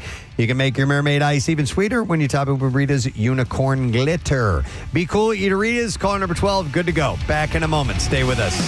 It is full of garbage. Max says that the pool looks like the way that it is because of a pattern of discrimination against lower class people. But Charlie says it's because a kid drowned. Alex? Jamie Nelson. That is correct! And round one comes to a completion. And by the way, that was from Mac and Charlie White Trash episode. Nick, what is the score so far? All tied up at two apiece. Nice, guys. Two Very for nice. Alex, two for James. It's a tie score. And they got the same question incorrect, I want to point out. So nobody stole anything from anyone on that one. So 2-2 in round one. And we now move on to a slightly more difficult section of our contest. This is round two with our medium difficulty questions, and each question is worth 2 points. 2 points. It's helpful. Question number one. We need you to give us the full definition for the meaning of the Dennis system. James. D, demonstrate value. E, you're going to engage physically. N, you are going to nurture that dependence. The second N, you are going to make sure you neglect emotionally. I, you are going to inspire hope. And then with that S, you are going to separate entirely. That's correct. Well done!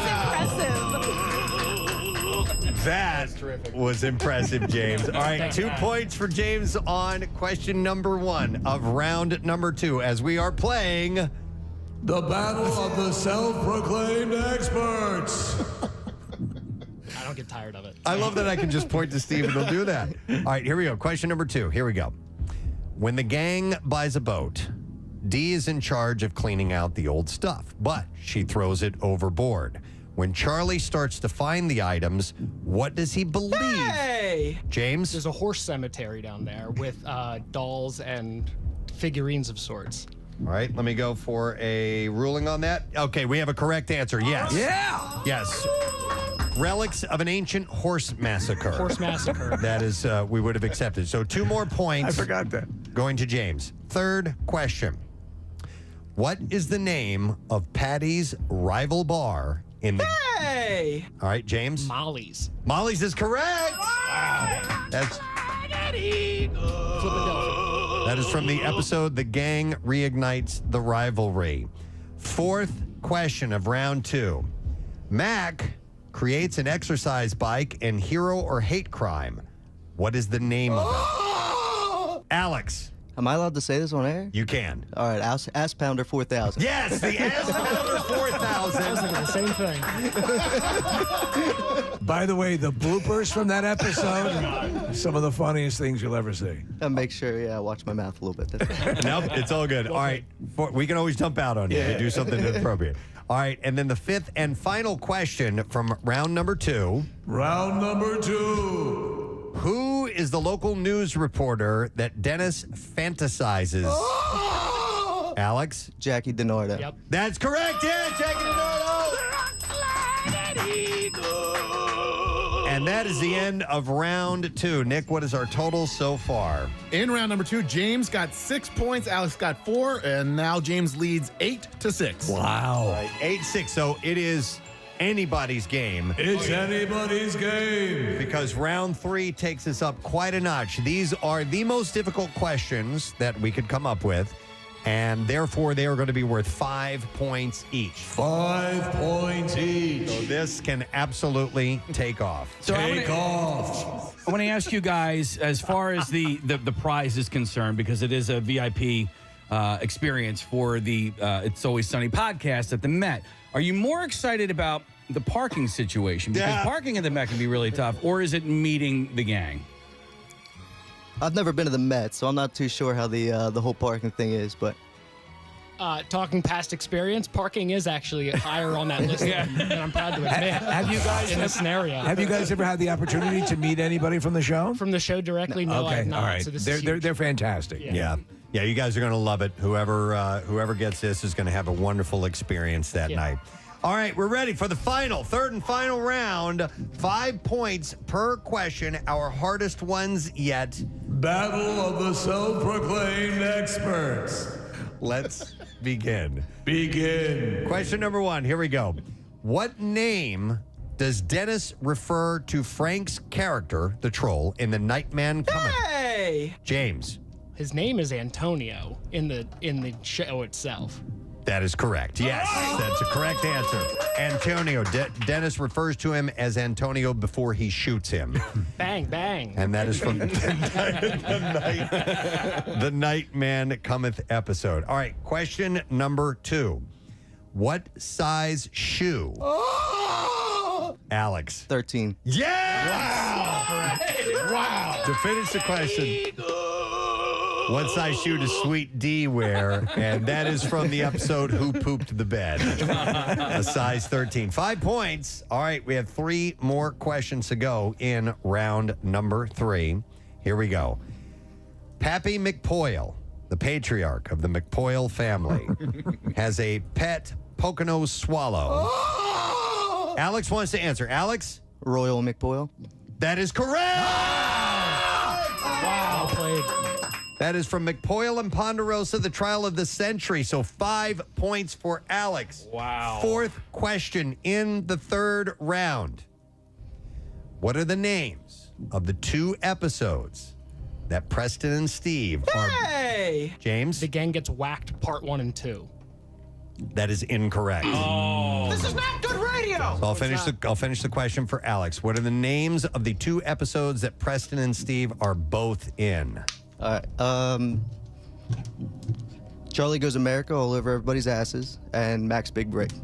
That is incorrect. Dead air. It was indeed Max Big Break, but the other was America's Next Top Patties Billboard Model Contest. You starred in. Yeah, Casey and I were in That's right. the Charlie episode. That's yeah. correct. You might remember us from the high five we gave in the background. Yeah, in the van, right. Yeah. I was in, Steve and I were in the one with the construction workers. That was the Billboard contest. And we were with and some, Max Big Break was the Eagles players were with the us. Flyers game. That's correct, yes. All right, so the last question we posed to you has to do with the episode that Kathy was in. All right. The episode Kathy was in. In the episode that Kathy was in, Dennis looks like a registered sex offender was the name. What was the name of the sex offender? What a good question. In the episode that Kathy was in, Dennis looks like a registered sex offender. What was the name of the sex offender? Alex. Wendell Smart Eyes. Smart Eyes was his nickname. All right, I'm going to the judges, and they were giving a correct answer for Alex on that one. We would have also accepted Wendell Albright, but Wendell Smart Eyes is correct. And we go to Nick McElwain for the total. And how did we do after round 3? With 15 points in round 3 and a grand total of 21 points overall, our winner is Alex! Oh, my goodness. Alex rallied. I thought James had it. Listen, they're insane, both of them, with their incredible command of this knowledge. But at the end, Alex, you did it, man. Good job. Thanks, guys. Wow. Yeah, that was awesome. Good job. James, your knowledge is... I'm gonna kick a little ass. Hang on. That's in the USA. Gonna climb a mountain. Gonna soar a flag. Gonna fly on an eagle. I'm gonna kick some butt. I'm gonna drive a big truck. I'm gonna rule this world. I'm gonna kick some ass. I'm gonna rise. I'm gonna kick a little ass. Rock, flag, and eagle. Beautiful. James, your knowledge is impressive. Oh, my God, he's got a bag of spaghetti. I forgot to ask you guys what your spaghetti policy was. Alex, did you bring some cat food to eat? I brought no cat food. Nah, I should have brought a bag of spaghetti. That looks pretty good right now. You want some?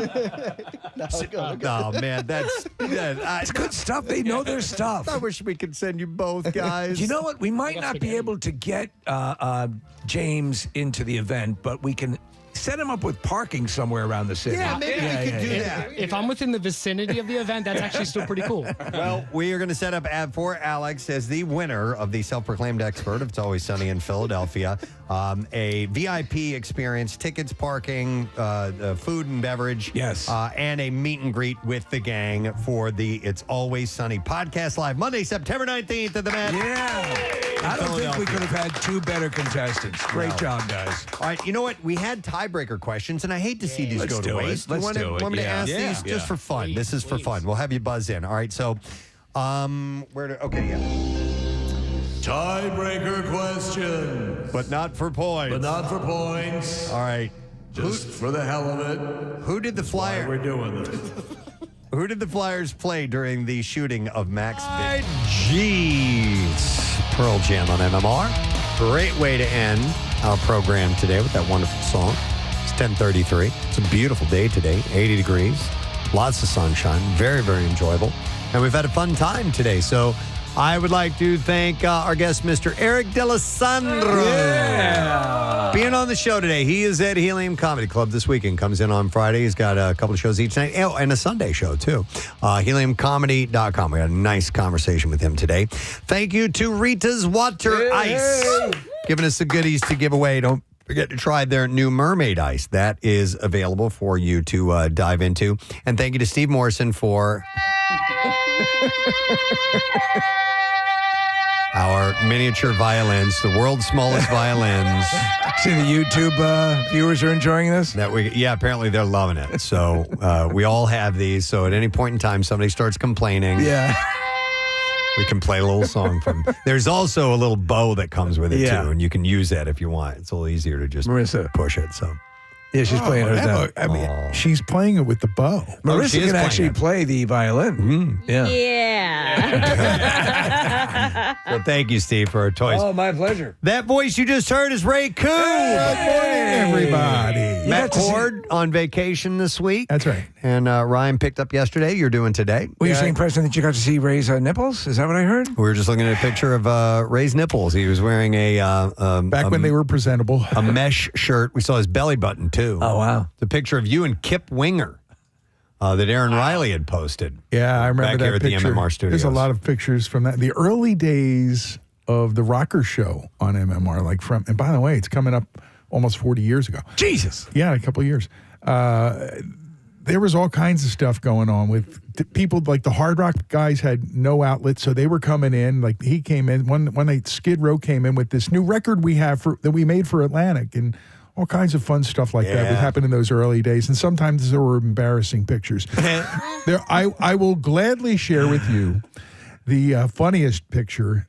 It's with Megadeth in summertime, because we're all in those bad 90s shorts. The ones that almost show your balls. Oh, no, the high, ultra high. Yeah. The high basketball shorts. Yeah, if you got Early a one 90s. dangler, you're in trouble. Yeah. I'm telling you, and when I sent it to the guys, they were like, "Oh man, burn that thing." I said, No kidding. It's on the internet, guys. It's That's out there. funny. But yeah. Anyways, Well, nice. Good to see your nipples. good to see you too. Let's do the letter of the day, then we'll see what we got going on. Preston and Steve on 93.3 WMMR. Now, the Daily Letter. And the Preston and Steve show is brought to you today by the letter. I can't say N, right? Because it should be nipple. But I know Ryan's giving me the big L. I know. Yeah. It's L. Today's L, as in Little Feet, one of my favorite Here we bands. go. All right, and we have this amazing package to give away on Friday, and it is the father of all ticket packages. You get to see Dave Matthews Band, Foo Fighters, AC/DC, and Rush, all of those shows. And you get to take me with you to all of them. Yes, and Ray Koob is a consolation prize.